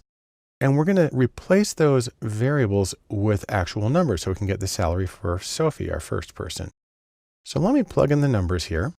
And let's start with the result here. Sophie's salary is $118,000. And here's how these numbers all add up to get that. The first thing here is the intercept, and we just multiply that times 1. So that's sort of the starting point. And then we get this number 10, which actually has to do with years over 18. She's 28, so that's 10 years over 18. We multiply each year by 1395. Next is bargaining skill. She's got a 4 out of 5, and for each step up, you get $5,900. By the way, these are real coefficients from study of survey of salary of data scientists. And then finally, hours per week. For each hour, you get $382. Now, we can add those up and we can get a predicted value for her, but it's a little low. It's 30,000 low, which you may say, well, that's really messed up. Well, that's because there's like 40 variables in the equation, including she might be the owner. And if she's the owner, yeah, she's going to make a lot more. And then we do a similar thing for the second case. But what's neat about matrix algebra or linear algebra is that you can use matrix notation. And this means the same stuff. And what we have here are these bolded variables that stand in for entire vectors or matrices. So for instance, this Y, a bold Y, stands for the vector of outcome scores. This bolded X is the entire matrix of values that each person has on each variable. This bolded beta is all of the regression coefficients. And then this bolded epsilon is the entire vector of error terms. And so it's really super compact way of representing the entire collection of data and coefficients that you use in predicting values. So in sum, let's say this. First off, computers use matrices. They like to do linear algebra to solve problems. And it's conceptually simpler because you can put it all there in this tight formation. In fact, it's a very compact notation and it allows you to manipulate entire collections of numbers pretty easily. And that's the major benefit of learning a little bit about linear or matrix algebra. Our next step in Mathematics for Data Science Foundations is systems of linear equations. And maybe you're familiar with this, but maybe you're not. And the idea here is there are times when you actually have many unknowns and you're trying to solve for all of them simultaneously. And what makes this really tricky is a lot of these are interlocked. Specifically, that means X depends on Y, but at the same time, Y depends on X. What's funny about this is it's actually pretty easy to solve these by hand, and you can also use linear matrix algebra to do it. So let's take a little example here of sales. Let's imagine that you've got a company and you've sold 1,000 iPhone cases so they're not running around naked like in this picture. and that some of the cases sold for $20 and others sold for $5. You made a total of $5,900, and so the question is, how many were sold at each price? Now, hopefully you were keeping your records, but you can also calculate it from this little bit of information. And to show you, I'm going to do it by hand. Now, we're going to start with this. We know that sales, the two price points, X and Y, add up to 1,000 total cases sold. And for revenue, we know that if you multiply a certain number times $20 and another number times $5, that it all adds up to $5,900. Between the two of those, we can figure out the rest. Let's start with sales. Now, what I'm going to do is I'm going to try to isolate the values, and I'm going to do that by putting in this minus Y on both sides. And then I can take that and I can subtract it. So I'm left with X is equal to 1,000 minus Y. Normally you solve for Y, but I solve for X. You'll see why in just a second.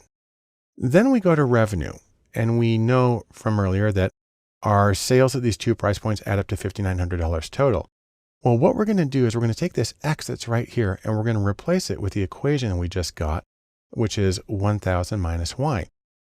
Then we multiply that through, and we get 20,000 minus 20Y plus 5Y equals 5,900. Well, we can subtract these two because they're on the same thing. So 20Y, and we get 15Y. And then we subtract 20,000 from both sides. So there it is right there on the left. And that disappears. And then I get it over on the right side. And I do the math there, and I get minus $14,100. Well, then I divide both sides by negative $15. And when we do that, we get Y is equal to 940. Okay, so that's one of our values for sales. So let's go back to sales. We have X plus Y equals 1,000. We take the value that we just got, 940, we stick that into the equation, and then we can solve for X. Just subtract 940 from each side. There we go. We get X is equal to 60. So let's put it all together just to recap what happened. What this tells us is that 60 cases were sold at $20 each, and that 940 cases were sold at $5 each. Now, what's interesting about this is you can also do this graphically. We're going to draw it.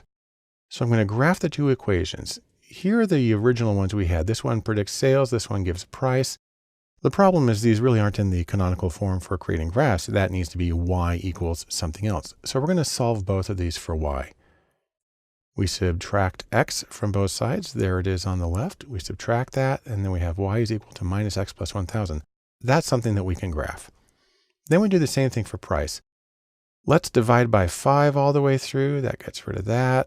And then we've got this 4X, and then let's subtract 4X from each side. And what we're left with is minus 4X plus 1180. That's also something that we can graph.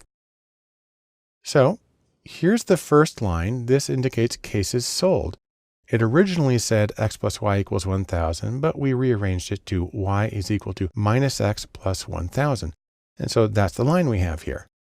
And then we have another line, which indicates earnings. And this one was originally written as $20 times X plus $5 times Y equals $5,900 total. We rearrange that to Y equals minus 4X plus 1180.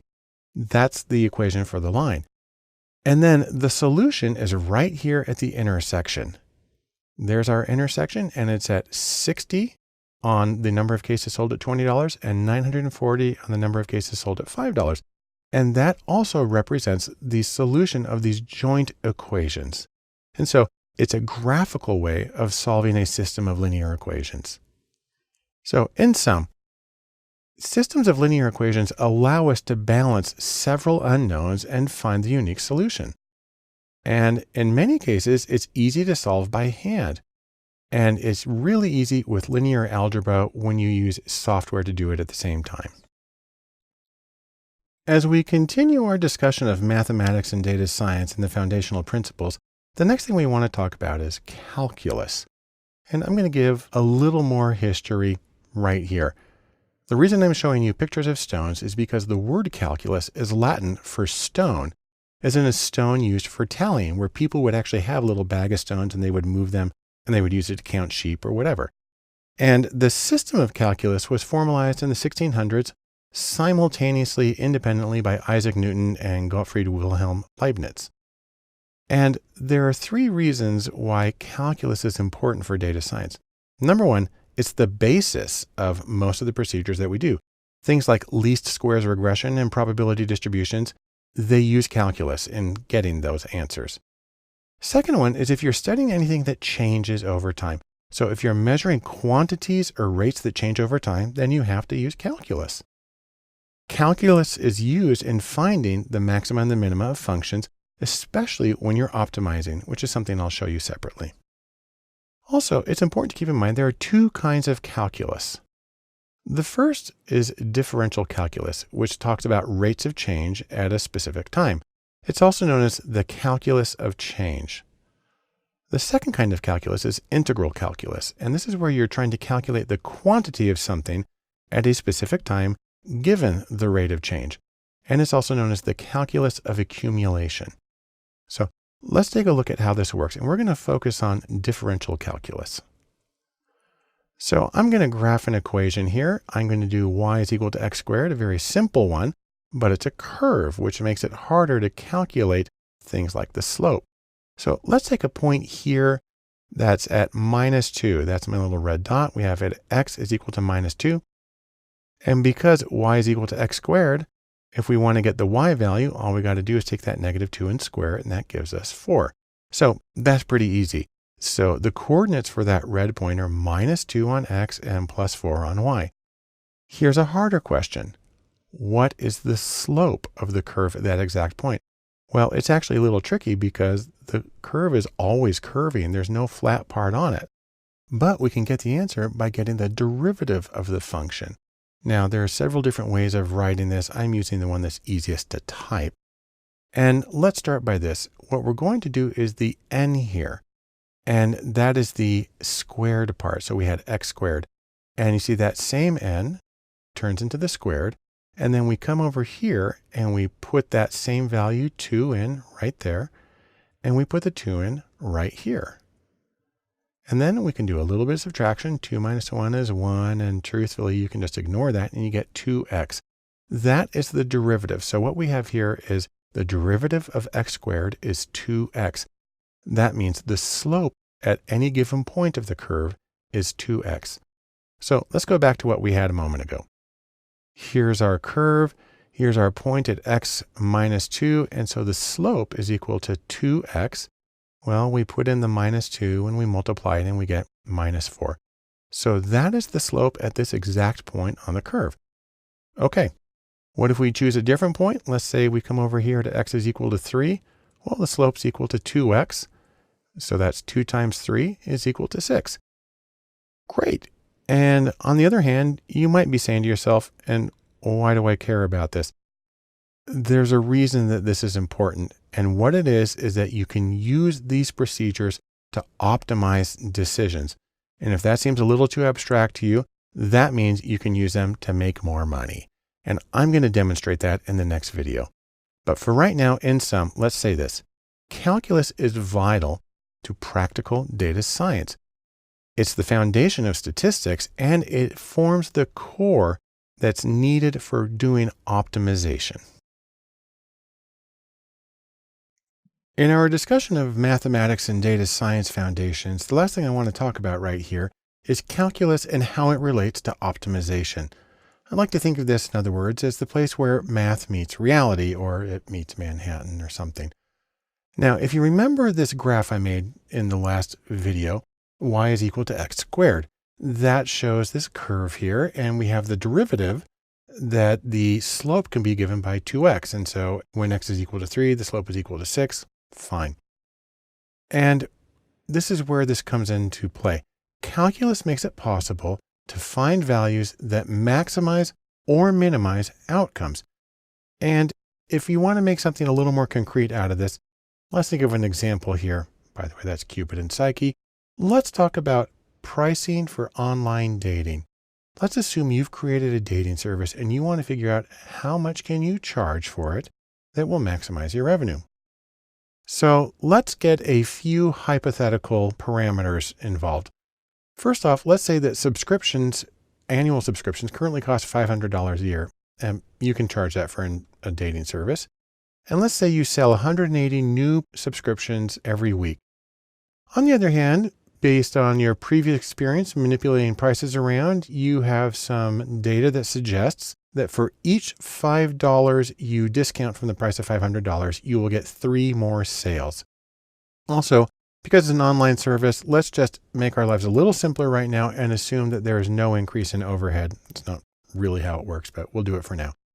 And I'm actually going to show you how to do all this by hand. Now, let's go back to price first. We have this $500 is the current annual subscription price. And you're going to subtract $5 for each unit of discount. That's what I'm giving D. So 1 discount is $5, 2 discounts is $10, and so on. And then we have a little bit of data about sales, that you're currently selling 180 new subscriptions per week, and that you will add 3 more for each unit of discount that you give. So what we're going to do here is we're going to find sales as a function of price. Now, to do that, the first thing we have to do is get the y-intercept. So we have price here. $500 is the current annual subscription price minus $5 times D. And what we're going to do is we're going to get the y-intercept by solving when does this equal 0. Okay, well, we take the 500, we subtract that from both sides, and then we end up with minus 5D is equal to minus 500. Divide both sides by minus 5, and we're left with D is equal to 100. That is, when D is equal to 100, X is 0, and that tells us how we can get the y-intercept. But to get that, we have to substitute this value into sales. So we take D is equal to 100, and the intercept is equal to 180 plus 3. 180 is the number of new subscriptions per week. And then we take the 3, and then we multiply that times our 100. So 180 times 3 times 100 is equal to 300. Add those together, and you get 480. And that is the y-intercept in our equation. So when we've discounted sort of price to 0, when price is 0, then the expected sales is 480. Of course, that's not going to happen in reality, but it's necessary for finding the slope of the line. And so now let's get the slope. The slope is equal to the change in y on the y-axis divided by the change in x. One way we can get this is by looking at sales. We get our 180 new subscriptions per week plus 3 for each unit of discount. And we take our information on price, $500 per year minus $5 for each unit of discount. And then we take the 3D and the 5D, and those will give us the slope. So it's plus 3 divided by minus 5, and that's just minus 0.6. And so that is the slope of the line. The slope is equal to minus 0.6. And so what we have from this is sales as a function of price, where sales is equal to 480, because that's the y-intercept when x is equal to 0, when price is 0, minus 0.6 times price. So this isn't the final thing. Now what we have to do is we turn this into revenue. So there's another stage to this. Now revenue is equal to sales times the price. How many things did you sell and how much did it cost? Well, we can substitute in some information here. If we take sales and we put it in as a function of price, because we just calculated that a moment ago, we get this, and then we do a little bit of multiplication, and then we get that revenue is equal to 480 times the price minus 0.6 times the square of the price. Okay, that's a lot of stuff going on there. What we're going to do now is we're going to get the derivative. That's the calculus that we talked about. Well, the derivative of 480 in the price, where price is sort of the x, the derivative is simply 480. And the minus 0.6 times the square of the price, well, that's very similar to the thing we did with the curve. And what we end up with is 0.6 times 2 is equal to 1.2 times the price. This is the derivative of the original equation. We can solve that for 0 now. And just in case you're wondering, why do we solve it for 0? Because that is going to give us the place when y is at a maximum. Now, we had a minus squared, so we have to invert the shape. And we're trying to look for this value right here when it's at the very tippy top of the curve, because that will indicate maximum revenue. Okay, so what we're going to do is we're going to solve for 0. Let's go back to our equation here. We want to find out when is that equal to 0. Well, we subtract 480 from each side. There we go. And we divide by minus 1.2 on each side. And this is our price for maximum revenue. So we've been charging $500 a week, but this says we'll have more total income if we charge $400 instead. And if you want to find out how many sales we can get, currently we have 480. And if you want to know what the sales volume is going to be for that, well, you take the 480, which is the hypothetical y-intercept when the price is 0, but then we put in our actual price of 400, multiply that, we get 240, do the subtraction, and we get 240 total. So that would be 240 new subscriptions per week. So let's compare this. The current revenue is 180 new subscriptions per week at $500 per year. And that means that our current revenue is $90,000 per year. I know it sounds really good, but we can do better than that, because the formula for maximum revenue is 240 times 400. When you multiply those, you get 96,000. And so the improvement is just the ratio of those two. 96,000 divided by 90,000 is equal to 1.07. And what that means is a 7% increase. And anybody would be thrilled to get a 7% increase in their business simply by changing the price and increasing the overall revenue. So let's summarize what we found here. If you lower the cost by 20%, go from $500 per year to $400 per year, assuming all of our other information is correct, then you can increase sales by 33%. That's more than the 20 that you had. And that increases total revenue by 7%. And so we can optimize the price to get the maximum total revenue. And it has to do with this little bit of calculus and the derivative of a function. So in sum, calculus can be used to find the minima and the maxima of functions, including prices. It allows for optimization, and that in turn allows you to make better business decisions. Our next topic in mathematics and data principles is something called Big O. And if you're wondering what Big O is all about, well, it is about time. Or you can think of it as how long does it take to do a particular operation? It's the speed of the operation. If you want to be really precise, the growth rate of a function, how much more it requires as you add elements, is called its order. That's why it's Big O. That's for order. And Big O gives the rate of how things grow as the number of elements grows. And what's funny is there can be really surprising differences. Let me show you how it works with a few different kinds of growth rates, or Big O. First off, there's the ones that I say are sort of just on the spot. You can get stuff done right away. The simplest one is O1, and that is a constant order, and that's something that takes the same amount of time no matter what. You can send out an email to 10,000 people, just hit one button. It's done. The number of elements, the number of people, the number of operations, it just takes the same amount of time. Up from that is logarithmic, where you take the number of operations, you get the logarithm of that, and you see it's increased, but it's really only a small increase, and it tapers off really quickly. So an example is finding an item in a sorted array. Not a big deal. Next one up from that. Now, this looks like a big change, but in the grand schemes, it's not a big change. This is a linear function where each operation takes the same unit of time. And so if you have 50 operations, it takes 50 units of time. If you're storing 50 things, it takes 50 units of space. So find an item in an unsorted list. It's usually going to be linear time. Then we have the functions where I say, you better just pack a lunch because it's going to take a little while. The best example of this is what's called log linear. That's where you take the number of items and you multiply that number times the log of the items. And an example of this is something called a fast Fourier transform, which is used for dealing, for instance, with sound or anything that's over time.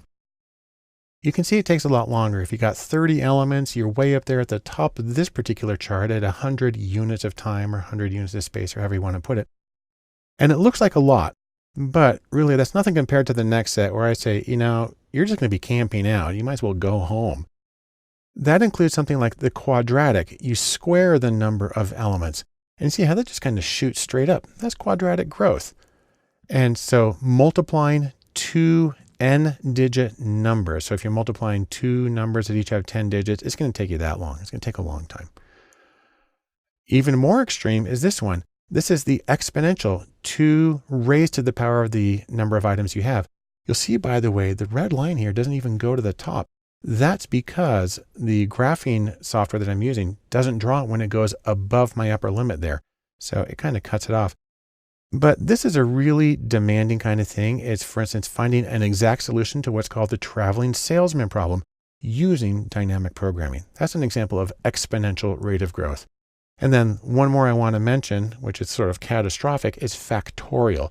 You take the number of elements and you raise that to the exclamation point factorial.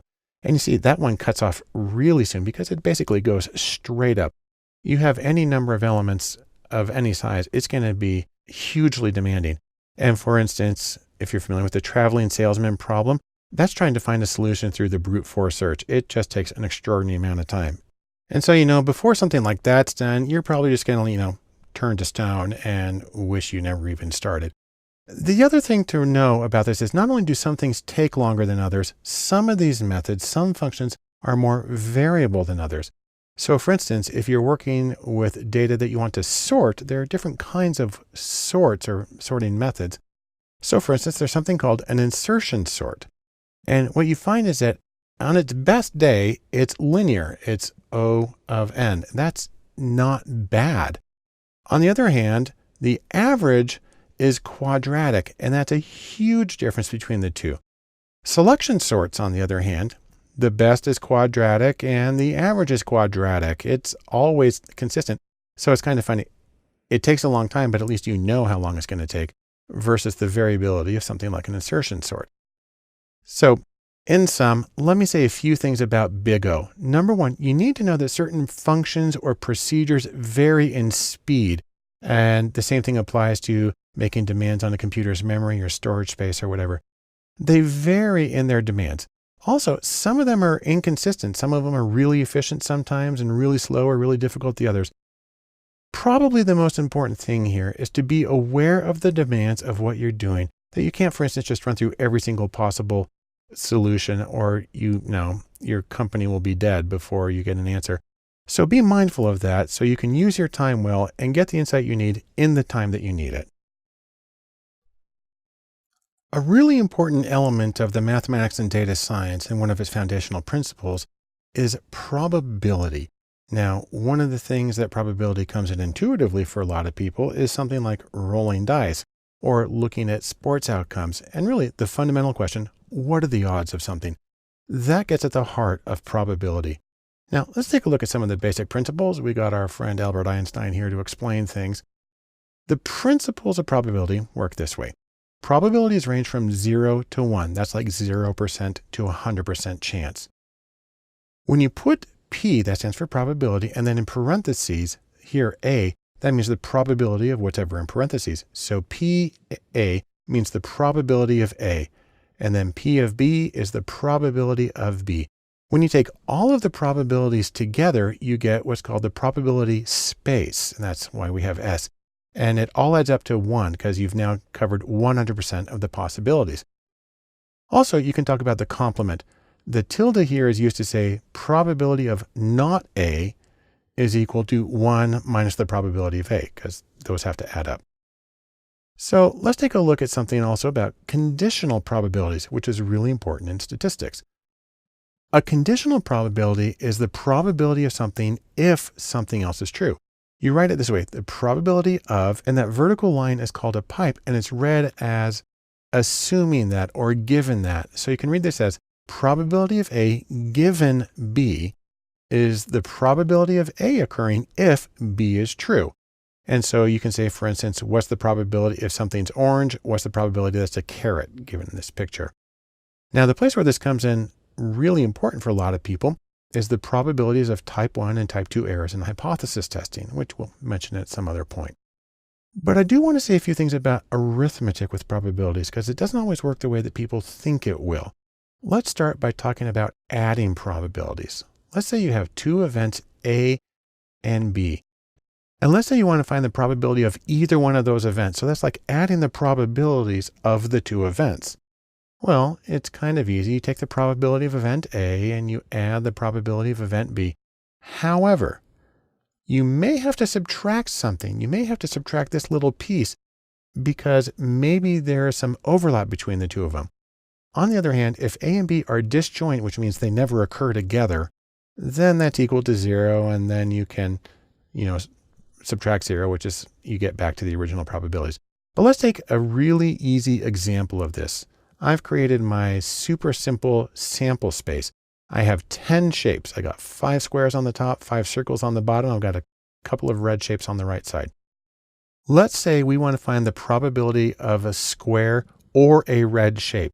So we are adding the probabilities, but we have to adjust for the overlap between the two. Well, here's our squares on top. 5 out of the 10 are squares. And over here on the right, we have 2 red shapes, 2 out of 10. So let's go back to our formula here. And let's change a little bit. Change the A and the B to S and R for square and red. Now we can start this way. Let's get the probability that something is a square. Well, we go back to our probability space. You see we have 5 squares out of 10 shapes total. So we do 5 over 10, that reduces to 0.5.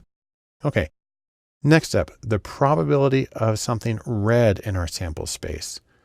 Well, we have 10 shapes total. 2 of them on the far right are red. So that's 2 over 10, and you do the division, you get 0.2. Now the trick is the overlap between these two categories. Do we have anything that is both square and red? Because we don't want to count that twice. So we have to subtract it. So let's go back to our sample space, and we're looking for something that is square. There's the squares on top, and there's the things that are red on the side, and you see they overlap. And this is our little overlapping red square.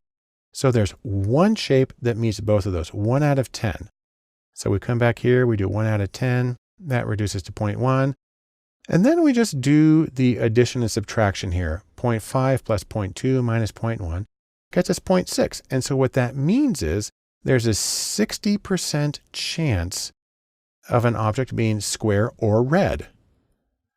And you can look at it right here. We got 6 shapes outlined now. And so that's the visual interpretation that lines up with the mathematical one we just did.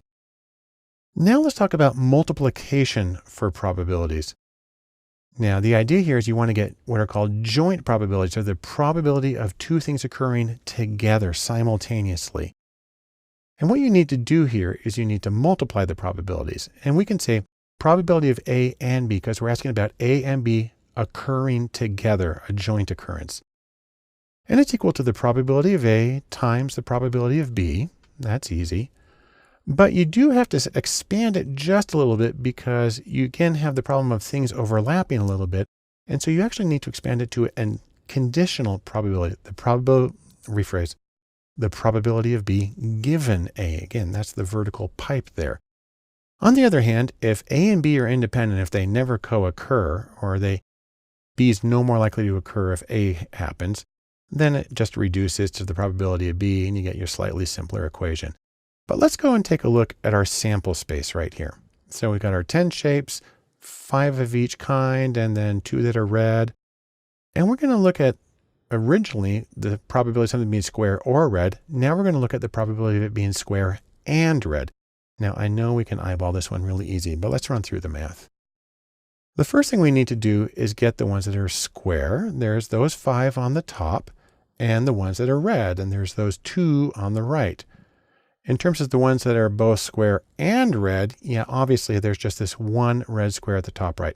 But let's do the numbers here. We change our formula to be S and R for square and red. We get the probability of square. Again, that's those 5 out of 10. So we do 5 out of 10, reduces to 0.5. And then we need the probability of red given that it's a square. So we only need to look at the squares here. There's the squares, 5 of them. And 1 of them is red. So that's 1 over 5. That reduces to 0.2. You multiply those two numbers, 0.5 times 0.2, and what you get is 0.1. or a 10% chance, or 10% of our total sample space is red squares. And you come back and you look at it, you say, yeah, there's 1 out of 10. So that just confirms what we were able to do intuitively. So that's our short presentation on probabilities. And in sum, what do we get out of that? Number one, probability, it's not always intuitive. And also the idea that conditional values can help in a lot of situations, but they may not work the way you expect them to. And really, the arithmetic of probability can surprise people. So pay attention when you're working with it so you can get a more accurate conclusion in your own calculations. Welcome to Statistics and Data Science. I'm Barton Poulsen, and what we're going to be doing in this course is talking about some of the ways that you can use statistics to see the unseen, to infer what's there even when most of it's hidden.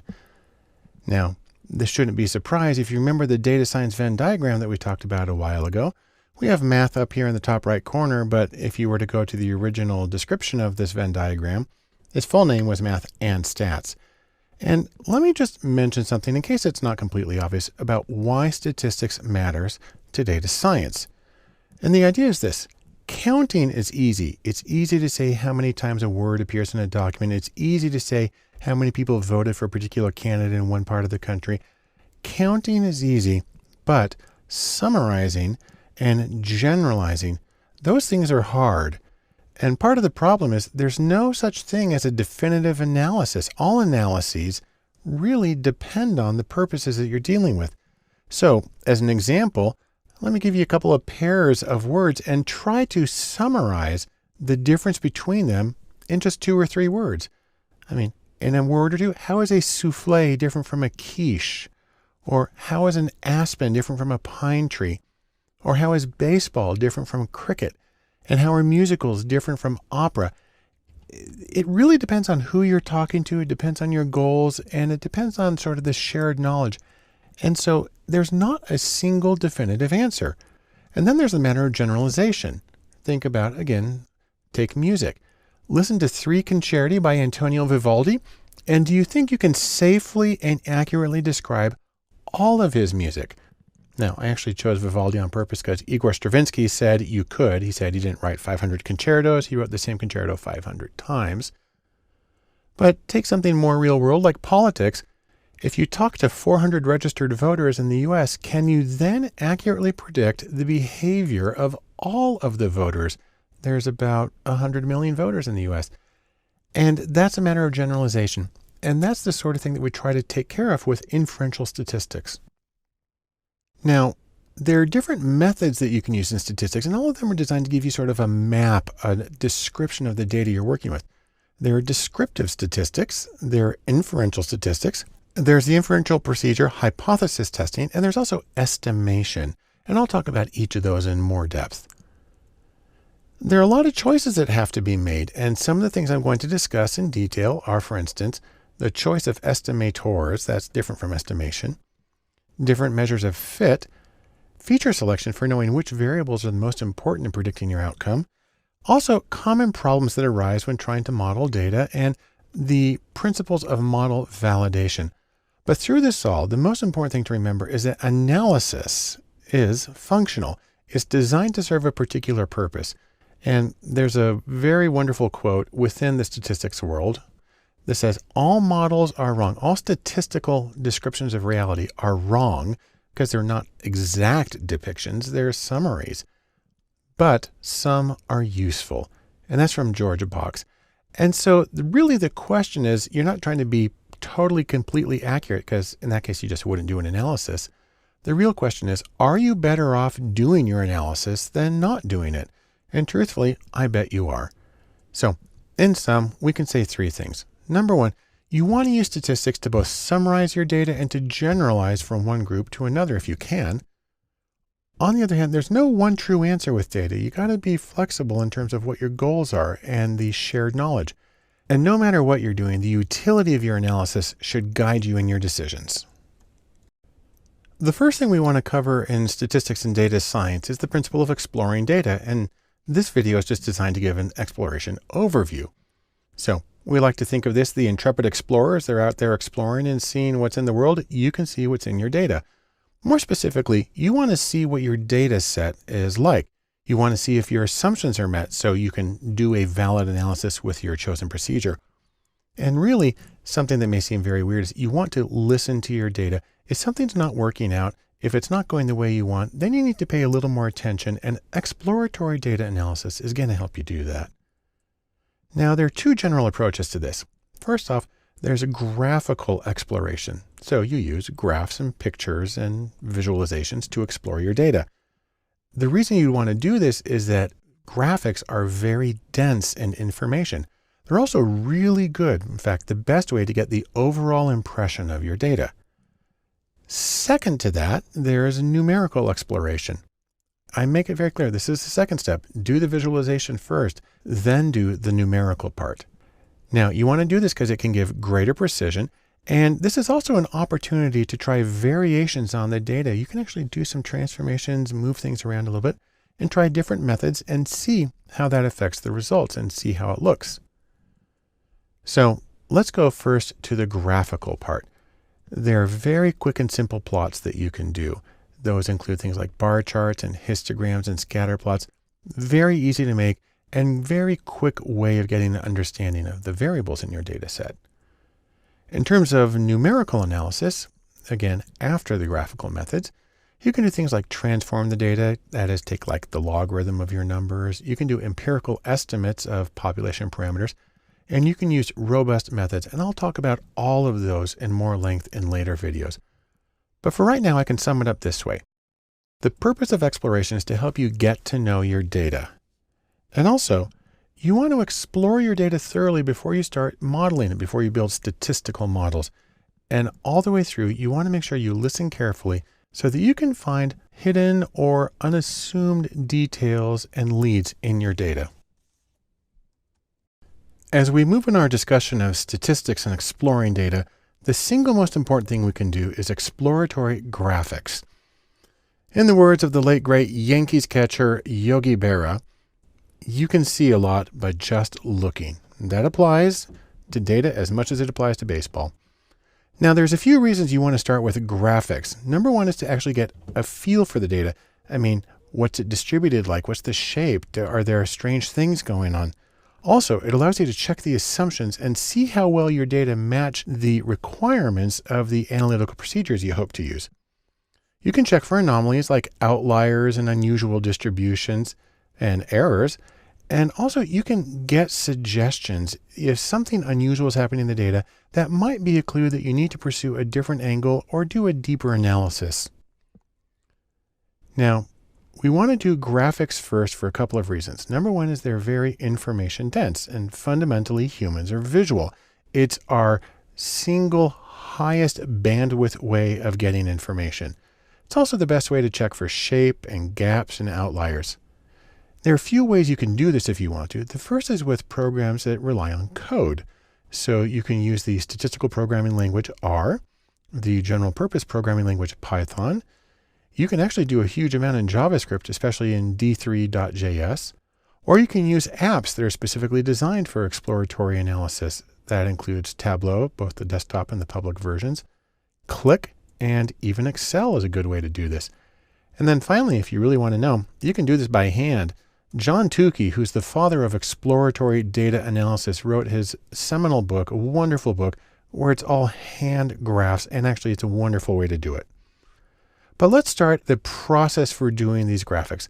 We start with one variable, that is univariate distributions. And so you're going to get something like this. The fundamental chart is the bar chart. This is when you're dealing with categories and you're simply counting how many cases there are in each category. The nice thing about bar charts is they're really easy to read. Put them in descending order and maybe have them vertical, maybe have them horizontal. Horizontal can be nice to make the labels a little easier to read. This is about psychological profiles of the United States. This is real data, and that we have the most states in the friendly and conventional, a smaller number in temperamental and uninhibited, and the least common of the United States is relaxed and creative. Next, you can do a box plot, or sometimes called a box and whiskers plot. This is when you have a quantitative variable, something that's measured, and you can say how far apart scores are. A box plot shows quartile values. It also shows outliers. So for instance, this is Google searches for modern dance, and That's Utah at 5 standard deviations above the national average. That's where I'm from, and I'm glad to see that there. Also, it's a nice way to show many variables side by side if they're on approximately similar scales. Next, if you have quantitative variables, you're going to want to do a histogram. Again, quantitative, so interval or ratio level or measured variables. And these let you see the shape of a distribution and potentially compare many. So here are 3 histograms for Google searches on data science and entrepreneur and modern dance. And you can see mostly for the part normally distributed with a couple of outliers. Once you've done one variable or the univariate analyses, you're going to want to do 2 variables at a time. That is bivariate distributions or joint distributions. Now, one easy way to do this is with grouped plots. So you can do grouped bar charts and box plots. What I have right here is grouped box plots. I have my 3 regions, psychological regions of the United States, and I'm showing how they rank on openness. That's a psychological characteristic. And what you can see is that the relaxed and creative are highest and the friendly and conventional tend to go to the lowest. And that's kind of how that works. It's also a good way of seeing the association between a categorical variable like region of the United States psychologically and a quantitative outcome, which is what we have here with openness. Next, you can also do a scatter plot. That's where you have 2 quantitative variables. And what you're looking for here is it a straight line? That is it linear? Do we have outliers? And also the strength of association. How closely do the dots all come to the regression line that we have here in the middle? And this is an interesting one for me because we have openness across the bottom. So more open as you go to the right, and agreeableness. And what we see is there's a strong downhill association. The states in the United States that are the most open apparently are also the least agreeable. So we're going to have to do something about that. And then finally, you want to go to many variables. That is multivariate distributions. Now, one big question here is 3D or not 3D. Let me actually make an argument for not 3D. So what I have here is a 3D scatter plot of 3 variables about Google searches. Up the left, I have FIFA, which is for professional soccer. Down there on the bottom left, I have searches for NFL, and on the right, I have searches for NBA. Now, I did this in R, and what's neat about this is you can click and drag and move it around. And that's kind of fun. You kind of spin around, and it gets kind of nauseating as you look at it. And this particular version, I'm using Plotly in R. It allows you to actually click on a point and see, let me see if I can get the floor in the right place. You got to click on a point and see where it ranks on each of these characteristics. You can see, however, this thing's hard to control. And once it stops moving, it's not much fun. And truthfully, most 3D plots I've worked with are just kind of nightmares. They seem like they're a good idea, but not really. So here's the deal. 3D graphics, like the one I just showed you, because they're actually being shown in 2D, they have to be in motion for you to tell what's going on at all. And fundamentally, they're hard to read and confusing.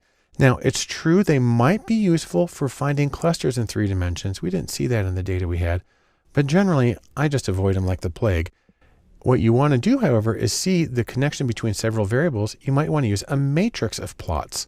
This is where you have, for instance, many quantitative variables. You can use markers for group membership if you want. And I find it to be much clearer than 3D. So here I have the relationship between 4 search terms, NBA, NFL, MLB for Major League Baseball, and FIFA. You can see the individual distributions. You can see the scatter plots. You can get the correlation. Truthfully, this for me is a much easier kind of chart to read and get the richness that we need from a multidimensional display. So the questions you're trying to answer overall are, number 1, do you have what you need? Do you have the variables you need? Do you have the variability that you need? Are there clumps or gaps in the distributions? Are there exceptional cases, anomalies that are really far out from everybody else, or spikes in the scores? And are there errors in data? Were there mistakes in coding? Did people forget to answer questions? Are there impossible combinations? And these kinds of things are easiest to see with a visualization that'll really just kind of puts it right there in front of you. And so in sum, I can say this about graphical exploration of data. It's a critical first step. This is basically where you always want to start. And you want to use the quick and easy methods. Again, bar charts, scatter plots are really easy to make, and they're very easy to understand. And once you're done with the graphical exploration, then you can go to the second step, which is exploring the data through numbers. The next step in statistics and exploring data is exploratory statistics, or numerical exploration of data. I like to think of this as go in order. First you do visualization, then you do the numerical part. And a couple of things to remember here. Number one is you're still exploring the data. You're not modeling yet, but you are doing a quantitative exploration. This might be an opportunity to get empirical estimates, that is, of population parameters as opposed to theoretically based ones. It's a good time to manipulate the data and explore the effects of manipulating the data, looking at subgroups, looking at transforming variables. Also, it's an opportunity to check the sensitivity of your results. Do you get the same general results if you test under different circumstances? So we're going to talk about things like robust statistics and resampling data and transforming data. So we'll start with robust statistics. This, by the way, is Hercules, a robust mythical character. And the idea with a robust statistics is that they are stable, is that even when the data varies in sort of unpredictable ways, you still get the same general impression. This is a class of statistics, it's an entire category, that's less affected by outliers and by skewness and kurtosis and other abnormalities in the data. So let's take a quick look. This is a very skewed distribution I created. The median, which is the dark line there in the box, is right around 1. And I'm going to look at two different kinds of robust statistics, the trimmed mean and the Windsorized mean. With the trimmed mean, you take a certain percentage of the data from the top and the bottom, you just throw it away and you compute the mean for the rest. With the Windsorized, you take those and then you move those scores into the highest non-outlying score. Now, the 0% is exactly the same as the regular mean, and here it's 1.24.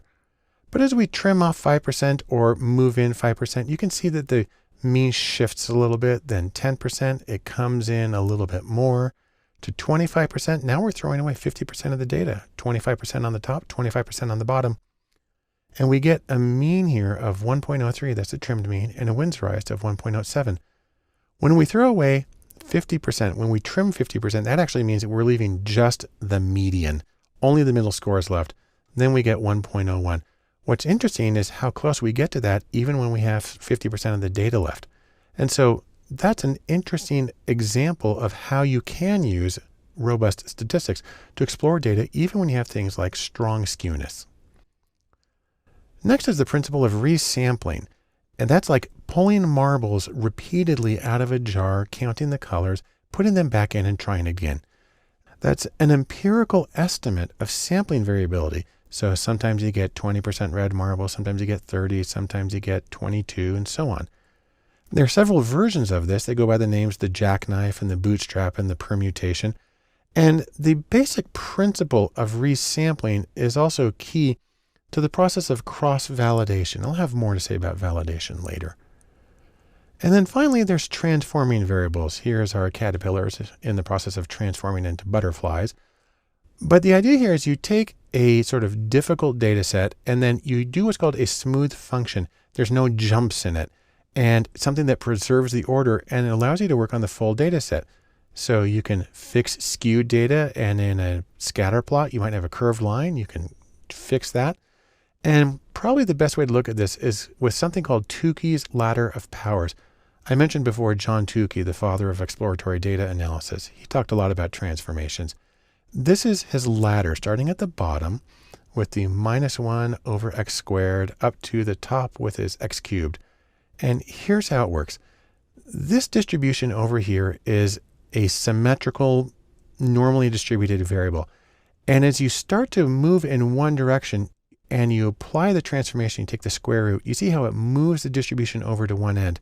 Then the logarithm, and you get to the end, you get this -1 over the square of the score. And that pushes it way, way, way over. If you go the other direction, for instance, you square the scores, it pushes it down in the one direction, you cube it, and then you see how it can move it around in ways that allow you to, you can actually undo the skewness to get back to a more centrally distributed distribution. And so these are some of the approaches that you can use in the numerical exploration of data. In sum, let's say this. Statistical or numerical exploration allows you to get multiple perspectives on your data. It also allows you to check the stability, see how it works with outliers and skewness and mixed distributions and so on. And perhaps most importantly, it sets the stage for the statistical modeling of your data. As a final step of statistics and exploring data, I'm going to talk about something that's not usually considered exploring, but is basic descriptive statistics. I like to think of it this way. You've got some data and you are trying to tell a story. More specifically, you're trying to tell your data's story. And with descriptive statistics, you can think of it as trying to use a little data to stand in for a lot of data, using a few numbers to stand in for a large collection of numbers. And this is consistent with the advice that we get from good old Henry David Thoreau, who told us, simplify, simplify. If you can tell your story with more carefully chosen and more informative data, go for it.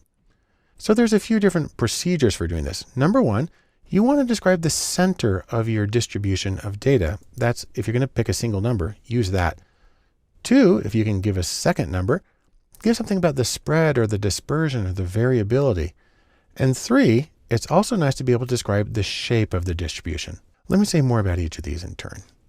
First, let's talk about center. We have the center of our rings here. Now, there are a few very common measures of center or location or central tendency of a distribution.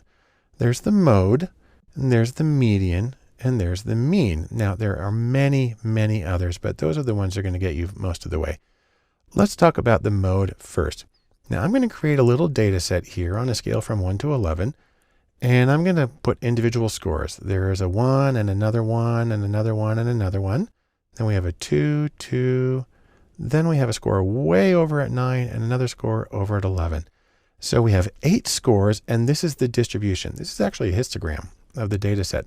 The mode is the most commonly occurring score or the most frequent score. Well, if you look at how tall each of these go, we've got more ones than anything else. And so 1 is the mode because it occurs 4 times and nothing else comes close to that. The median is a little different. The median is looking for the score that is at the center if you split it into 2 equal groups. We have 8 scores, so we want to get one group of 4, that's down here, and then the other group of 4 is this really big one because it ranges way out. And the median is going to be the place on the number line that splits those into 2 groups. That's going to be right here at 1.5. Now the mean's a little more complicated, even though people understand means in general. It's the first one we have here that actually has a formula where m for the mean is equal to the sum of x, that's our scores on the variable, divided by n, the number of scores. You can also write it out with Greek notation if you want, like this, where that's sigma, a capital sigma is the summation sign, sum of x divided by n. And with our little data set, that works out to this, 1 plus 1 plus 1 plus 1 plus 2 plus 2 plus 9 plus 11. Add those all up and divide by 8, because that's how many scores there are. Well, that reduces to 28 divided by 8, which is equal to 3.5. If you go back to our little chart here, the 3.5 is right over here. You'll notice there aren't any scores really exactly right there. That's because the mean tends to get very distorted by outliers. It follows the extreme scores.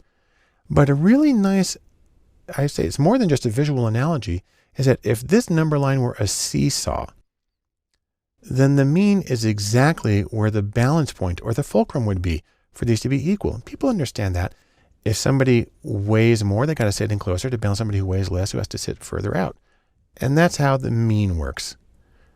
Now, let me give a little bit of the pros and cons of each of these. For the mode's really easy to do. You just count how common it is. On the other hand, it may not be close to what appears to be the center of the data. The median, it splits the data into 2 same-sized groups, the same number of scores in each. And that's pretty easy to deal with, but unfortunately, it's hard to use that information in many statistics after that. And then finally, the mean. Of these 3, it's the least intuitive, it's the most effective by outliers and skewness, and that may really strike against it, but it is, however, the most useful statistically, and so it's the one that gets used the most often. Next, there's the issue of spread. Spread your tail feathers. And we have a few measures here that are very common also. There's the range, there are percentiles and interquartile range, and there's the variance and the standard deviation. I'll talk about each of those. First, the range. The range is simply the maximum score minus the minimum score. And in our case, that's just 11 minus 1, which is equal to 10. So we have a range of 10. And I can show you that here on our chart. It's just that line there at the bottom from the 11 down to the 1. That's a range of 10. The interquartile range, which actually is usually referred to simply as the IQR, is the distance between Q3, which is the third quartile score, and Q1, which is the first quartile score. If you're not familiar with quartiles, it's the same as the 75th percentile score and the 25th percentile score. Really what it is you're going to throw away some of the data. So let's go to our distribution here. First thing we're going to do is we're going to throw away the two highest scores. There they are. They're grayed out now. And then we're going to throw away two of the lowest scores. They're out there. And then we're going to get the range for the remaining ones. Now, this is complicated by the fact that I've got this big gap in between 2 and 9. And different methods of calculating quartiles do something with that gap. So if you use a spreadsheet, it's actually going to do an interpolation process, and it'll give you a value of 3.75, I believe, and then down to 1 for the first quartile. So not so intuitive with this graph, but that is how it works usually. If you want to write it out, you can do it like this. The interquartile range is equal to Q3 minus Q1. And in our particular case, that's 3.75 minus 1. And that, of course, is equal to just 2.75. And there you have it. Now, our final measure of spread or variability or dispersion is two related measures, the variance and the standard deviation. These are a little harder to explain and a little harder to show. But the variance, which is at least the easiest formula, is this. The variance is equal to, that's the sum, the capital sigma is the sum of x minus m. That's how far each individual score is from the mean. And then you take that deviation there and you square it. You add up all the deviations and then you divide by the number. So the variance is the average squared deviation from the mean. I'll try to show you that graphically. So here's our data set, and there's our mean right there at 3.5. Let's go to one of these 2's. We've got a deviation there of 1.5. And if we make a square that's 1.5 points on each side, well, there it is. We can do a similar square for the other score at 2. If we're going down to 1, then it's going to be 2.5 squared, and it's going to be that much bigger. And we can draw one of these squares for each of our 8 points. The squares for the scores at 9 and 11 are going to be huge and go off the page, so I'm not going to show them. But once you have all those squares, you add up the area and you get the variance. So this is the formula for the variance. But now let me show the standard deviation, which is also a very common measure, is closely related to this. Specifically, it's just the square root of the variance. Now, there's a catch here. The formulas for the variance and the standard deviation are slightly different for populations and samples in that they use different denominators. But they give similar answers, not identical, but similar if the sample is reasonably large, say over 30 or 50, then it's going to be really just a negligible difference. So let's do a little pro and con of these three things. First, the range. It's very easy to do. It only uses two numbers, the high and the low, but it's determined entirely by those two numbers. And if they're outliers, you've got really a bad situation. The interquartile range, or IQR, it's really good for skewed data, and that's because it ignores extremes on either end. So that's nice. And the variance and the standard deviation, while they are the least intuitive and they are the most affected by outliers, they are also generally the most useful because they feed into so many other procedures that are used in data science. Finally, let's talk a little bit about the shape of a distribution. You can have symmetrical or skewed distributions, unimodal, uniform, or U-shaped. You can have outliers. There's a lot of variations. Let me show you a few of them. First off is a symmetrical distribution. Pretty easy. They're the same on the left and on the right. And this little pyramid shape is an example of a symmetrical distribution. There are also skewed distributions where most of the scores are on one end and then they taper off. This right here is a positively skewed distribution where most of the scores are at the low end and the outliers are on the high end. This is unimodal. It's our same pyramid shape. Unimodal means it has one mode, or really kind of one hump in the data. That's contrasted, for instance, to bimodal, where you have two modes, and that usually happens when you have two distributions that got mixed together.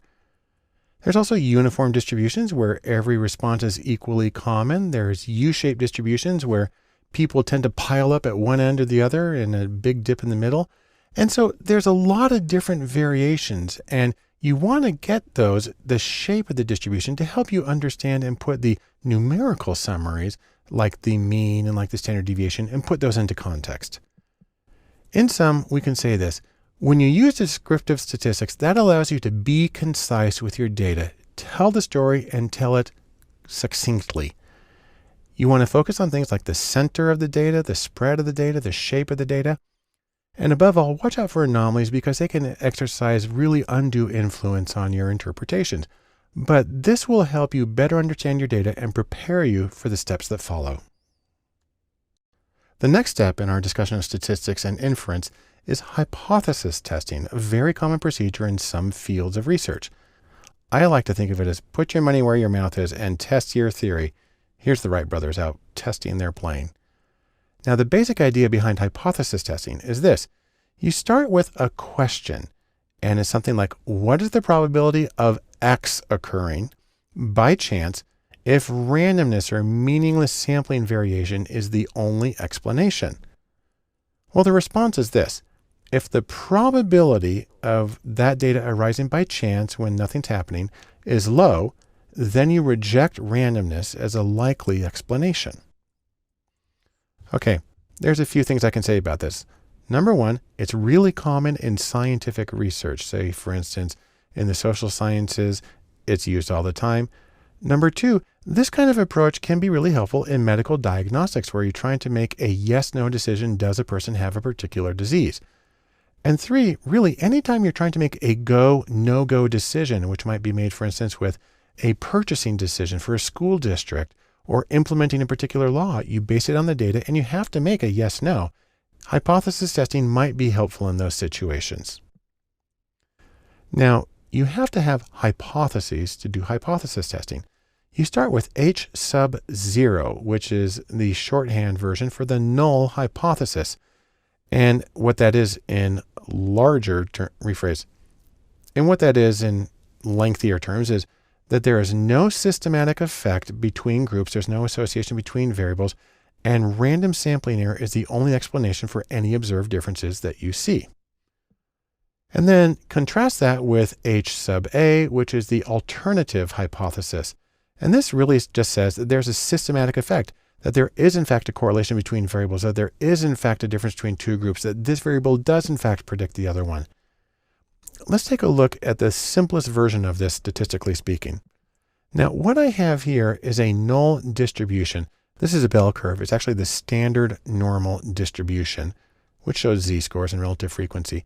And what you do with this is you mark off what are called regions of rejection. And so I've actually shaded off the highest 2.5% of the distribution and the lowest 2.5%. What's funny about this is, even though I draw it to plus and minus 3, and it looks like it hits 0, it's actually infinite and asymptotic. But that's the highest and lowest 2.5%. Collectively, that leaves 95% in the middle. Now, the idea is then you gather your data, you calculate a score for your data, and you see where it falls in this distribution. And I like to think of that as you have to go down one path or the other. You have to make a decision. And you have to decide whether to retain your null hypothesis, maybe it is random, or reject it and decide, no, I don't think it's random. The trick is things can go wrong. You can get a false positive. And this is when the sample shows some kind of statistical effect, but it's really randomness. And so, for instance, this scatter plot I have right here, you can see a little downhill association here, but this is in fact drawn from data that has a true correlation of 0. And I just kind of randomly sampled from it until I got this. It took about 20 rounds, but it looks negative, but there's really nothing happening. The trick about false positives is that's conditional on rejecting the null. The only way you can get a false positive is if you actually conclude that there's a positive result. It goes by the highly descriptive name of a type 1 error, but you get to pick a value for it, and 0.05 or a 5% risk if you reject the null hypothesis. That's the most common value. Then there's a false negative. This is when the data looks random, but in fact it is systematic, or there's a relationship. So for instance, this scatter plot, it looks like it's pretty much a 0 relationship, but in fact this came from two variables that were correlated at 0.25. That's a pretty strong association. Again, I randomly sampled from the data until I got a set that happened to look pretty flat. And a false negative is conditional on not rejecting the null. You can only get a false negative if you get a negative. You say there's nothing there. It's also called a type 2 error. And this is a value that you have to calculate based on several elements of your testing framework. So it's something to be thoughtful of. Now, I do have to mention one thing, big security notice, but wait. The problem with hypothesis testing, there's a few. Number one, it's really easy to misinterpret it. A lot of people say, well, if you get a statistically significant result, it means that it's something big and meaningful. And that's not true because it's confounded with sample size and a lot of other things that just don't really matter. Also, a lot of people take exception with the assumption of a null effect or even a nil effect, that there's zero difference at all. And that could be, in certain situations, it could be an absurd claim. So got to watch out for that. There's also bias from the use of a cutoff. Anytime you have a cutoff, you're going to have problems where you have cases that would have been just slightly higher, slightly lower. It would have switched on the dichotomous outcome. So that is a problem. And then a lot of people say that it just answers the wrong question because of what it's telling you is, what's the probability of getting this data at random? Well, that's not what most people care about. They want it the other way, which is why I mentioned previously Bayes' theorem, and I'll say more about that later. That being said, hypothesis testing is still very deeply ingrained, very useful in a lot of questions, and it's gotten us really far in a lot of domains. So in sum, let me say this. Hypothesis testing is very common for yes-no outcomes, and it's the default in many fields. And I'd argue that it is still useful and informative despite many of the well-substantiated critiques. We'll continue in statistics and inference by discussing estimation. Now, as opposed to hypothesis testing, estimation is designed to actually give you a number, give you a value, not just a yes, no, go, no go, but give you an estimate for a parameter that you're trying to get. I like to think of it as sort of a new angle, looking at something from a different way. The most common approach to this is confidence intervals. Now, the important thing to remember is this is still an inferential procedure. You're still using sample data and trying to make conclusions about a larger group or population. The difference here is instead of coming up with a yes, no, you instead focus on likely values for the population value. Most versions of estimation are closely related to hypothesis testing, sometimes seen as the flip side of the coin, and we'll see how that works in later videos. Now, I like to think of this as an ability to estimate any sample statistic, and there's a few different versions. We have parametric versions of estimation and bootstrap versions. That's why I got the boots here. And that's where you just kind of randomly sample from the data in an effort to get an idea of the variability. You can also have what are called central versus non-central confidence intervals in estimation, but we're not going to deal with those. Now, there are three general steps to this. First, you need to choose a confidence level, anywhere from, say, well, you can't have 0. It has to be more than 0, and it can't be 100%. Choose something in between. 95% is the most common. And what it does is it gives you a range of numbers, a high and a low. And the higher your level of confidence, the more confident you want to be, the wider the range is going to be between your high and your low estimates. Now, there's a fundamental trade-off in what's happening here, and it's the trade-off between accuracy, which means you're on target, or more specifically, that your interval contains the true population value. And the idea is that leads you to the correct inference. There's a trade-off between accuracy and what's called precision in this context.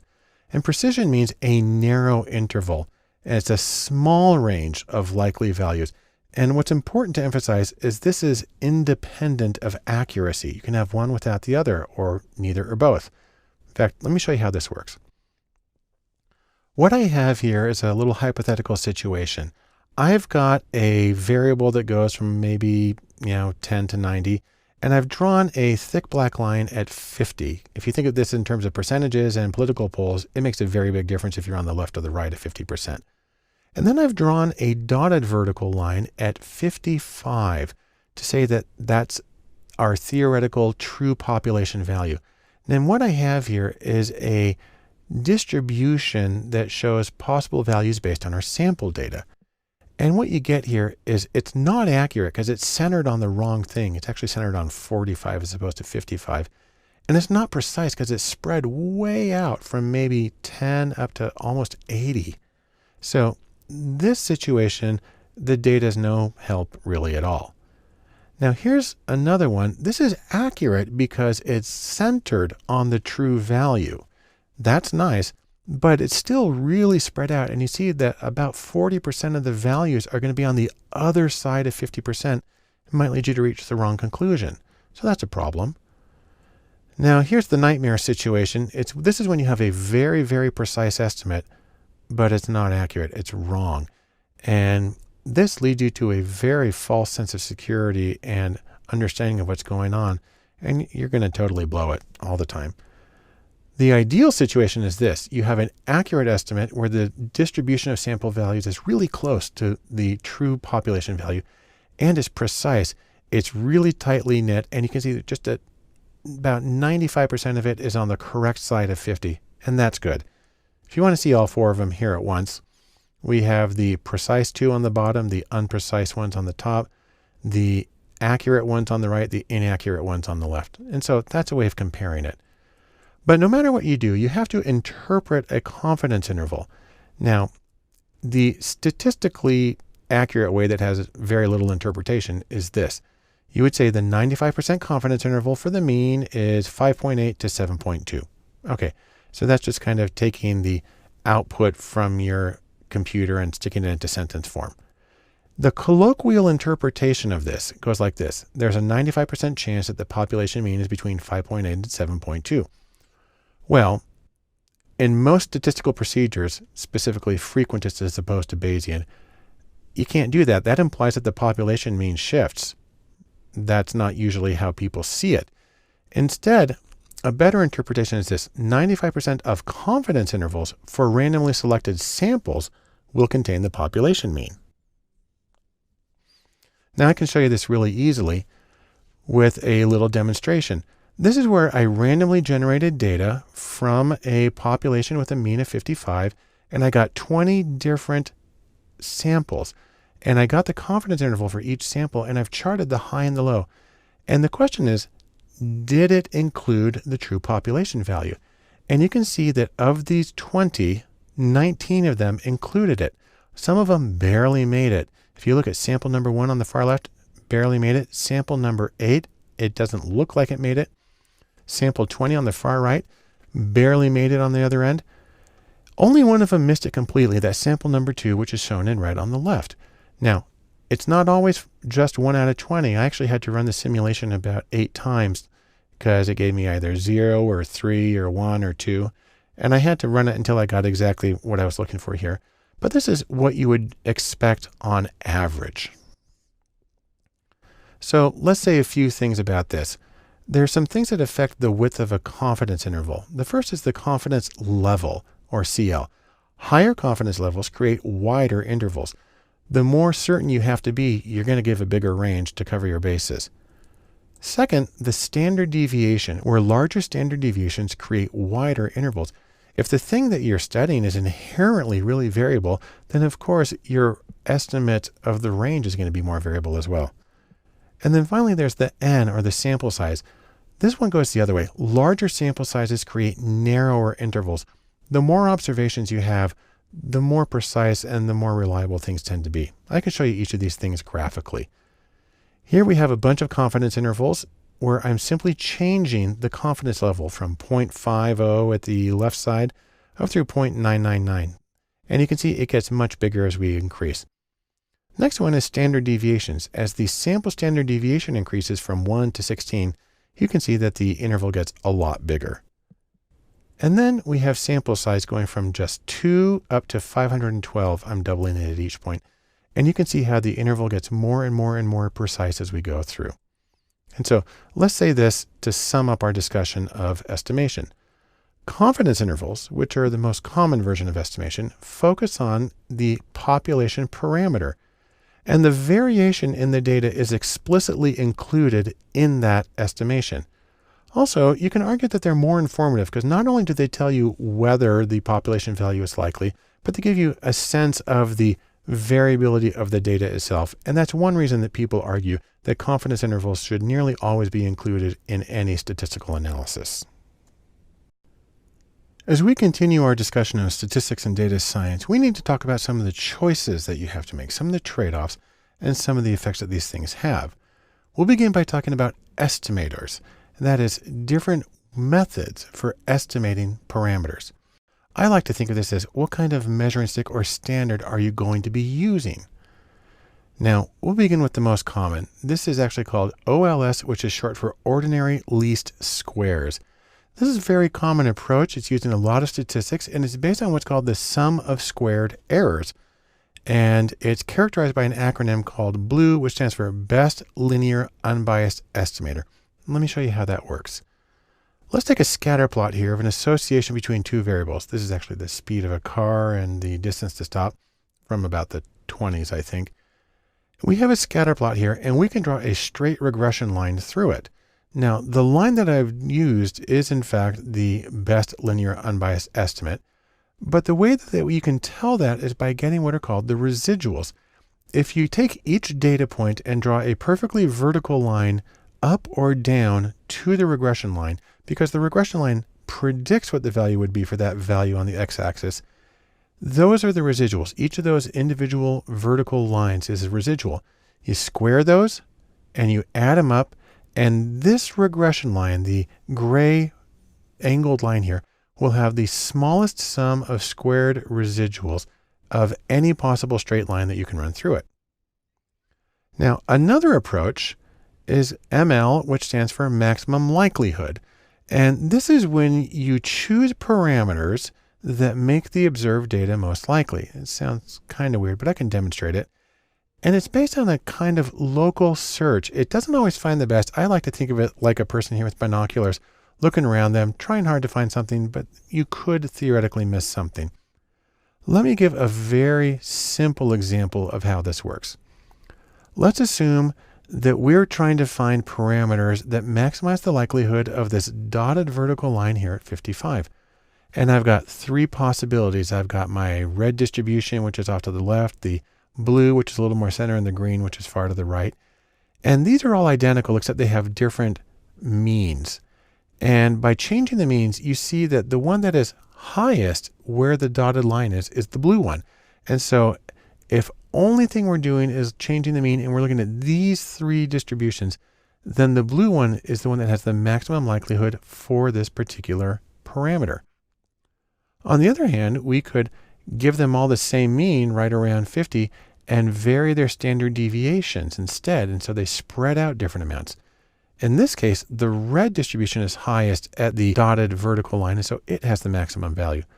Or if you want to, you can vary both the mean and the standard deviation simultaneously. And here the green gets a slight advantage.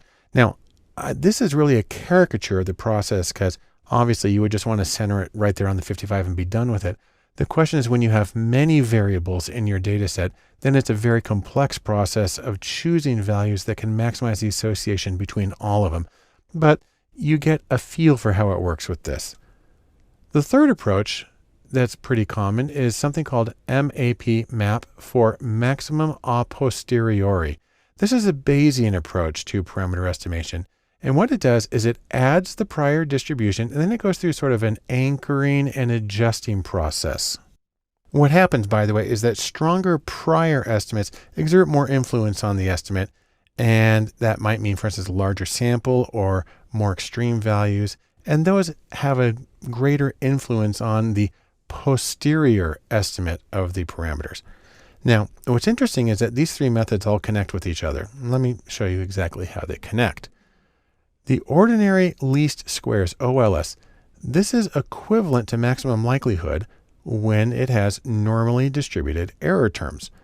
And maximum likelihood, ML, is equivalent to maximum a posteriori, or MAP, with a uniform prior distribution. You want to put it another way, ordinary least squares, or OLS, is a special case of maximum likelihood. And then maximum likelihood, or ML, is a special case of maximum a posteriori. And just in case you like it, we can put it in set notation. OLS is a subset of ML, is a subset of MAP. And so there are connections between these three methods of estimating population parameters. Let me just sum it up briefly this way. The standards that you use, OLS, ML, MAP, they affect your choices and the ways that you determine what parameters best estimate what's happening in your data. Several methods exist, and there's obviously more than what I showed you right here, but many are closely related, and under certain circumstances, they're all identical. And so it comes down to exactly what are your purposes and what do you think is going to best work with the data that you have to give you the insight that you need in your own project. The next step we want to consider in our statistics and data science and the choices that we have to make has to do with measures of fit, or the correspondence between the data that you have and the model that you create. Now, it turns out there's a lot of different ways to measure this, and one big question is how close is close enough? Or how can you see the difference between the model and reality? Well, there's a few really common approaches to this. The first one is what's called R-squared. It's got a longer name. That's the coefficient of determination. There's a variation, adjusted R-squared, which takes into consideration the number of variables. Then there's minus 2LL, which is based on the likelihood ratio, and a couple of variations, the Akaike Information Criterion, or AIC, and the Bayesian Information Criterion, or BIC. And then there's also chi-squared.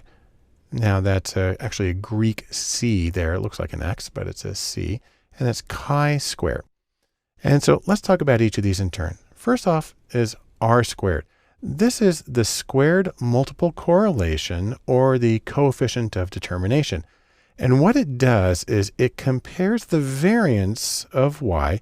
So if you have an outcome variable, it looks at the total variance of that and compares it to the residuals on Y after you've made your prediction. The scores on R-squared range from 0 to 1, and higher is better. The next is minus 2 log likelihood. That's the likelihood ratio, or as I just said it, the minus 2 log likelihood. And what this does is it compares the fit of nested models. We have a subset, then a larger set, then a larger set overall. This approach is used a lot in logistic regression when you have a binary outcome.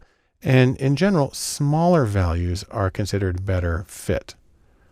Now, as I mentioned, there's some variations of this. I like to think of variations of chocolate. The minus 2 log likelihood, there's the Akaike Information Criterion, the AIC, and the Bayesian Information Criterion, BIC.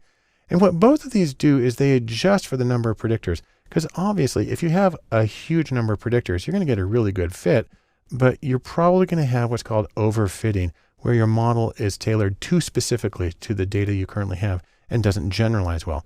These both attempt to reduce the effect of overfitting. And then there's chi-squared again. It's actually a lowercase Greek c, looks like an X. And chi-square is used for examining the deviations between two data sets, specifically between the observed data set and the expected values, or a model you create of, we expect this many frequencies in each category. Now, I'll just mention, like going to the store, there's a lot of other choices, but these are some of the most common standards, particularly the R-squared. And I just want to say, in sum, there are many different ways to assess the fit, the correspondence between a model and your data. And the choices affect the model, especially, are you going to penalize for throwing in too many variables relative to your number of cases? Are you dealing with a quantitative or a binary outcome? Those things all matter. And so the most important thing, as always, my standing advice is keep your goals in mind and choose a method that seems to fit best with your analytical strategy and the insight you're trying to get from your data. The statistics and data science offers a lot of different choices. One of the most important is going to be feature selection, or the choice of variables to include in your model. It's sort of like confronting this enormous range of information and trying to choose what matters most, trying to get the needle out of the haystack. The goal of feature selection is to select the best features or variables and get rid of uninformative and noisy variables, and simplify the statistical model that you're creating, because that helps avoid overfitting or getting a model that works too well with the current data and works less well with other data. The major problem here is multicollinearity, a very long word that has to do with the relationship between the predictors and the model. I can show it to you graphically here. Imagine, for instance, we've got a big circle here to represent the variability in our outcome variable. We're trying to predict it. And we've got a few predictors. So we've got predictor number 1 over here, and you see it's got a lot of overlap. That's nice. Then we've got predictor number 2 here. It also has some overlap with the outcome, but it also overlaps with predictor 1. And then finally down here, we got predictor 3, which overlaps with both of them. And the problem arises the overlap between the predictors and the outcome variable. Now, there's a few ways of dealing with this. Some of these are pretty common. So for instance, there's the practice of looking at probability values in regression equations. There are standardized coefficients, and there's variations on sequential regression. There are also newer procedures for dealing with the disentanglement of the association between the predictors. There's something called commonality analysis. There's dominance analysis, and there are relative importance weights. Of course, there are many other choices in both the common and the newer, but these are a few that are worth taking a special look at. First is p-values, or probability values. This is the simplest method because most statistical packages will calculate probability values for each predictor, and they'll put little asterisks next to it. And so what you're doing is you're looking at the p-values, the probabilities for each predictor, or more often the asterisks next to it, which sometimes give it the name of star search. You're just kind of cruising through a large output of data and just looking for the stars or asterisks. This is fundamentally a problematic approach for a lot of reasons. The problem here is you're looking individually, and it inflates false positives. Say you have 20 variables. Each is entered and tested with an alpha or false positive of 5%. You end up with nearly a 65% chance of at least one false positive in there. It's distorted by sample size because with a large enough sample, anything becomes statistically significant. And so relying on p-values can be a seriously problematic approach. Slightly better approach is to use betas, or standardized regression coefficients. And this is where you put all the variables on the same scale. So usually standardized from 0 and then to either -1, +1, or with a standard deviation of 1. The trick is, though, they're still in the same context of each other, and you can't really separate them because those coefficients are only valid when you take that group of predictors as a whole. So one way to try to get around that is to do what they call stepwise procedures, where you look at the variables in sequence. There are several versions of sequential regression that allow you to do that. You can put the variables into groups or blocks and enter them in blocks and look at how the equation changes overall. You can examine the change in fit at each step. The problem with a stepwise procedure like this is it dramatically increases the risk of overfitting, which again is a bad thing if you want to generalize your data. And so to deal with this, there's a whole collection of newer methods. A few of them include commonality analysis, which provides separate estimates for the unique and shared contributions of each variable. Well, that's a neat statistical trick, but the problem is it just moves the problem of disentanglement to the analyst, so you're really not better off than you were as far as I can tell. There's dominance analysis, which compares every possible subset of predictors. Again, sounds really good, but you have the problem known as the combinatorial explosion. If you have 50 variables that you could use, and there are some that have millions of variables, with 50 variables, you have over 1 quadrillion possible combinations. You're not going to finish that in your lifetime. And it's also really hard to get things like standard errors and perform inferential statistics with this kind of model.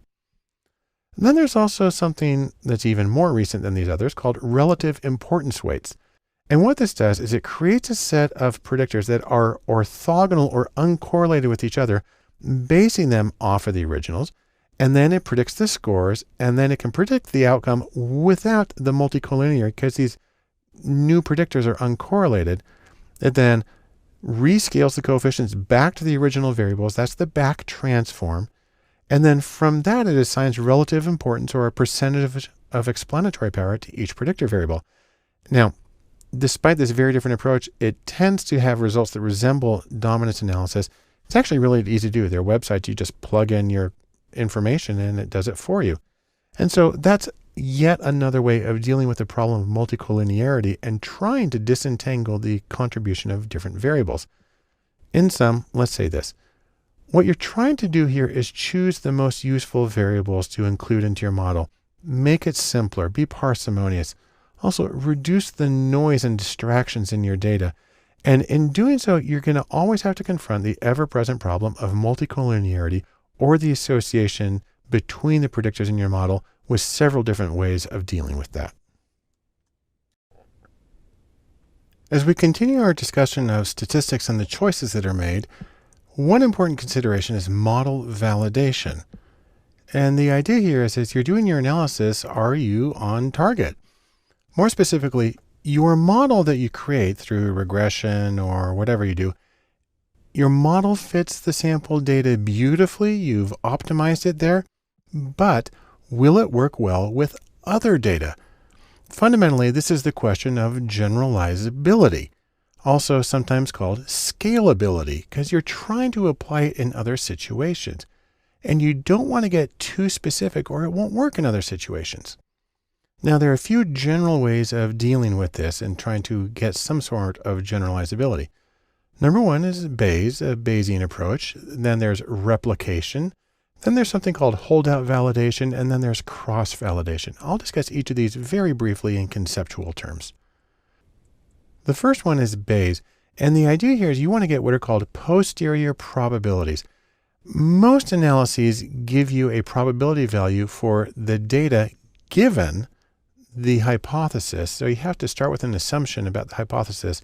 But instead, it's possible to flip that around by combining it with special kinds of data to get the probability of the hypothesis given the data. And that is the purpose of Bayes' theorem, which I've talked about elsewhere. Another way of finding out how well things are going to work is through replication. That is, do the study again. It's considered the gold standard in many different fields. The question is whether you need an exact replication or a conceptual one that is similar in certain respects. You can argue for both ways, but one thing you want to do is when you do a replication, then you actually want to combine the results. And what's interesting is the first study can serve as the Bayesian prior probability for the second study. So you can actually use meta-analysis or Bayesian methods for combining the data from the two of them. Then there's holdout validation. This is where you build your statistical model on one part of the data and you test it on another. I like to think of it as the eggs in separate baskets.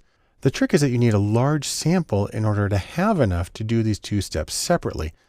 On the other hand, it's also used very often in data science competitions as a way of having a sort of gold standard for assessing the validity of a model. Finally, I'll just mention one more, and that's cross-validation. This is when you use the same data for both training and for testing or validating. There are several different versions of it, and the idea is you're not using all the data at once, but you're kind of cycling through and weaving the results together. There's leave one out, where you leave out one case at a time, also called LOO, L-O-O. There's leave P out, where you leave out a certain number at each point. There's K-fold, where you split the data into, say, for instance, 10 groups, and you leave out one and you develop it on the other 9, and then you cycle through.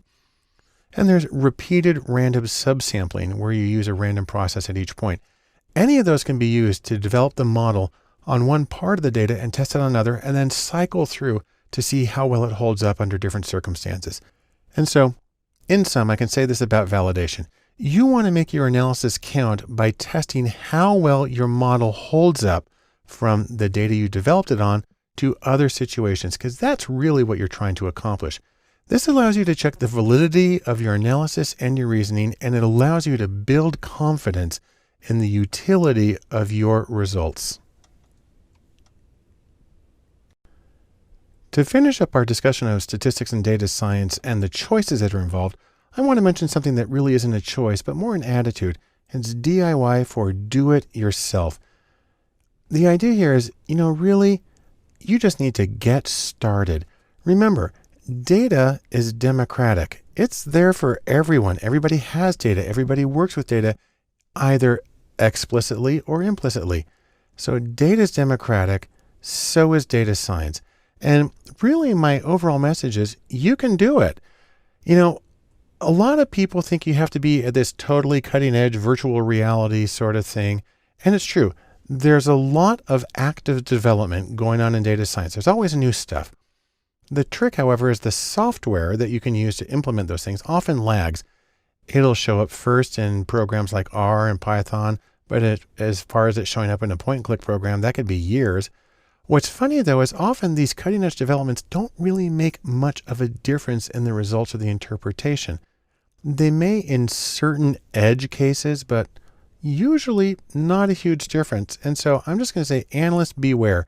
You don't necessarily have to do it. It's pretty easy to do them wrong.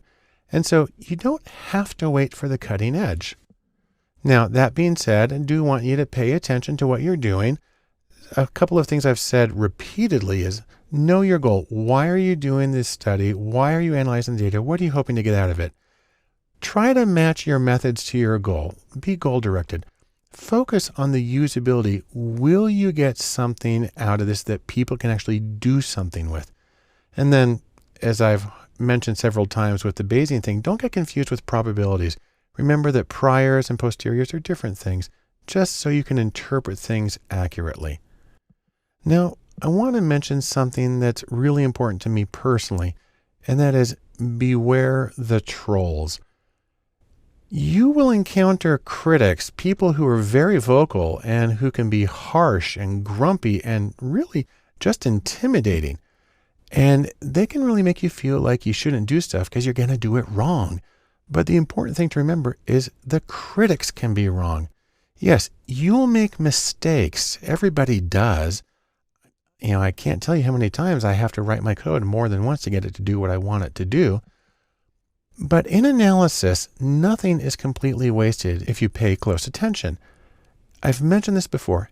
Everything signifies, or in other words, everything has meaning. The trick is that the meaning might not be what you expected it to be. So you're going to have to listen carefully. And I just want to reemphasize, all data has value, so make sure you're listening carefully. In sum, let's say this, no analysis is perfect. The real question is not, is your analysis perfect, but can you add value? And I'm sure that you can. And fundamentally, data is democratic. So I'm going to finish with one more picture here. And that is, just jump right in and get started. You'll be glad you did. To wrap up our course, Statistics and Data Science, I want to give you a short conclusion and some next steps. Mostly, I want to take a little piece of advice I learned from a professional saxophonist, Kirk Whalum. And he says, there's always something to work on. There's always something you can do to try things differently to get better. It works when practicing music. It also works when you're dealing with data. Now, there are additional courses here at datalab.cc that you might want to look at. There are conceptual courses, additional high-level overviews on things like machine learning, data visualization, and other topics. And I encourage you to take a look at those as well to round out your general understanding of the field. There are also, however, many practical courses. These are hands-on tutorials on the statistical procedures I've covered, and you learn how to do them in R and Python and SPSS and other programs. But whatever you're doing, keep this other little piece of advice from writers in mind, and that is write what you know. And I'm going to say it this way, explore and analyze and delve into what you know. Remember, when we talked about data science and the Venn diagram, we've talked about the coding and the stats, but don't forget this part here on the bottom. Domain expertise is just as important to good data science as the ability to work with computer coding and the ability to work with the numbers and quantitative skills. But all through it, remember this, you don't have to know everything. Your work doesn't have to be perfect. The most important thing is just get started. You'll be glad you did. Thanks for joining me and good luck. The next step in our discussion of statistics and the choices you have to make concerns common problems in modeling. And I like to think of this as the situation where you're up against the rock and the hard place. And this is where the going gets very hard. Common problems include things like non-normality, non-linearity, multicollinearity, and missing data. And I'll talk about each of these. Let's begin with non-normality. Most statistical procedures like to deal with nice, symmetrical, unimodal bell curves. They make life really easy. But sometimes you get really skewed distributions, or you get outliers. Skewness and outliers, well, they happen pretty often. They're a problem because they distort measures like the mean gets thrown off tremendously when there are outliers, and they throw off models because they assume the symmetry and the unimodal nature of a normal distribution. Now, one way of dealing with this that I've mentioned before is to try transforming the data, take the logarithm, try something else. But another problem may be that you have mixed distributions. If you have a bimodal distribution, maybe what you really have here is two distributions that got mixed together, and you may need to disentangle them through exploring your data a little bit more. Next is nonlinearity. The gray line here is the regression line. We like to put straight lines through things because it makes the description a lot easier. But sometimes the data is curved, and this is, you have a perfect curved relationship here, but a straight line doesn't work with that. Linearity is a very common assumption of many procedures, especially regression. To deal with this, you can try transforming one or both of the variables in the equation, and sometimes that manages to straighten out the relationship between the two of them. Also, using polynomials, things that specifically include curvature, like squares and cubed values, that can help as well. Then there's the issue of multicollinearity, which I've mentioned previously. This is when you have correlated predictors, or rather, the predictors themselves are associated with each other. The problem is this can distort the coefficients you get in your overall model. Some procedures, it turns out, are less affected by this than others. But one overall way of using this might also simply be to try use fewer variables. If they're really correlated, maybe you don't need all of them. And there are empirical ways to deal with this, but truthfully, it's perfectly legitimate to use your own domain expertise and your own insight to the problem, to use your theory to choose among the variables that would be the most informative. Part of the problem we have here is something called the combinatorial explosion. This is where combinations of variables or categories grow too fast for analysis. Now, I've mentioned something about this before. If you have 4 variables and each variable has 2 categories, then you got 16 combinations. Fine, you can try things 16 different ways. That's perfectly doable. If you have 20 variables with 5 categories, again, that's not too unlikely. You have 95 trillion combinations. That's a whole other ballgame, even with your fast computer. A couple of ways of dealing with this. Number one is with theory. Use your theory and your own understanding of the domain to choose the variables or categories with the greatest potential to inform. You know what you're dealing with. Rely on that information. Second is there are data-driven approaches. You can use something called a Markov chain Monte Carlo model to explore the range of possibilities without having to go through every single one of your 95 trillion combinations. Closely related to the combinatorial explosion is the curse of dimensionality.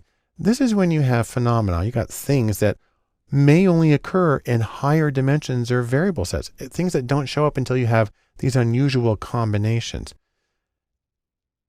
That may be true of a lot of how reality works, but the project of analysis is simplification. And so you got to try to do maybe one or two different things. You can try to reduce, mostly that means reducing the dimensionality of your data.